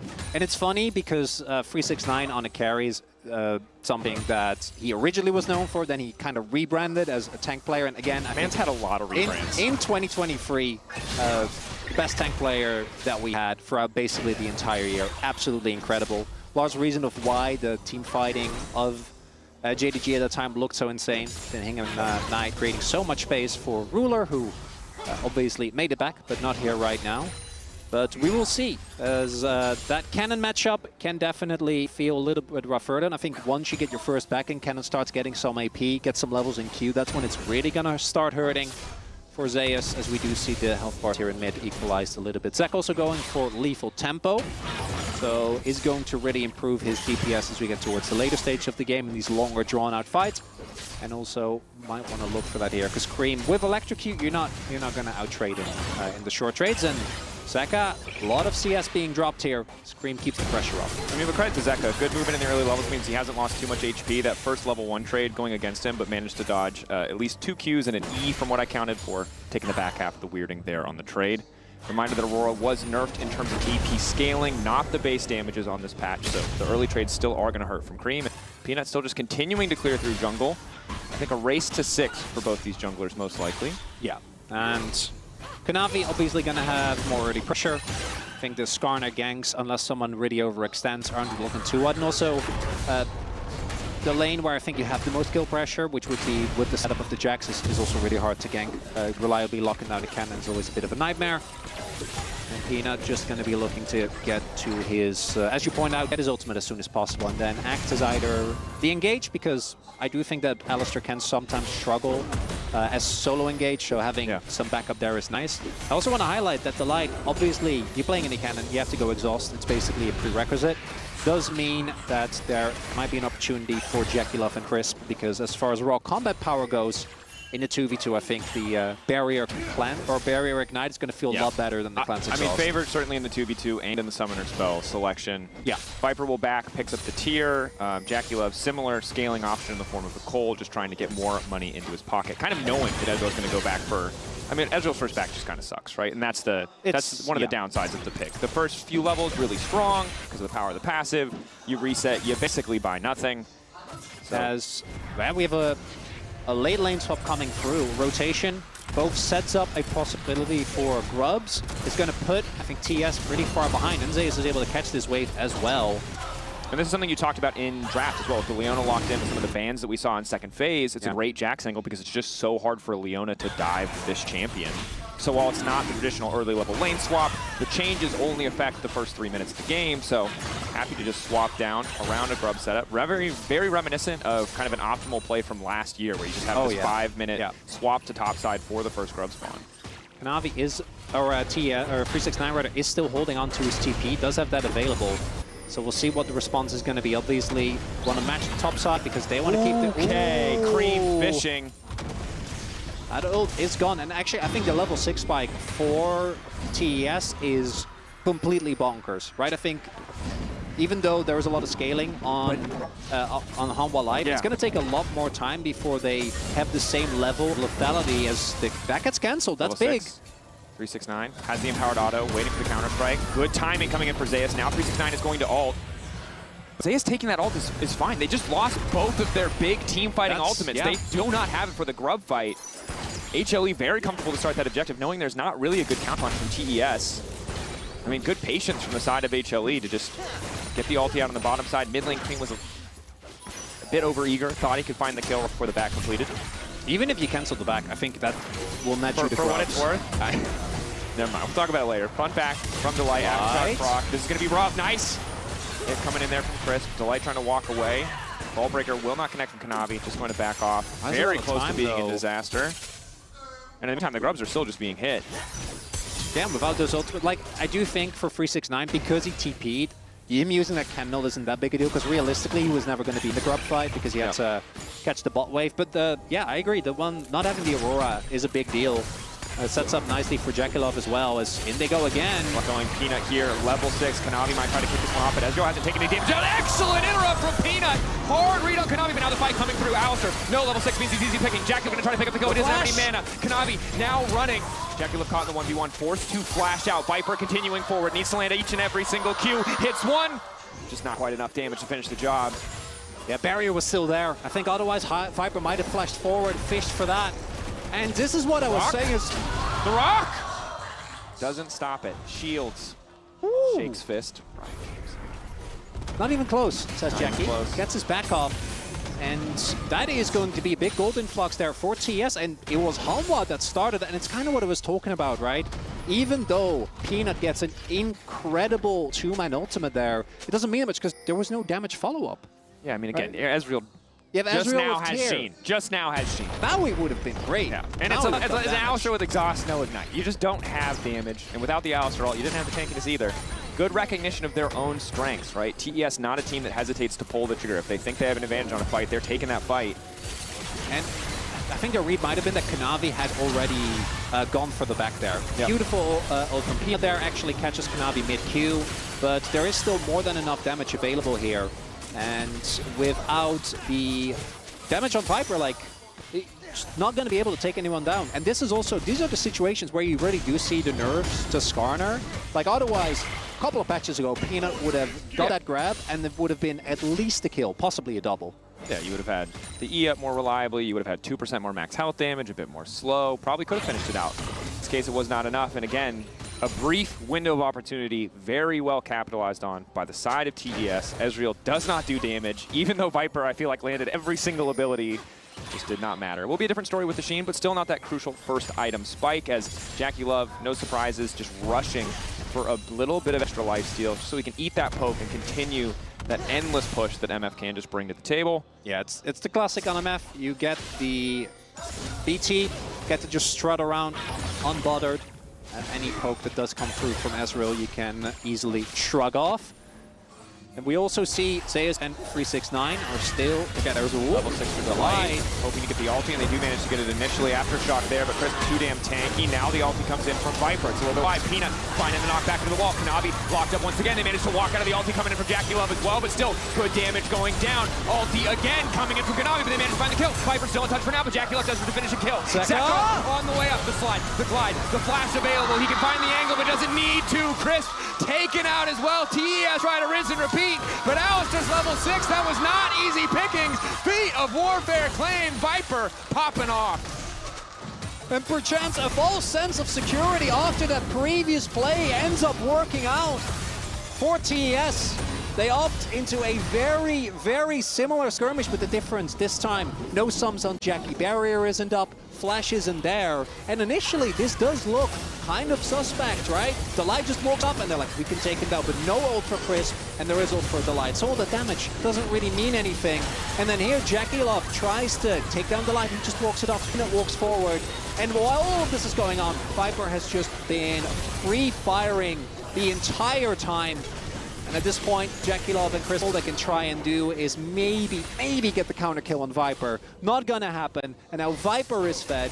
The small gold lead that was there for TES has evaporated. And our life are gonna be feeling a lot better because so much of that gold did go. And this is what we were talking about in the LPL. Jekylov did kind of just wreck Viper, right? And this is including the year where Viper won Worlds on EDG. Something that has to be respected. But Jackie Love, Crisp, Kanavi, like the play on the top side just did not work out the way that they wanted to. Over-eager, burned a lot of cooldowns on the Alistar, and the second that Jackie Love's ult is just not full hitting in Ezreal, who can just shift out, the play kind of fizzles. Ultimately resulting in those 2 kills, accelerating the rate at which Viper scales into this game. Jackie Love still left wanting. Closer and closer to the Bloodthirsters. He did opt for the Cole. He has the free boots now too.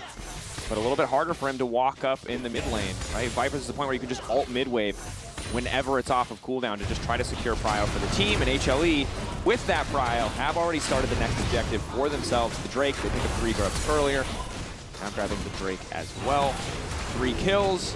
Yeah, they're very close to the defeats. Going to equalize the objectives here. 3-3, 1-1 in grubs and dragons respectively. The TS, I think there we see kind of the risk that you're doing with this composition. Your burst does need to actually hit the relevant targets, right? It needs to be, well, it needs to be on Viper. It's a weakness, of a lot of compositions, but yeah, you're right. Like, if you're going to jump on someone and kill them, it should, one, probably not be the Alistar, but at least you need to kill the Alistar. Ulti goes in there for 369. Oh, Zeus, he might be in trouble, TES. Starting to walk away. Mark collapse. Starting to stack up. Nice backstep on the ulti. Wants to get out of this one. Flash out the root is there. Vault Breaker in, and Kanavi grabs the kill. Tournament starting to fall as Cream holding on. We'll just recall. TES set up to knock down this tower, and even if defeats Beat of Warfare already went to the side of HLE because of the topside play. Peanut is here to clear the wave. That's big. Stops the push from coming through as Delight and Zeka starting to push on the top side. Oh, the TP, they're looking to dive in. Tough target to dive. Do not want to give up feats, but top lane tower already set to fall. Peanut keeping the wave away from the tower. Cream on the way down. Peanut probably going to drop here. Ulti in, the weird and good amount of damage, trying to finish him off. Ulti goes down from Cream as well, and it looks like they're going to try to walk away. Zeka going in, goes for the pushback, catches Kanavi, now trying to walk away in the meantime. Top lane tower, crucially, still standing. Neither side have claimed feats yet, but if this tower goes down, it will go to HLE. Might be in trouble here. Does have the sums. Exhaust. Just taking time with the slow. Walk in. Waiting for the hold to flash over. Clean patience on the combo. HLE grab another. Yeah, both Zeus and Jackie going for flashes they probably should have just kept against the Jacks and the Alistar. Really easy for them to get over that wall. And that was a messy sequence of event. Love the play towards the bot side of the map. Great punish there on Zeus from TES. But then with the TP to come through, even though they do actually end up killing Peanut, the fact that they get that Homolife both get the kill on Jackie in mid, as well as the topside turret, means that it's still a relatively even trade. And when it comes to scaling, I think this is very reminiscent of the first game we had today. As much power as there is for TES, I do think once you start losing control, actually finding the flanks that you need for this composition to work become harder and harder. Because for 369 and Cream both, honestly, they're going to be so much more lethal if they can get into the backline unchecked. We'll see if they're going to be able to do so. Also, the later we go, the more powerful Zeus gets. And if he's ever in a position where he can threaten the all-in in 369 and force that Kennen ult in a 1v1, Kennen goes from feeling like this team-fighting god to, frankly, a pretty underwhelming champion. It's what we see with sidling Kennen so many times is if you start to win that 1v1 matchup, he just doesn't get to pick the terms when he does bring out that ulti. But for now, as you said, very close, insanely close game, 100 gold separating them. Neither side is on the feats. It will be the next objective to spawn. You can see top right of your screen. Minute and 15 seconds till the Herald, 2 minutes till that Infernal Drake. And right now, HLE have push in mid, have push on the top side, so could look to contest a bit more of that vision, but resets have already come through from TES. They'll be the first on the map. And as we saw there in the graphic between Zeus and Freeze, that 2023 was a magical year for Sword versus Shield, you know, the two classic top lane archetypes. Yeah. And I know you can't hear it without that, but in that case, on those teams, it was so true. And it just was a pleasure to watch. Thus far, that specific matchup not been super explosive. There's mostly been trading. 369 though, still been able to build a solid lead when it comes to the CS. And for TES, again, I'm going to be looking at how do they set up these fights. If it's an actual front-to-back, Homolife can mark everyone, can use the disengage that they have to keep both Zeka and Viper safe. I think it gets hard to play out, but if they ever get caught off guard, Kanavi's setup together with Crisp is insane for all this AoE team fight damage. Viper trying to poke and contest division at least a little bit. Reset coming through from 369, moving back to the top side of the map. Does have flash, has TP, level 11, so second rank in ultimate. He will hit like a truck if he can find that key target. And it's so tense. Some of this is just going to come down to setup. Can TES find that angle? Chris, not afraid to just step forward. Is Zeka waiting over the wall? We'll get a bit of poke down. We'll take away the Celestial opposition. All right. This is the fight we've been looking for. An actual skirmish here. Zeus does have his TP. I imagine he's going to look to enter the fight. Look at 369. Last objective for either side. HLE poking. TS not too scared yet. TP in. There's a commitment. Now HLE can start to step forward with a bit more confidence, knowing that they're matched out. Weird connecting on Peanut. Maybe not the ideal target. Kanavi, it might just come down to the 50-50. Will they concede this one? He goes back in, manages to get it. That's the beat to Warfare. Chris instantly over the wall. Viper off to the side, but it's a little bit awkward because here comes Zeus. One taken down, a second to follow. Feats of Warfare secured, but it cost them 2 members of the team. Cool. I don't think you're going to be feeling too good about that trade because that's not all. Immediately the 2 kills go over. The shutdown, by the way, that Kanavi was sitting on goes to Viper. And I think at very least they get Dragon. We'll see if they can get mid lane turret as well. Humble Life are going to take that any day of the week. Jackie Love and Cream are defending, so doesn't look like it's going to fall now. And that's actually a lot of chunk damage that they were able to find. Peanut is doing this alone. And I think that they should be able. Kanavi, obviously, no way to really get here quickly, but oh, that's TES. They're not going to give it to him for free. Trying to make the fast play. Cream getting chunked, but 369 is a big threat with that ulti. 2K getting lower. 369 debating where to go. The objective already down. Doesn't want to flash over the wall. Patience from HLE. Did not panic. Fought for the objective. And now Zeka desperately trying to clear out this Herald. We do see there. TS is making sure Humble Life don't get anything for free, making them work for it because they still had so many of their teamfight ultimates available. And that's tough, right? Because you gave 2 kills, the shutdown that you mentioned, to secure this objective. 50-50, credit to Kanavi for getting it. And the biggest difference here for me is that Zeka from the start had marked 369 and Cream and 369 were both already taken pretty low. And it's exactly what we're talking about. As long as Humble Life can keep track of both the Cannon and the Aurora, they are going to be lacking in damage. And I think the thing is, when you're the team with better poke, and right now I do think HLE are the team with better poke, and the backline tools to kind of peel, like the Skarner, like the Alistair, it's so much easier to play these fights, because you just have to wait for the enemy team to try and pull the trigger, to try and find that angle, and then you get to get started. And TES were on Vision the vast majority of that time. You said it, the bouncers. As long as Delight and Peanut are doing their job, Viper and Zeka just get to run wild. Boldly, though, still very negligible. And the TS composition, as highlighted, this is the type of comp that if you get the combo, it always works. As Viper! Forward, 369. That was a bit of a stinker. Not gonna lie, that was not the ulti that he was hoping for. I like the confidence to step forward to try to punish Viper. They do get the flash out, but trading flash for flash. Well, yeah, particularly for Cannon versus Ezreal, right? Peanut? Going in, knocked back to the wall is there. Delight ready to go. Flash away from the ulti. Yet another one taken off the table is Delight. Debating if he wants to step up, and these small trades just continuing to favor HLE. They lost Viper's flash, but in the overall scheme of things, TS gave up mid lane and top lane flash. Their key flankers now lack that additional engage tool. To make it harder to actually reach the Zeka. Trying to get aggressive, flash back the push. Buffer on the ulti, nice. Manages to stay safe. Uses the wall to get out. Patient for Cream, good timing on that ult. Cream, it's the better of Zeka there. And Zeka's understandable because you know that Cream doesn't have the TP, but great usage, or the flash rather, great usage of his ultimate to deny Zeka that surefire kill. Which does even things out, right? It's 2 carry flashes for 2 carry flashes. It's big. So I don't want to like zoom out so much that every trade is even, but in the greater context of the last minute of play, it's not too bad. Ruinous Otacon has spawned on the top side of the map. Kanavi finding Peanut. Peanut gonna try to make it through the wall. 369 committed to taking the jungler out of the picture. That'll working out a lot better. So much damage to come through there. And particularly when you have the Leandries and you have the both the Vi passive of W as well as Black Cleaver. Peanut's not really going to be feeling too tanky. Nice catch there by TES. Kill goes over to Kanavi again. Building a pretty massive individual gold lead. Oh yeah. Which is a terrifying point to let a Vi get to, is she can just one-shot carry. She can just find solo kills if she gets far into the head. As we take another look here, very straightforward. Gets the smite, gets the Q, and Peanut basically doesn't get to move. By the way, as you called out early on, to no surprise, it's Mercs City on the side of Almalive. If you pick Leona and any other piece of hard CC, people are building Mercs. If you then have double AP solo lanes, I mean, it's a lot of value. They're laughing to the bank. They know this is a good investment. As Kanavi actually having the second most gold in the game. Outside of that, Viper, unsurprising with how he has been playing. And that's a big thing, because Viper, as much credit as people give him, and he's been consistently within the ranks of not just in the LCK or back in the LPL when he played there, as a top 80 carry, not just in the respective regions, but in the world.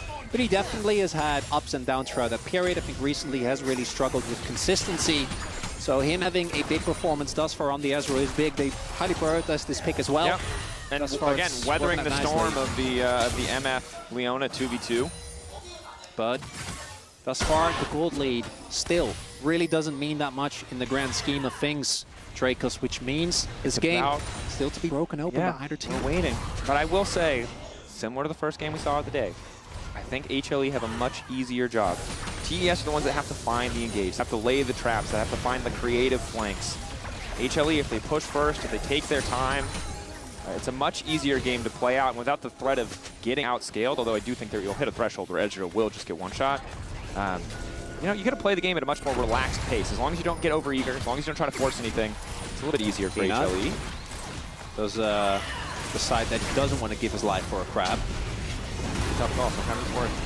Now, Zeus off to the side, going to stun up Chris. Kanavi trying to keep things going. Eyes on Jackie Love and that ulti. Where is it going to go? Has to wait until all the CC is gone. Gets a decent chunk. Here comes Cream, but not hitting the ideal target. Zeka finally getting involved in the fight. Cream now trying to make his way out. 369 going in, but he doesn't get much done. The stun still landing from Zeus as he gets taken out. 2 down on the top side for HLE here in the river. TES finding the fight that they were looking for, but blinking health bars now as Viper and Zeka start the chase. We'll see. Humble Life do not want to give up this dragon for free. We do see Chris trying to look for a back here, and there's no smite again, and I think Humble Life, they don't want to full commit to this. They were the ones that were very clearly looking for that, and it feels reminiscent of what we saw in the top side of the map, where the team that is looking a little bit too aggressively just gets punished. So nicely done there. As Zeka, he's 1v2ing. I don't know if he should be going for this, but in goes Kanavi. CC's there, the turret laid down. Called that one to back him up, but Kanavi wants to keep it going. Just instantly ults, trying to one-shot him. Walk away the tower, one last shot, not gonna get it done. Zeus now on the way in. There's no way. Such an extended play. That's payoff for the vet Vi, by the way. Otherwise, I don't know if Zeka dies there, and that's such a heavy investment. Gonna be, I think, a while before he finishes. Still only 500 apart. Isn't it great? Okay, in this fight, what happens? So we see All My Life, and I think they weren't ready for the level of commitment. The fact that 369 is there, Cream immediately goes for the TP. When they heavily committed, when Zeka wasn't even close, didn't have the opportunity to TP in either, then catch them off guard, and TES actually getting a lot of value out of the teamfight ultimates. And then here, Zeka looks to find a possible angle as 369 flashless deep in the side lane, but Kanavi is ahead of the play again. Reads Humble Life like a book, and means that now TES get back in. That is that up and down in the gold graph. I mean, you love to see it. As a spectator, you love to see it. As a fan of either team, you're probably nervous about a lot of things that are happening right now. Otacon's still up. Baron 30 seconds away, Dragons so Otacon likely to go. 3-3 in the grub. This is an insanely close game. TES have a bit more opportunity to pick up standing gold because they've taken down less towers. We could get 3 of these. Isn't our job sick? I know. It's a great time to be alive. Look, all I'll say is that HLE, right after I was like, they're disciplined, they're calm. They did fight kind of without Zeka. So, but I think if they have the 5v5, they don't give TES these angles to either fight with a man advantage or land a wombo combo vaulties. They still have a pretty good setup. Looking at the spikes, Shojin now done for Viper, so he's hit his free items. Yep. Zeka off to the side. They weren't ready. Pushes back Kanavi, goes over, he ults because he's got no other option, but he's right under the enemy tower. Tier 1 still standing. Kanavi, not so much. Yep, wanted to pick up just a jump cam. Just one cam. One raptor. And a little bit of chicken. Yeah, well, he found a bird, but not the bird he was looking for. Vision doesn't taste so good, brother. HLE starting the objective. Cream on the flank, crucially, has not been spotted yet. They'll see him now as Zeka's TPing back in. Looking for the angle off to the side, stopping the cannon from getting in. Zeus into the back line, blocking up Jackie Look. Giving a fall on the pill, but now Jackie Look can fire back with an ulti of his own. Cream in the midst of the entire team. Viper still standing, Zeka still standing. The rest of TES running. In goes the cow! Down go TES! 369 running. Kill the Viper. Baron, Otacon. They're spoiled for choice. They'll get whatever they want for HLE. And the game that was balancing on a knife's edge suddenly tilts heavily in the favor of Humble Life.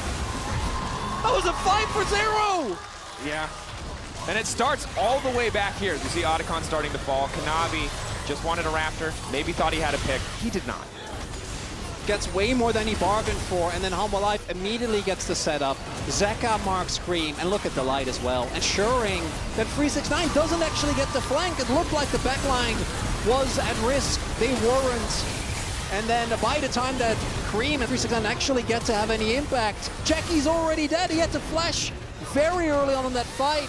In this game from 369, I think this cannon is so hard to play because here in Ezreal, just walk away. They just leap out of your range the second that you go in. And it's exhaust Alistair. It's a rough one. That's and roughy. Now Otacon has been taken. Also the type Otacon that does actually... Flowers Otacon, yep. Some more XP.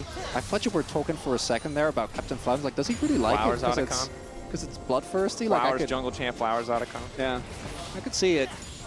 Now, Drake's still 2-2. Next one is spawning about 45 seconds. So Humble Life, they're doing their homework, just clearing the jungle of vision, looking to push up these lanes. And I think that for TES, contesting this one is going to be a nightmare. Yeah, the struggle is, while you have the Leona, and she's great in the context of that 2v2, it's not the Rel or Alistair in the sense that you can get that multi-man, hard CC reliably to set up for some kind of combo. It's just difficult to play the game out. And certainly, the name of the game right now is survival. 1.5 minutes left on this Baron, 3 more waves to play with.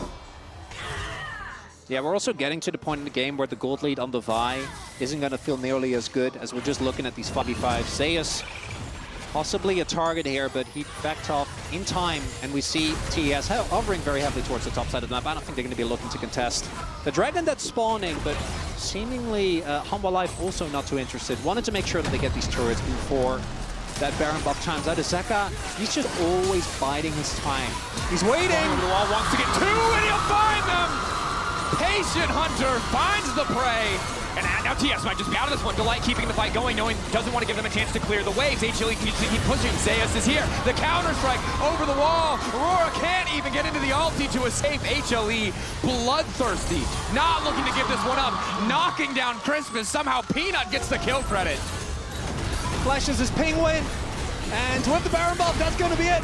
Humble Life, their track record in game ones remains as strong as it always has been. Kanavi Q flash. Just to show that he can. HLE, back and forth game. It was so damn close right up until it wasn't. HLE find the fight, they find the objectives, they find the pick, and they take game 1. 2 more of those. Thank you very much. As Humble Life, after a long and drawn-out fight, just continuously, we saw the poking and prodding. The TES, they couldn't pick the armor. They absolutely could not. 1 or 2 good looks. Picks did not come through. But at the end of the day, that's only game 1. We're going to be back with game 2 shortly. In the meantime, we're going to send it to a quick break. Don't go anywhere.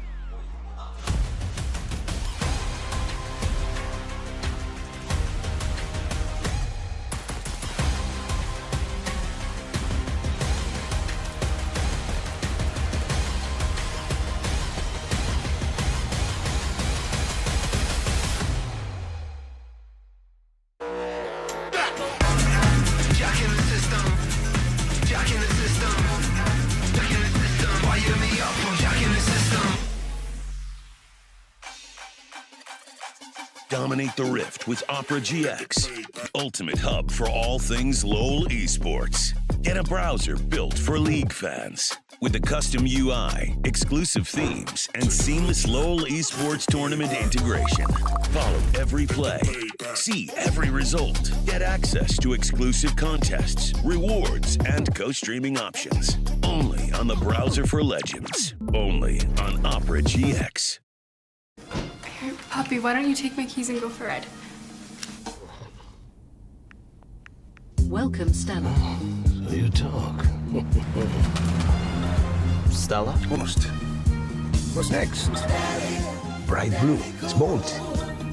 Sorry, hon. I'm hungry, actually. Your favorite, right? How did you know?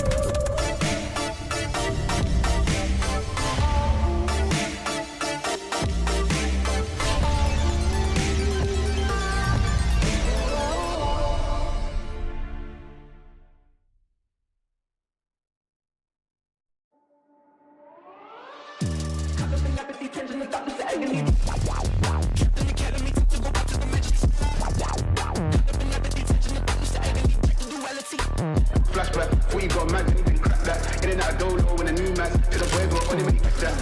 Man, I don't act like heads up, yeah, all of that one pack. I could be anywhere, feeling alright. To the game on the head is all mad at, mad at, mad at.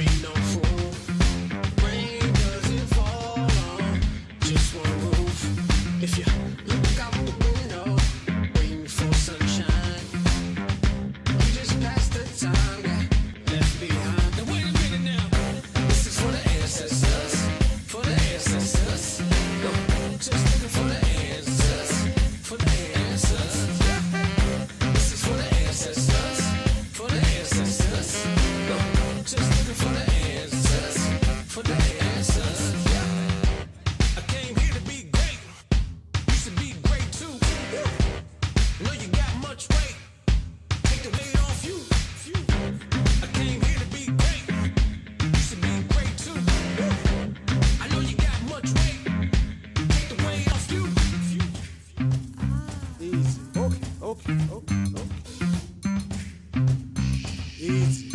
All right now. All right. This is intercourse of the intellect.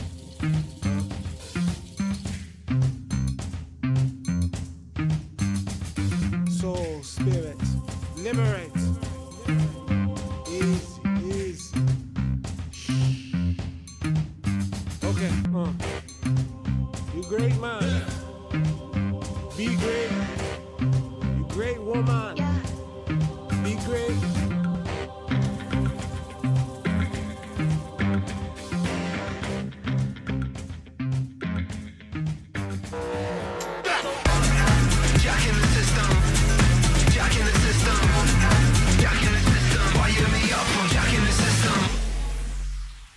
TES. Starting to walk away. Mark collapse. Starting to stack up. Nice back step on the ulti.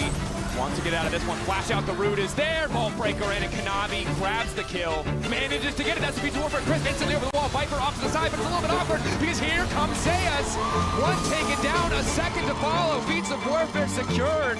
Looking for the angle off to the side, stopping the cannon from getting in. Zeus into the back line. Blocking up Jacula. Keeping fall on the tail, but now Jacula can fire back with an ulti of his own. Cream in the midst of the entire team. Viper still standing. Zach still standing. The rest of TES running. In goes the cow. Down go TES. Welcome back to First Stand, everyone, where HLE leads TES 1-0 in a series where we got a lot of back and forth, a lot of messiness, until it wasn't actually. And when HLE grabbed that lead, they just did not let it go, guys. I feel like there was a good amount of back and forth, but it just felt like in those fights, HLE really had the edge, and Viper on the Ezreal, the Light on the Alistar, these are some signature picks for them. I mean, the Alistar, as soon as you see it locked in, you're always like, oh, that's a mistake. Shouldn't give it over. It's just one of those picks that, to me, when I think of Delight, I just picture him playing Alistar, right? Like, that is immediately what comes to mind. 50 games in his career, 72% win rate. You were talking about a monster win streak he had last year as well. This guy just knows the champion in and out. He played it so well, even early on, you know, the exhaust play, forcing the flash of Jackie Love, not using his combo. Then Jackie Love flashes over the wall and he just follows with the combo, gets a kill without even having to use his flash. Like, he just plays it out perfectly in almost every situation. It just feels like he has such a good read on the abilities, when to use what, where to put flash in the combos, and it genuinely feels like his headbutt goes further, his Q is a bigger AoE. It just feels like he does more than any other player on this pick. I genuinely think he's just world's best Alistar. He's so good on it. I feel like there was a game-breaking moment here from Viper, especially giving him so much space, giving him so much agency on a pick like Ezreal. As we said, he shines so much on champions like this. I feel like that was the game decider for HLE. Yeah, absolutely. I mean, they had that topside fight where he was able to pick up a lot of kills. And I mean, Viper, you said it, on the Ezreal, on these late game picks, you know, when he's able to actually get an advantage, it's so hard to deal with him. I also think Zeka had a pretty amazing game. You know, this is that fight you were talking about up towards the top side, where he's able to just kind of ride that line so well. And once they commit fully to a target, he starts playing it so aggressively. You know, I do think that's the hallmark of these excellent Ezreal players. You know, knowing your time of when shift in, weaving in the autos perfectly. He's hitting every single Q. It's just like point and click for this guy. And I feel like Top Esports approaching this, we're like, let's just CC Delight a little bit. We'll focus on getting this control. But they weren't ready for a fight. And then as they got locked more and more into the fight, the health bars of these tanks were going down, but they wouldn't die. And Viper was just pumping out damage the whole time. I think they needed to be more respectful of the enemy team. And for me, it's the main problem when you play composition like this, where you're going to have a cannon, when you're going to have Aurora picks that you want to really activate, and you have, and it's real, that's going to be that fed. Delight on Alistar on the other side, as we mentioned, you're never going to actually be able to find this combo that you want to make work. Yeah, no, I fully agree. It's really tough, you know, when there are so many different tools they have to actually interrupt the MF. The MF basically needs to get this fully channeled ult. They're trying to have Aurora set up the cannon, the MF ult over the top, but always it felt like Zeus or Delight or someone is in the face of Jackie Love and preventing him, you know, from really being able to actually find that moment to get a full channeled ult. I also think when you're playing into Ezreal Azir, those are just really hard carries to end up sticking on. Just so mobile and so much ability to just disengage from a situation at a whim. And we know that in League of Legends, every second counts. And thanks to the reliable Cisco network, Zeka was able to find an incredible shuffle on Kanavi. This was big because Top Esports had actually started to find some momentum. Kanavi got quite fed. And he gets this shuffle, but then dashes over the wall because Kanavi was ready just to ult out again. Does ult Zeka, but he's already crossed over the terrain. He can't use it as an escape. And that clutch play is what leads him to set up on this Baron. I mean, it's just so smart. Like, being in that situation at that time is such a good read on where his opponents might go. You know, Kanavi was crossing through mid lane. You know, he kind of has the read that he could be there. They get this pick. They win the team fight. They get the Baron. And this is where it truly felt like it was completely GG, like no chance to come back.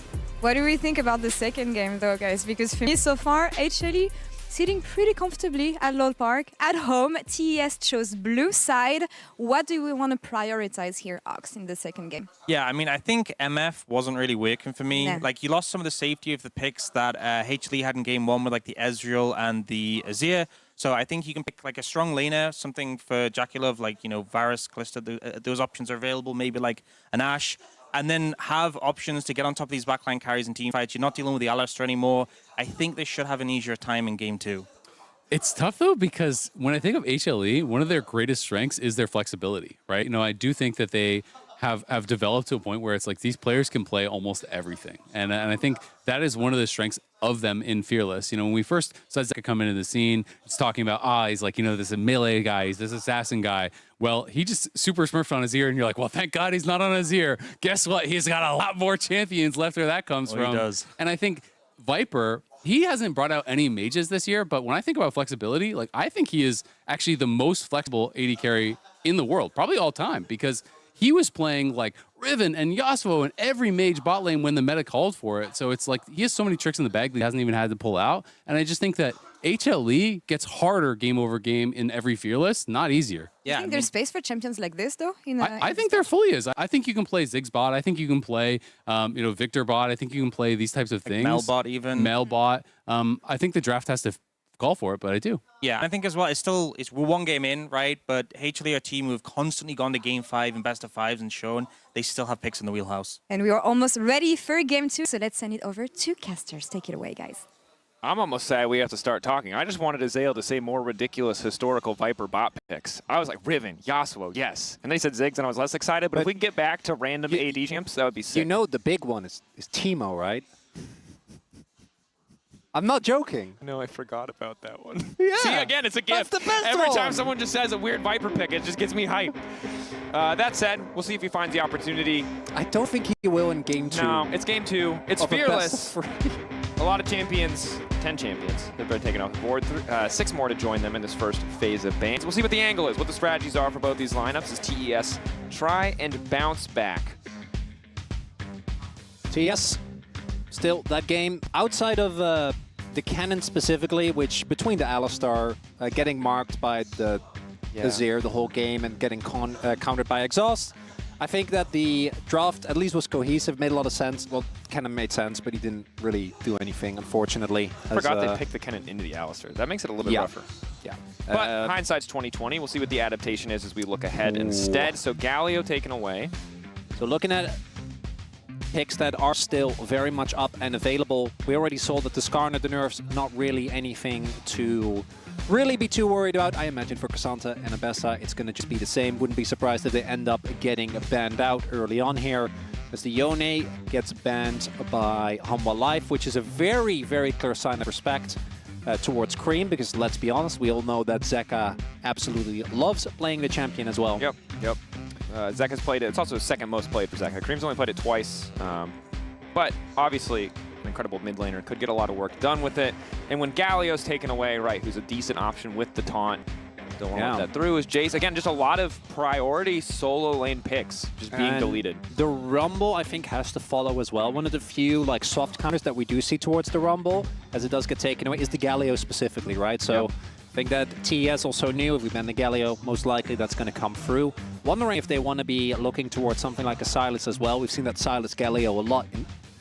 My opinion, the coolest game that we had last year at Worlds. The Light's Alistar already gone, so it's a little bit easier to pick Sylas without being scared of... Now, bot lane matchup is another, as the Gnar, another ban towards Zeus. Both his Jace and Gnar are probably his best champions. Aatrox has joined that lineup recently. Gnar off the board too. I think your Sylas read is getting better and better. I do think it's likely, yeah, because it obviously have to wait towards a little bit deeper into the draft. I think Varus, Ashe are the 2 other picks as the ambassadors taken away. So Cassante, Varus, Ashe. Kalista is open. So is Poppy. But the fact that Kalista is open, like that is the first in a long time. Are the Poppy nerfs enough to stop the Light from playing Poppy? That is the big question for me of this tournament. Into Kalista, I would say no. Into Kalista, probably you're right. So Kalista, first pick. Oh my god, Jackie love Kalista? This was supposed to be a tournament permaban. If it does not win a game, I think it's going to make people reevaluate a lot of priorities here. Whew.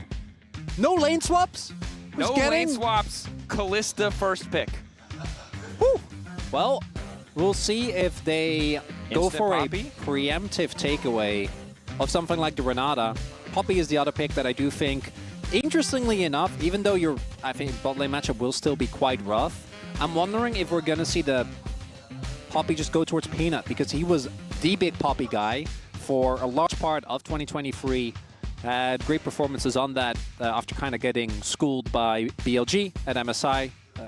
Started prioritizing it more himself, did really, really well. The Varus, Nothing too crazy, although Viper is, as far as I'm concerned, the best lethality Varus that we have within the LCK. Has had some absolutely insane damage numbers on a pick that normally doesn't quite feel as explosive once we get to the later stage of the game. There is the Peanut Nidalee. That once upon a time we saw this and we would go, oh, I don't know about that one, Peanut. But in recent times, team has played around it really well. Does mean that we need to see an 80 pick slammed down here for Zeka on free, because otherwise I think those are going to get taken away. It's going to make the game really hard to play out.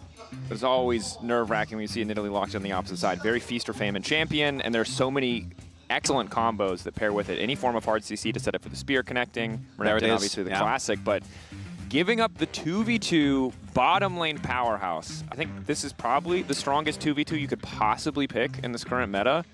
See how HLE want to respond. Renata, you can counterpick Renata with a ranged option, but this champion is just so much work. I'm wondering if Delight would be willing to go towards something like the Nico, as there is the Gragas to come through here. And that is, that's kind of crazy. Blind Gragas is not something we see often. You do have safeguarded it with the Narban. That's traditionally the matchup that just feels unplayable. Don't really want to opt into that one. Does mean that Zeus might be looking. So there is actually, this is a tough decision here for Humble Life, 100%. I think. It's going to be the Poppy, and that theoretically could also go to Zeus, because as you mentioned, the changes were specifically to the support Poppy, not the top and jungle Poppy. The changes that they made were in an attempt to make that feel a little bit more on par.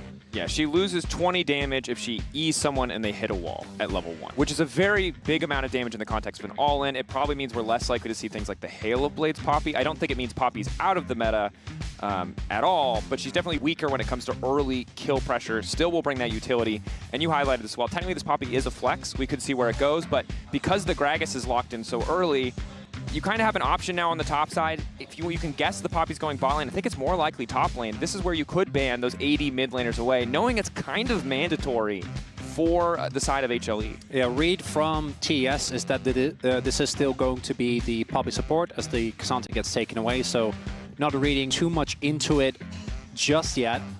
Delight does have a slew of champions that he could pick up in a scenario where he doesn't want to go towards the Poppy, that I think could be good into Renata. Nico is, I think, the most crazy one that we have mentioned before, because that matchup makes Renata's life very miserable. Viego, respect paid towards Kanavi there.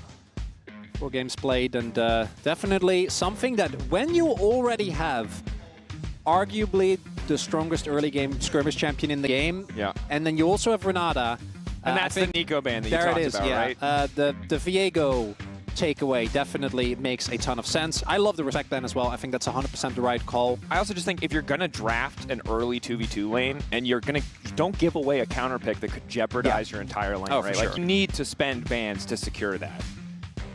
The debate now, though, and this is the struggle, we saw K'Sante ban, so clearly respect paid this Poppy. I'm also could go bot lane. I still think this Poppy's a flex. I'm also wondering, okay, so I was wondering what Humble Life's read was, because this Gragas can theoretically still be flexed, right? Like, we're going to assume this is going to go towards 369, but there is still potential for that to go elsewhere. We're deep on the theoretical flexes. I'm like, this Poppy, you're like, this Gragas. I mean, Poppy at least now is committed to support, sort of a Poppy mid lane, which I'm really praying we're not going to get, but you never know. I don't want to. Don't even entertain it. No, don't even. You know I will. I know. As the Nocturne does come through, makes a ton of sense, I think, with this composition. Also makes the life of Gragas a lot easier. And that Nocturne Orianna combo, I think, really complements the composition as a whole. The amount of AoE CC that they have just with the Gragas cost and the Oriole is really tough. One of the biggest issues that I do think you sometimes have with Gragas is finding impact in team fights. If you can't get onto the enemy team, particularly with a Poppy, Nocturne makes that so much easier, and the setup of that combo is there. As what is Zeka gonna play as? Okay! Look, you see the composition locked in. Galio is off the board. You don't have to worry about that taunt. I think the cask still makes things tough. Okay, the Nocturne point and click. Like, I am hyped to see Zeka on Akali. Anyone that watched 2022. Is it good? Do you look at this composition of Humble Life and go, man, that looks like it works well together? No, I don't. I look at Zeka Akali, and I put the blinders on like I'm a horse racing down the street, and I say, I like what I'm seeing. You have Nidalee Akali mid 2v2. Nidalee Akali Aatrox. Your only setup CC for Nidalee is bot lane. Well, okay, but Zeus doesn't miss Q, so I guess you have some setup. But even then, like, I'm not I think TES are going to be very happy with this. HLE are cooking. That much we can say. What they have cooked will be a different discussion. So bot lane 2v2 powerhouse from TES. They've got good disengage options in the Renata and the Gragas, and they have a wombo combo in form of the Orianna Nocturne, but they don't necessarily have the best follow-up to the Orianna Nocturne. It's just because Gragas cast is awkward. I think it's still some good burst damage. So how, if you're on the side of HLE, I think bot lane 2v2 is going to be rough early. I think it's also so hard to like play a good Akali game into both Renata and Gragas. Also, like, Nocturne just spell shields the spear in the jungle 1v1. His clear speed's still pretty fast. I mean, you're not gonna probably not going to outclear in Italy, but yeah. Maybe a lot of pressure on Peanut to like do something early game. Which he will. Like again, I was the He's biggest. the nut god. He is. I was the biggest doubter of Peanut. That said, I think this TES composition for me really hits the mark. Good bans, a lot of respect being paid, very cohesive, incredible amount of skirmishing, great snowball potential. Certainly think so as well. Here we are, game 2. 30 seconds until minions spawn. It would seem that there are more Hanwha Life fans in the house. Yeah, and geographically does make a lot of sense. So this is a Caster Classic is also getting pranked and thinking that the team that you're sitting amidst of is louder. That doesn't even apply here. Oh. Home town advantage obviously coming up huge there as I was actually wondering what Zeus was going to go for. Grasp Aatrox. Like he's mainly been playing Electrocute. Have not seen that in a long time. Because usually how this lane works, right, is like Gragas just gets free trades because he can just body slam auto and then especially just with Phase Rush. Phase Rush, yeah. I guess Zeus thinks he can just Umbral dash back and get the proc. At the very least wants to be tankier. A little bit more sustain in that tree as well as Zeka starting level 1 with the Shuriken flip. Quick proc on that Electrocute. Yeah, even with the Aerie, not quite going to be feeling good about that trade. Zeka, bot side. Ooh, very early invade to come through here, and that is particularly into something like the Nocturne always going to be feeling good. The main question is, can Zeka actually secure mid lane prio, and can Zeus? Because if the solo lanes get prio early on here, it will make Kanavi's life a lot harder. Even if you take away only like 1 or 2 camps, you get so much value, because we do see the bot lane actually rotate over. A single buff, particularly like takes away a good amount of time where Kanavi's just not going to have access to his ultimate. So I think this is a really big win here for Hanwha Life. And I think Hanwha Life would have been happy to split the map so that the bot lane 2v2 is isolated, and kind of achieve that because there's just less for Nocturne to get here. If Kanavi goes down to those Krugs, his jungle leader is going to be so slow compared to that. If Peanut Delight wants to go in, doesn't quite connect on the wall, has the Aftershock for extra tankiness, but the initial damage really not there. Crisp taking the worst end of the trade. The level 2, while it does go in favor of HLE, isn't super effective. It's very telling that, so because Jackie Love and Crisp walked away, right, like they went out of the lane to make sure that Peanut didn't get more, they were a level down, and Viper and the Light was all like, no, not walking up. As we do have Kanavi. You're not going to see this one coming. That's a Nocturne. This is a psycho play, though. They're going to full commit the flash forward. The handshake doesn't hit. Kanavi level 3 on the way and flash forward with the fear. Wants to lock up Viper. Gets pushed back into the tower. Oh, that's a disaster! First blood! He bet everything on that play. He put himself so far behind, and it's not going to pay off. He might even get his top side invaded. Yeah. There was no top side prio. Kanavi! I mean, the thing is, HLE tried to split map. They said, we are going to split the map on you. Kanavi said, not today, boys. But now he's just paying the ultimate price. So, at least he doesn't get invaded yet. I don't know, man. Like, against Poppy, I think he could have just taken the sums and go. But it's not even just Poppy. Like, oh, I know! You don't have any reliable hard CC. Flash in fear under tower is not a real thing. Oh, no. He's going to get one, but now they're chasing him down. Now they really want to punish him. He doesn't have flash? Light still has flash. Spell shield there. Will walk away at the very least, but this is miserable for Kanavi because the whole now Viper's the one paying the price, though. On the bottom side, they isolate, they try to push the advantage more. Chris hoping to get the reset. They get the reset indeed, and TES, at the very least, find the follow-up dive. As the game felt like it was on the verge of, at least for Kanavi, crumbling away, Jackie Love and Crisp come up huge. And this makes us wondering, why is Kalista in this game? As we take another look at this play. And I don't know. Shout out to Light, Q's first. To make sure that the spell shield is gone, and then gets the slam back. But love this from because you know for a fact, because the top side is invaded, there is absolutely zero chance of you being at risk. And then very nicely done, Crisp is the one that does aggro, has the guaranteed bailout, and with Jackie Love just being able to stack spears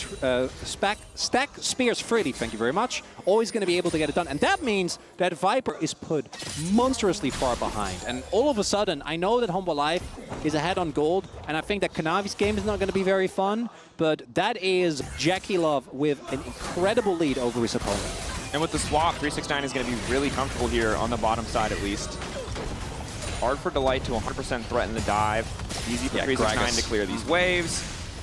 Checking back in on mid lane. Zeka at least able to push back and forth now. Level 5, 3 points.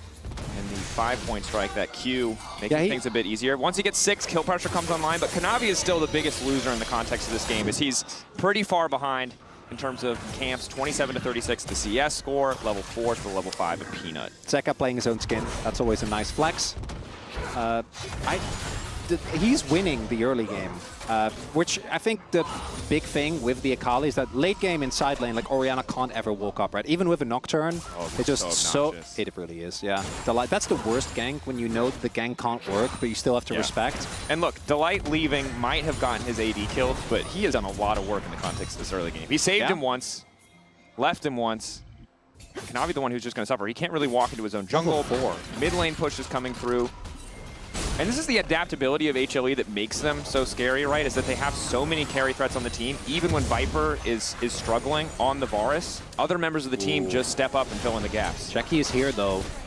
I want to look to contest. Peanut did smite the first one, so it doesn't have an angle. Zeka on the flank. Level 6 is there. Jackie Love might be in trouble. Trying to lock him down. Steadfast presence as well. Jackie Love about to get taken out. The reset won't come through as Peanut flashes to safety. Now Cream is here. Level 6. Shockwave. Not going to get used. Dash out as Peanut, low health bar, has to be careful here. Kanavi gonna wander in and smite a grub. Extended play, Cream still with ulti. Health bars are low, I think. Level 5 for Kanavi. I want to just peace out, and it looks like it is going to be the case. Peanut maybe trying to look for a spear. Really confident here. It's gonna get locked up by Kanavi. The shuriken flip connects from Zeka. Void grubs will go down. Split though. Yeah, pretty sure you could have held onto your flash there, Zeus. He could have eat over the wall, but he really wanted to stick around. Zeka now getting frisky. But it was never going to be the full grubs. Because Kanavi already found one. That is actually a big deal. Obviously, getting 2 is nice, but like just the 1, get a ton of experience from that, meaning that Kanavi's going to be feeling a lot less bad about how his early game played out. Jackie getting taken down obviously is rough, and this Akali getting accelerated is bad news for TES. But that's a massive CS lead for Jackie Love. Yeah. Oh no, and I don't think that's going to go anywhere anytime soon. Viper also investing a lot of early money into his tier. Also went for Comet build, and like Halo Blades is like, oh, you know, I want to trade at least a little. Comet build is just saying I'm not ever walking you up. Weren't. Well, you're not walking up you're in the Poppy Kalista. Varus 2v2. Yeah, you're not. You are operating at arm's reach. If Kalissa's on top of you, you've already lost the fight. That said, Zeka, the big point, is moving ahead, and you can see why in the context of this fight. All resources used to take Jackie Love out of the equation. Yeah, he's still playing Poppy into, or Kalista into Poppy, fortunately. So doesn't really get to play the game as... And I mean, good flash from Peanut to not die there, to make sure the reset didn't come through. Now it's Zeus who's in trouble. The fear goes down, the damage fall isn't quite there. That Null Magic Mantle really paying off. Doran shield start as well. Zeus, very conservative options, but working out as he's pretty damn tanky. Yeah, Tunneler gives you a ton of stats. Feeling good as just walks back in. Does have cookies as he's just going ham again. He does have his ultimate, but I feel like at any point TES can just walk away, so they decide not to push it further. Towards the top side of the map. Get the wave in at least. Overall, much more even mid-game. A lot of mess kind of early exchanges. HLE holding on to a bit of a gold lead. Something that does remain an issue, though, particularly now that Crisp has hit 6, is that Renata counters so much of what Humble Life is going to try to do. Because both for Zeka and Zeus, their entire existence is reliant on, in Zeka's case, can I assassinate someone on the backline? Ideally, obviously, Jackie Love, but even Cream would be great. And then for Zeus, can I get my resets? And Renata just does so much. It stalls, the heal's there, and the ultimate is the obvious one that is just going to make your life so much harder. So it's kind of similar to the last game where if we are just front to backing, I think it's really hard for Humble Life to reliably find an angle as Delight on the flank. Delight fishing for that flank. Objective likely to fall in favor of TES as no one is here, but now they're moving up. Seeing the TP on the bottom side. Push back. Zeus in the midst of the entire team immediately going to ult Delight, trying to buy a bit more space. The damage is there on Zeus though. Extra healing coming in, but it's not enough. Jackie Love taking one. Body slam flash from 369. Sure can flip out. Alongside the ulti means Zeka will walk away, but the Dragon into the pick. A nice look for TES. A lot invested for TES, but big payout as well. They get the Dragon. They're able to also get the kill onto Zeus. Jackie getting put even further ahead of his counterpart, but that is a heavy investment, right? That's TP being used, as well as 4 flashes being invested there. On the flip side, Zeka also went for his TP, wasn't able to find anything there in that fight either, just used his ultimate to disengage. And the gold lead, back where we want it. Because, which is just even. Just even. Till 70 or 80 minutes of game. Which has I don't ever want this game to end. Yeah, no, it's great as 369 just completely catching Zeus off guard here, right? Zeus knows that 369 is there, still chooses to walk up, just gets knocked into the team, and you see an initial attempt from Humble Life. Unfortunately, Crisp not quite hitting the mark there, was looking for the handshake so that you get the kill on Zeka as well. But Humble Life, I think, making the right choice to disengage as soon as Zeus just gets thrown into multiple people. And now, again, using this great source of strength, Jackie Love on the Kalista, drops are being set up here. Don't know if Peanut can even look for a steal here. Getting into that pit is going to be very tough. We don't even have a first major item completion for any carry on the ring. We're 11 minutes in. Oh! Now the steal, though. Caught him off guard. So that's 4-2. That's very... That's also spread, so like no one... Also denies, it denies the second stack towards the 3 objective. Yeah. Which is certainly nice to have. Yeah. Especially given how... I mean, normally it's pretty impossible. It's not actually impossible, but very difficult to steal objectives away from a Kalista. And at this point of the game, I think I just want to call back to what you said earlier. It is going to be tough for HLE to play out any kind of front to back. Because again, you have the Gragas cask, which we saw how quickly it can disrupt. Nocturne can just turn the lights off. It doesn't even have to be the Orianna combo, which will make things more difficult. And Renata can always bail out at least one member of the team. So if Zeka or Zeus die in the process of trying to dive backline, it will really not be for anything. No. And for Viper, this game is going to be so hard to play because you basically have to flash if Kanavi ults on top of you, right? Because of Orianna combo. But if you don't have flash, what do you think is going to happen when 369 finds you? Like, you're an 80 carry without any real form of escape.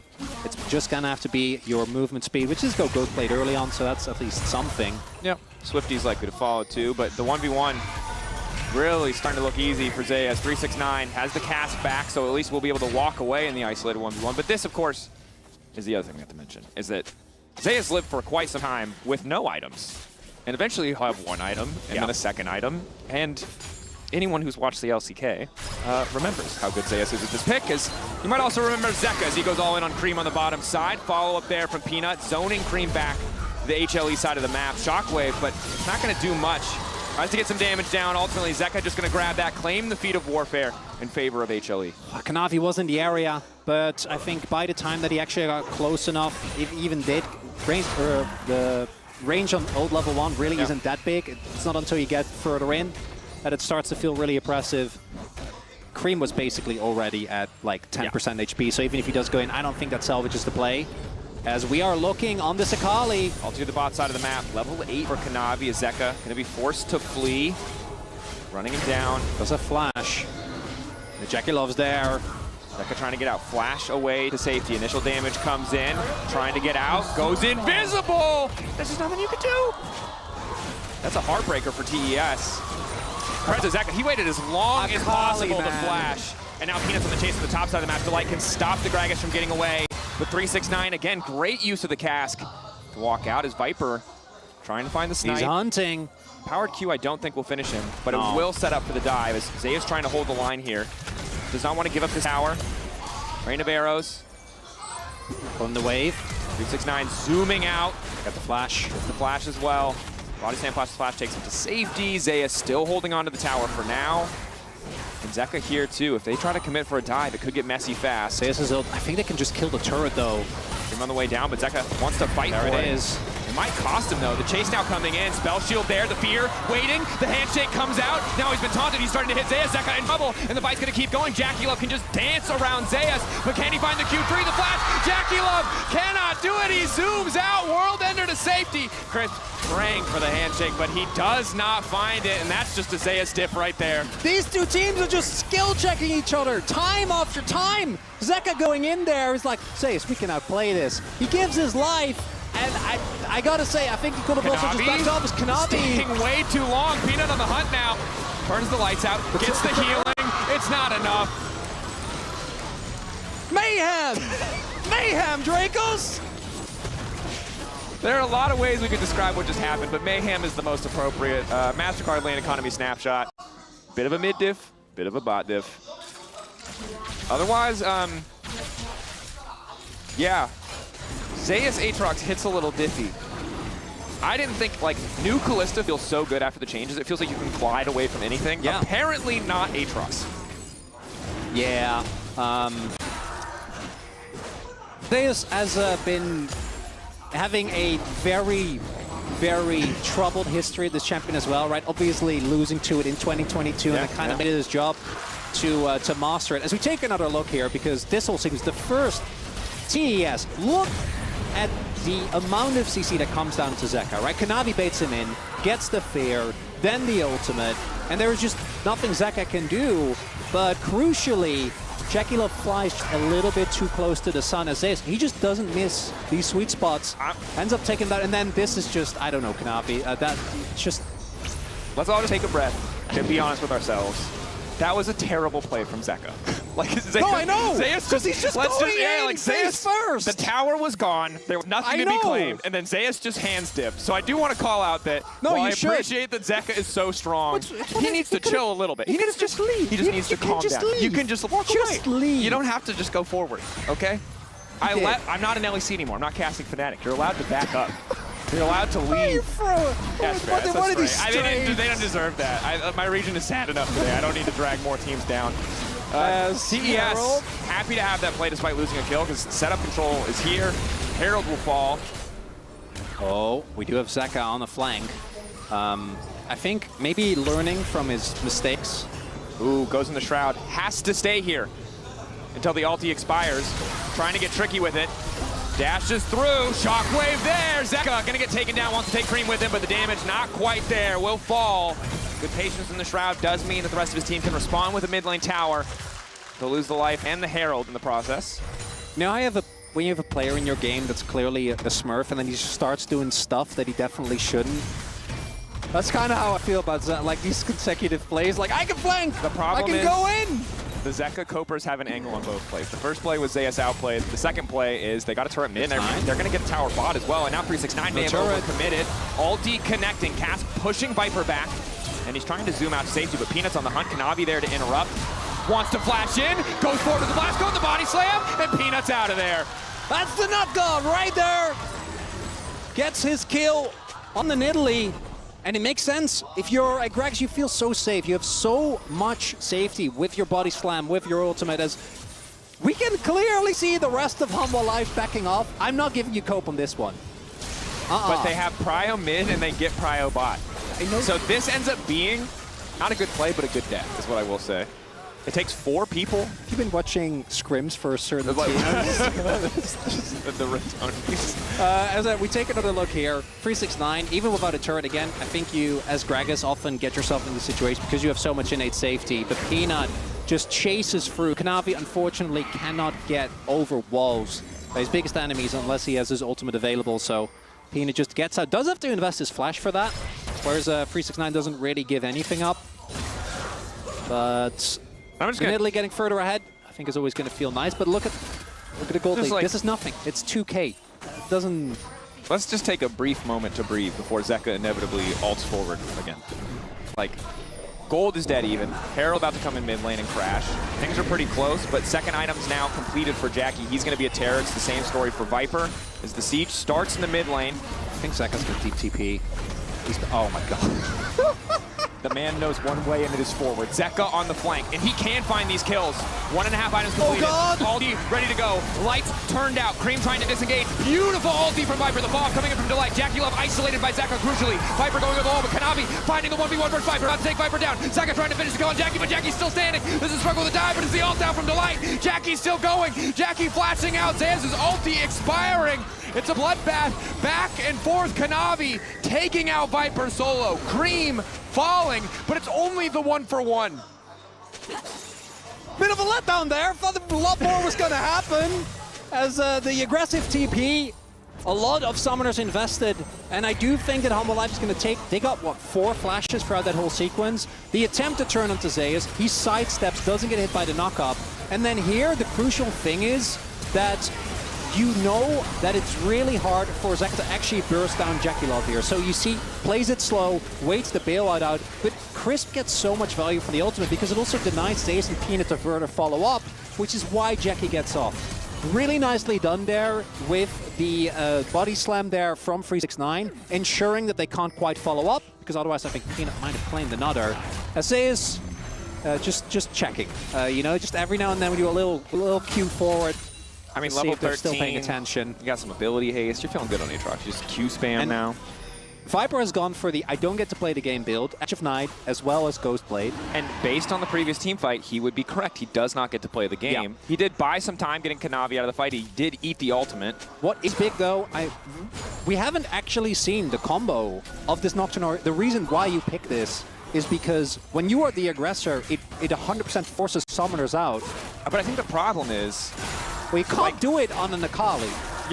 The side lane threat like Zayas and Zeka are just going to be better on side, which is one problem that TS have to solve. But also, if you're too eager with the combo on Viper, you just die to the Aatrox Akali.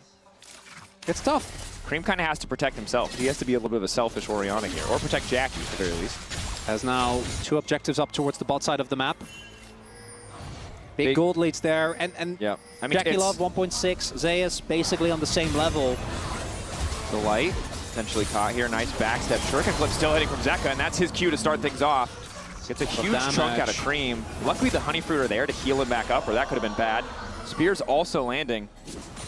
This is a really nice way for HLE to start potentially contesting this Drake, just chunking out the health bars. We haven't talked that much about the poke, and I think that engage is there just because of the ult combo and the fact that 369 is a big threat.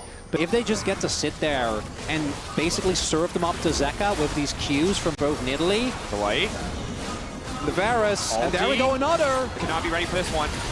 Ulti knocks him out of the pit. Jackie Love now running. Peanut needs to get in and smite this, but there's still so many spears. 400 HP. They managed to take it.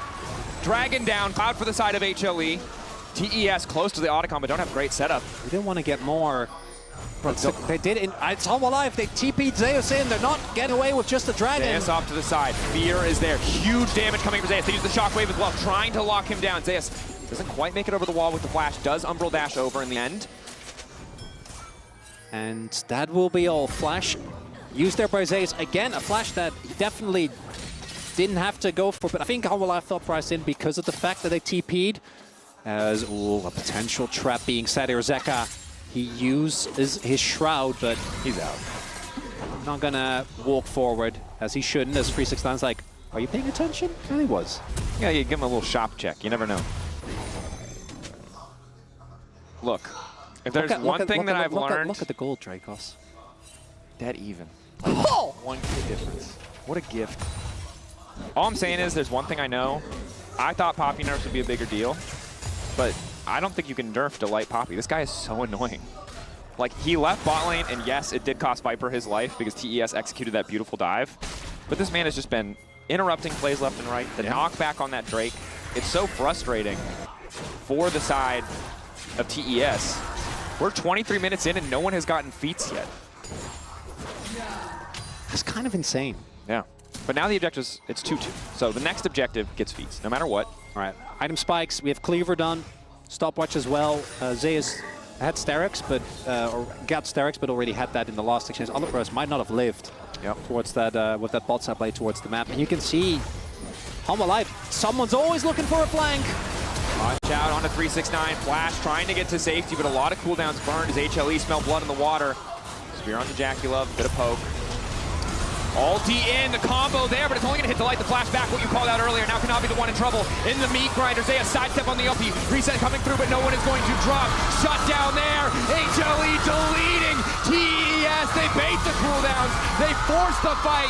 Domination in the mid lane. The game is dead even, and then they get a 5-0. How does it happen 2 times in a row? They're just built diffy. I mean, good flash from Viper, but you can see for TES, the combo is solid, but if it whiffs, the follow-up from HLE is so disgustingly strong. That's Otacon gone. A lot of gold gonna go into the pockets of Hanwha Life. Did we capture curse this? They just went from dead even to 3K gold lead. I said there, no one has feats. They're just about to grab feats. I don't think we need to involve ourselves in this. I think we got. You're right. Leave it to the pros. As we take another. It's again these proactive flank setups that come from Hanwha Life. Last time it was Zeka in the same spot. This time it's Zeus. And then there is finally the inevitable turn, but literally only hits the light. As you point out, nice flash there. Viper pays the respect that he needs to. And then once Zeka TP's in the midst of this, you know it's just immediately over. 2-man knock-up as well coming through there from the light. Jackie Love doesn't get to play the game. None of their major cooldowns did any damage. That was the struggle, right? Like, Shockwave wasn't effective because of the flash. Nocturne ulti just didn't do enough. He didn't even get like the normal value for Nocturne. They were forced to Renata ult to disengage because 369 isn't like, and it all goes back to 369 getting caught, admittedly. But once this team starts to lose a fight, it's just so hard to come back. I think they were out though. Like, they just saw an opportunity, and this is, I think, the one issue that you do have as Seoul. Here, Zeka back out.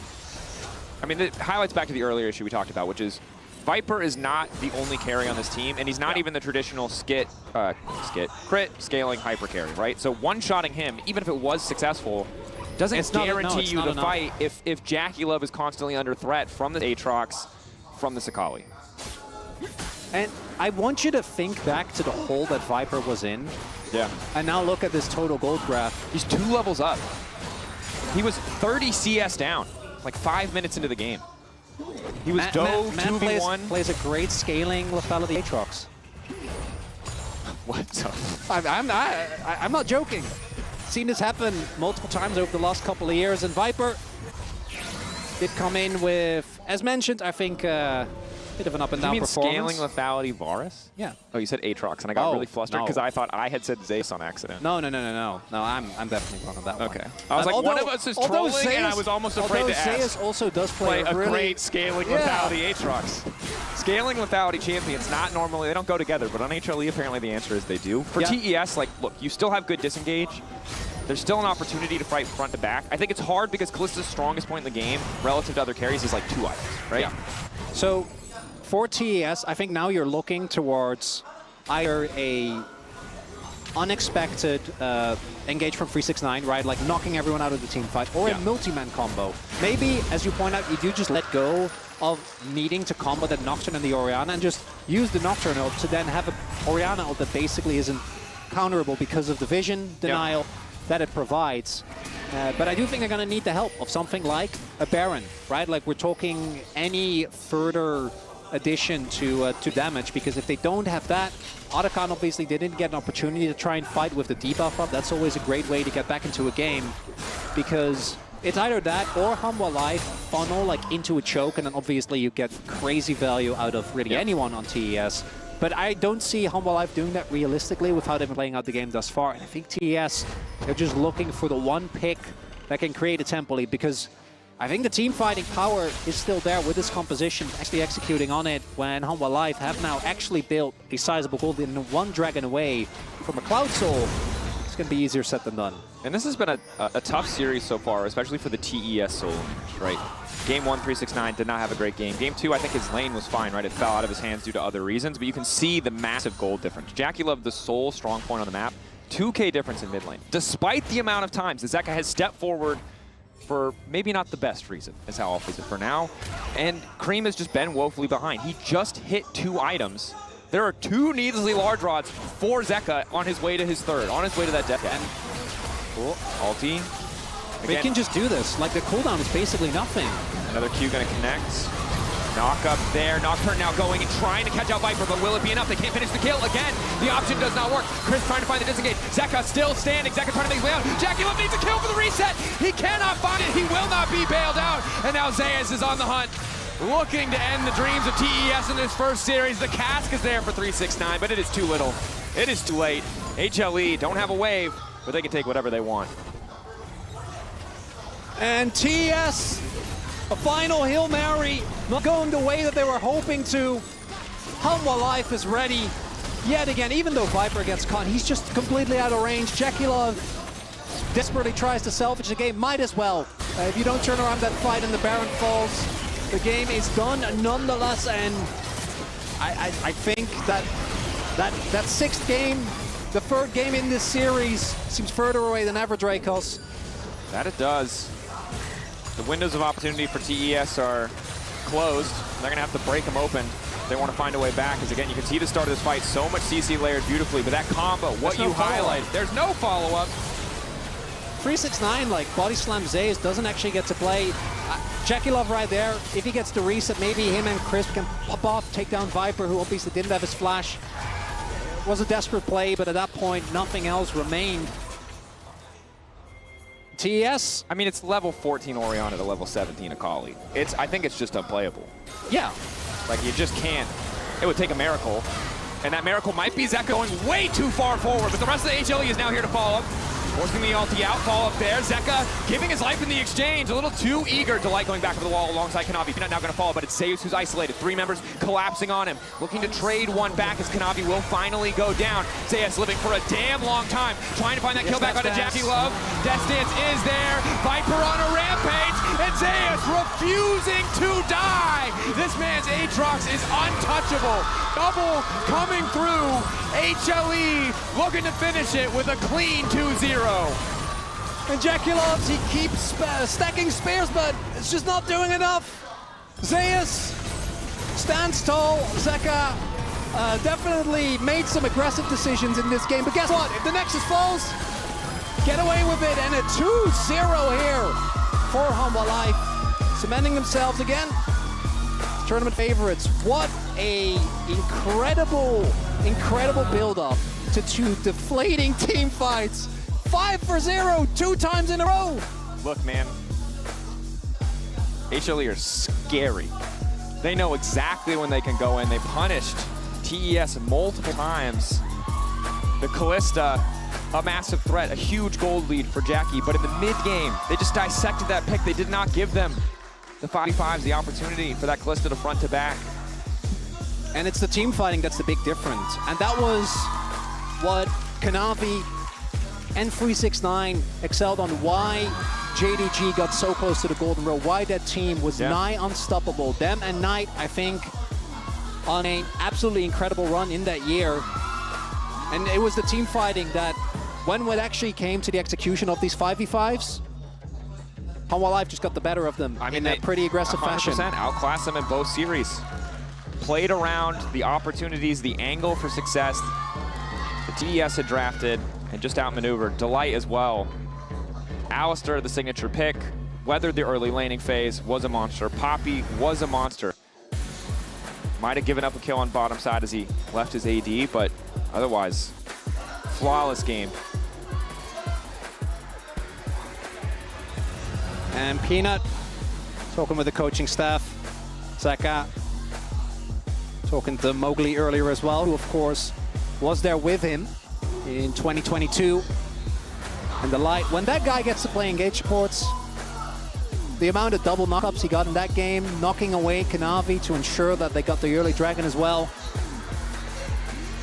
It's a pleasure to watch Hanwha play. I can't wait. I already can't wait for the rematch. Best of 5. Yes. Best of 5. Best of 5s.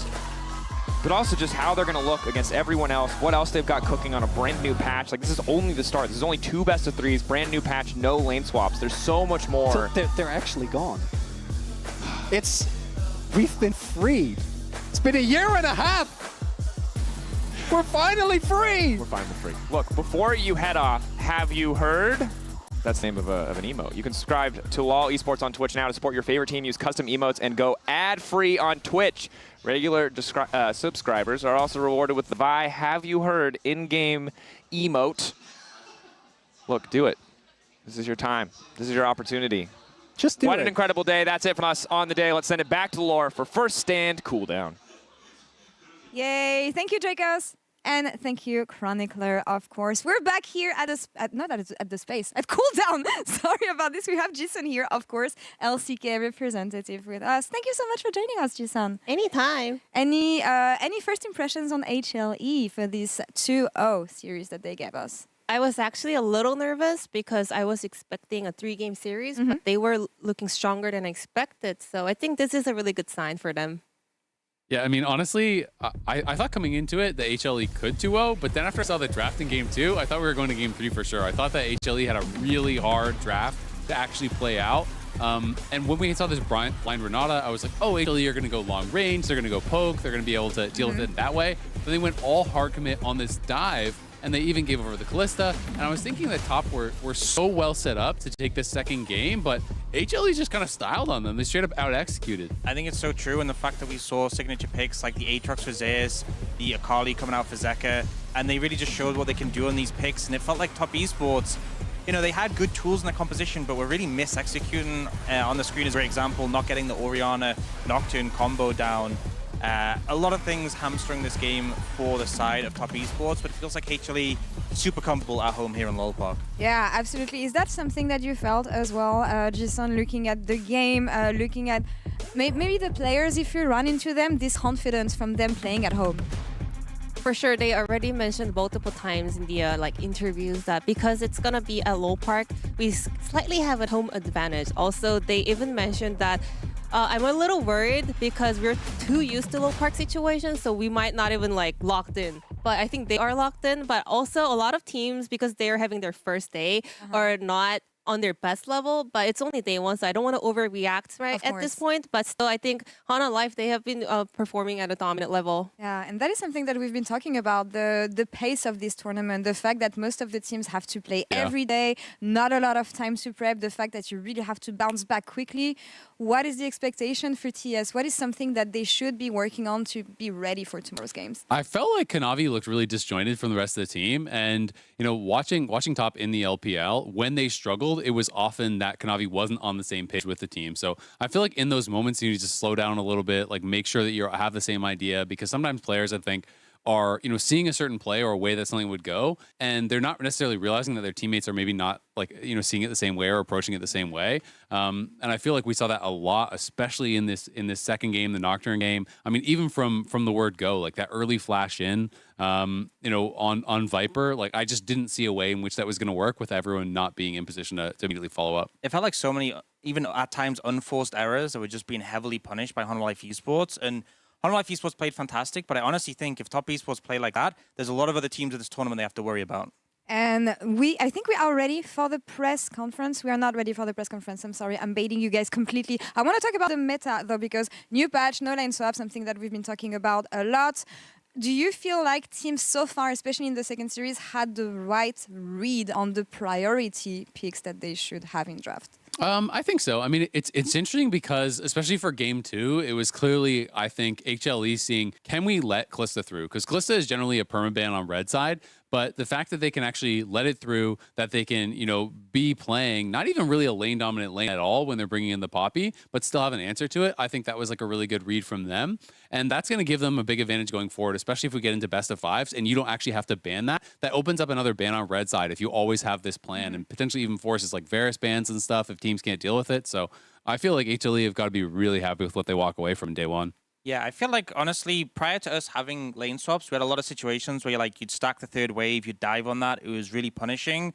I think now, because towers are obviously doing a lot more damage, and also because the waves were changed as well, even though we don't have swaps, I think the early levels aren't as punishing. So, you know, we saw Poppy picked and Renata, felt like it was playable. It was very playable. So maybe not as much impact from losing lane swaps as I initially thought. I'm actually interested in knowing what the players would think about this. And the press conference is actually ready now with Zeka and Viper sitting down for the first stand press conference. So let's drop in a bit for the Verizon postgame interview.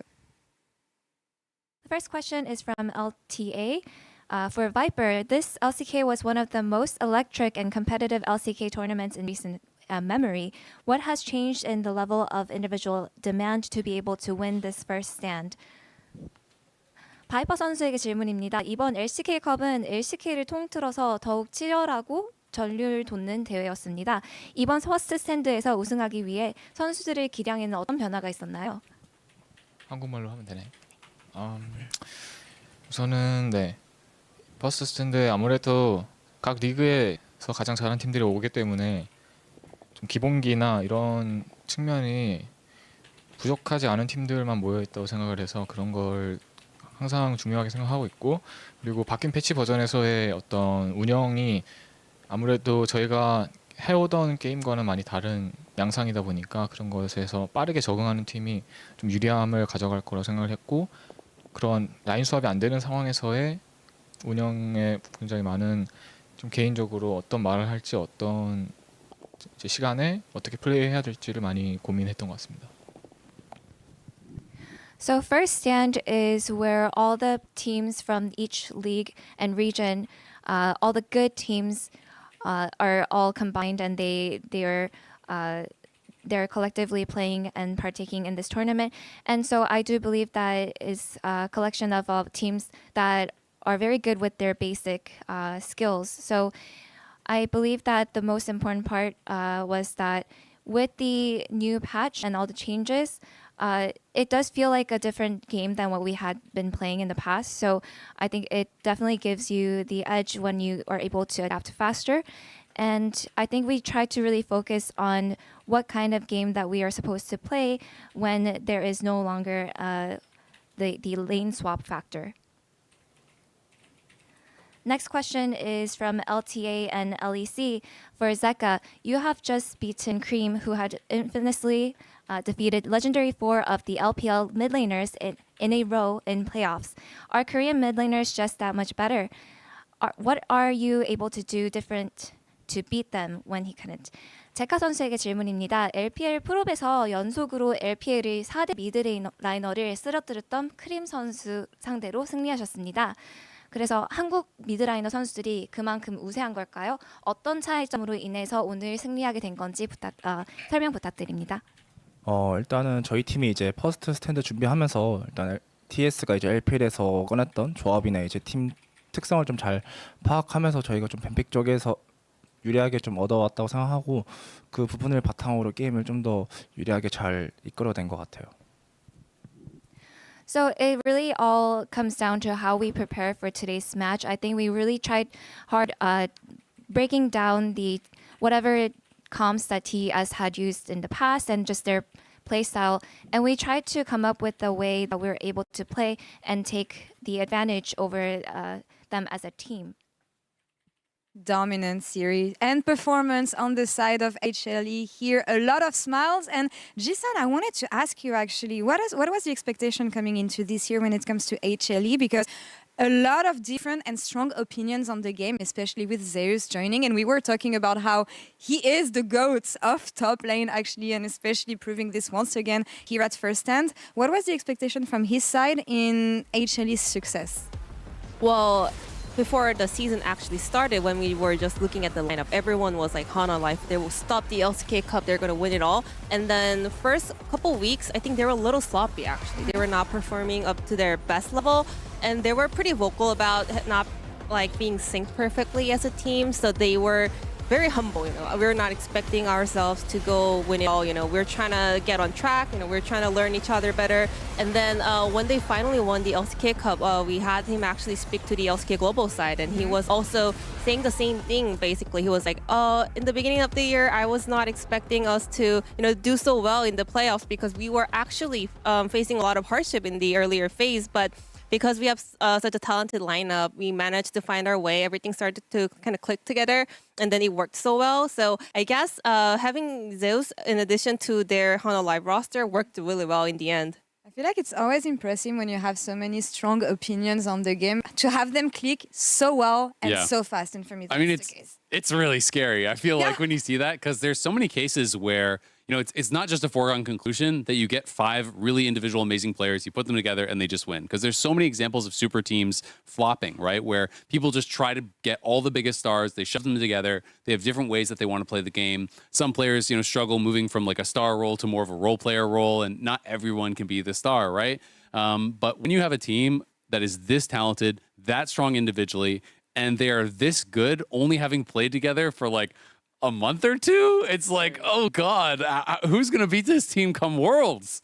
I think honestly it's a testament to how versatile some of these players have been. Like Viper would always talked about as like being a huge carry for his teams, but he's also willing to play more of a role player when the team needs. Zeus as well has gone through this lane swap meta and gotten really good at playing weak side scenarios and defending against dives. So I think it's the fact that they're all very willing to not always be the star of every game, but when their moment is there to shine, they really do shine. I want to roll back a bit here and talk about what happened earlier today. I know, I have to. I don't want to, but I have to. TL took down KC 2-1 in what was a really one-sided series outside of Game 3. What are the main takeaways from both sides of these Western teams, guys, after watching this best of 3? I mean, I think this is huge for Team Liquid. I think this was probably the matchup between all the teams that was like kind of 50-50 which way it'd go. And I think getting this is a huge confident boost to start the tournament with, but also just means a lot in terms of really avoiding being that team who are not going to make it out to the next stage of the tournament. Yeah, absolutely. I think, I'm kind of hoping that he'll also shy away from carry tops. I just don't think it should be their style. I think it didn't really work for them in game number 2. And I think, what you're saying about building confidence, I think that's so important, especially for Umti, who has had a pretty rough split and been criticized so heavily. To be able to come in, have a really good series, that's massive to build on.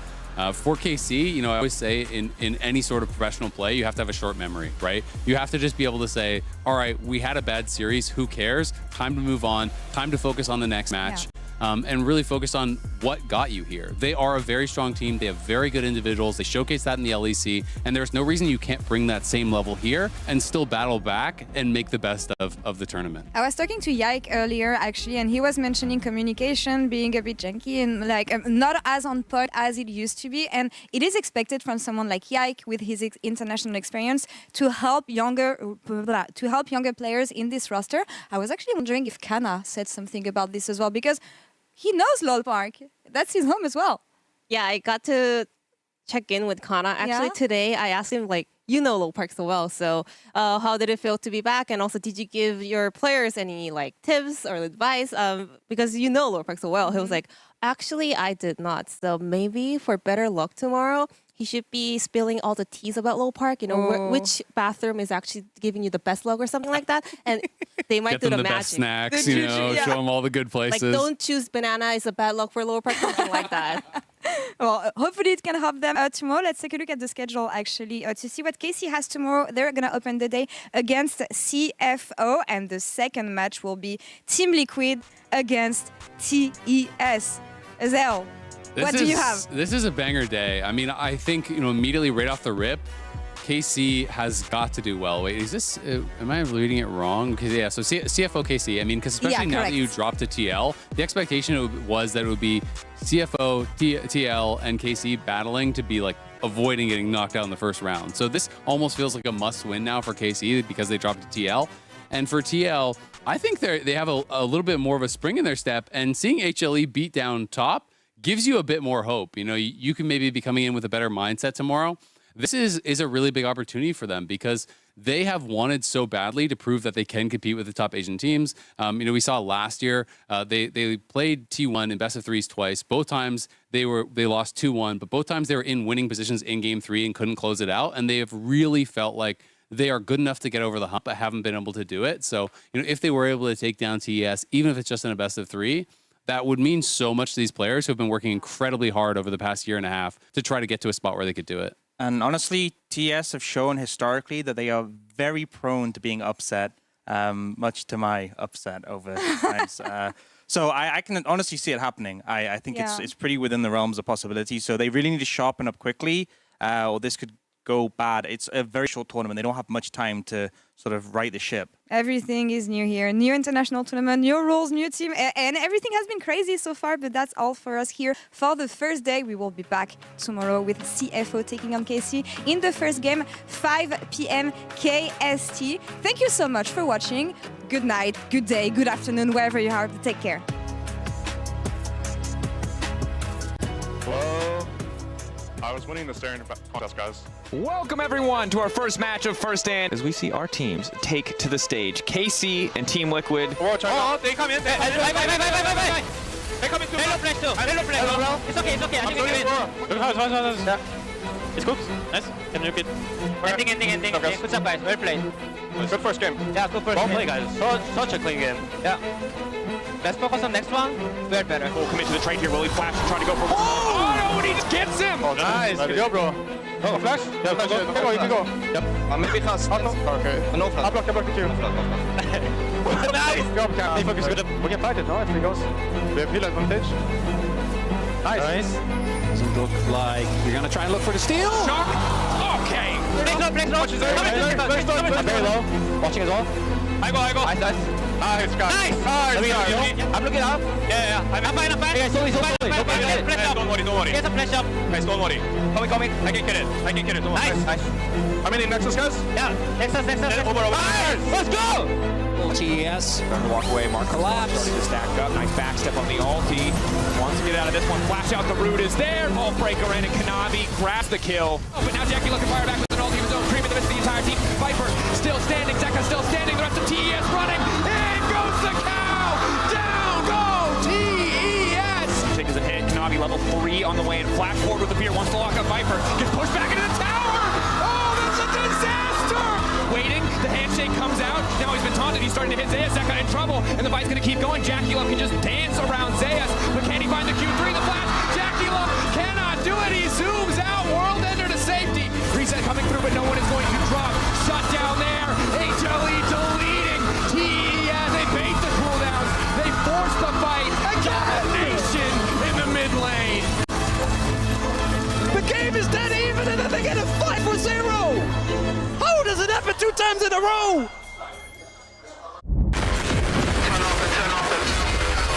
Turn off the system.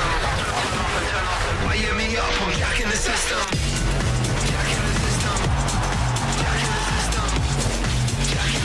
Why you me up? I'm jacking the system. I'm eager. Never need freedom, neither. Come along, start the procedure. Everything tastes and sweeter. Everybody up on the top floor. Everybody up on the top floor.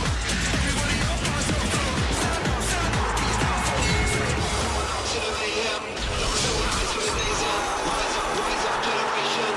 Why you me up? I'm jacking the system. To the AM. To the days and rise up generation. Why you me up? I'm jacking the system.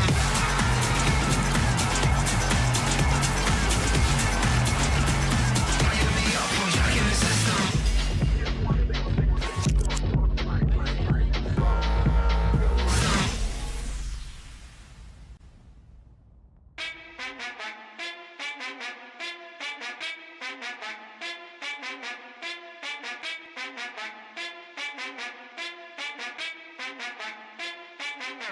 I'm in the Cayman Islands wildin' while I'm bustin' up the silence. I'm denying all vaginas who be claiming that they rhyming. Bust up in here like a bando, way too much to handle. I should let you know I know my haters really fans. So wow, yeah, why the hell you mad? Look, I'm just being me. Mess around and break the bench. You might shake it on the dash. Had her screaming like a mad.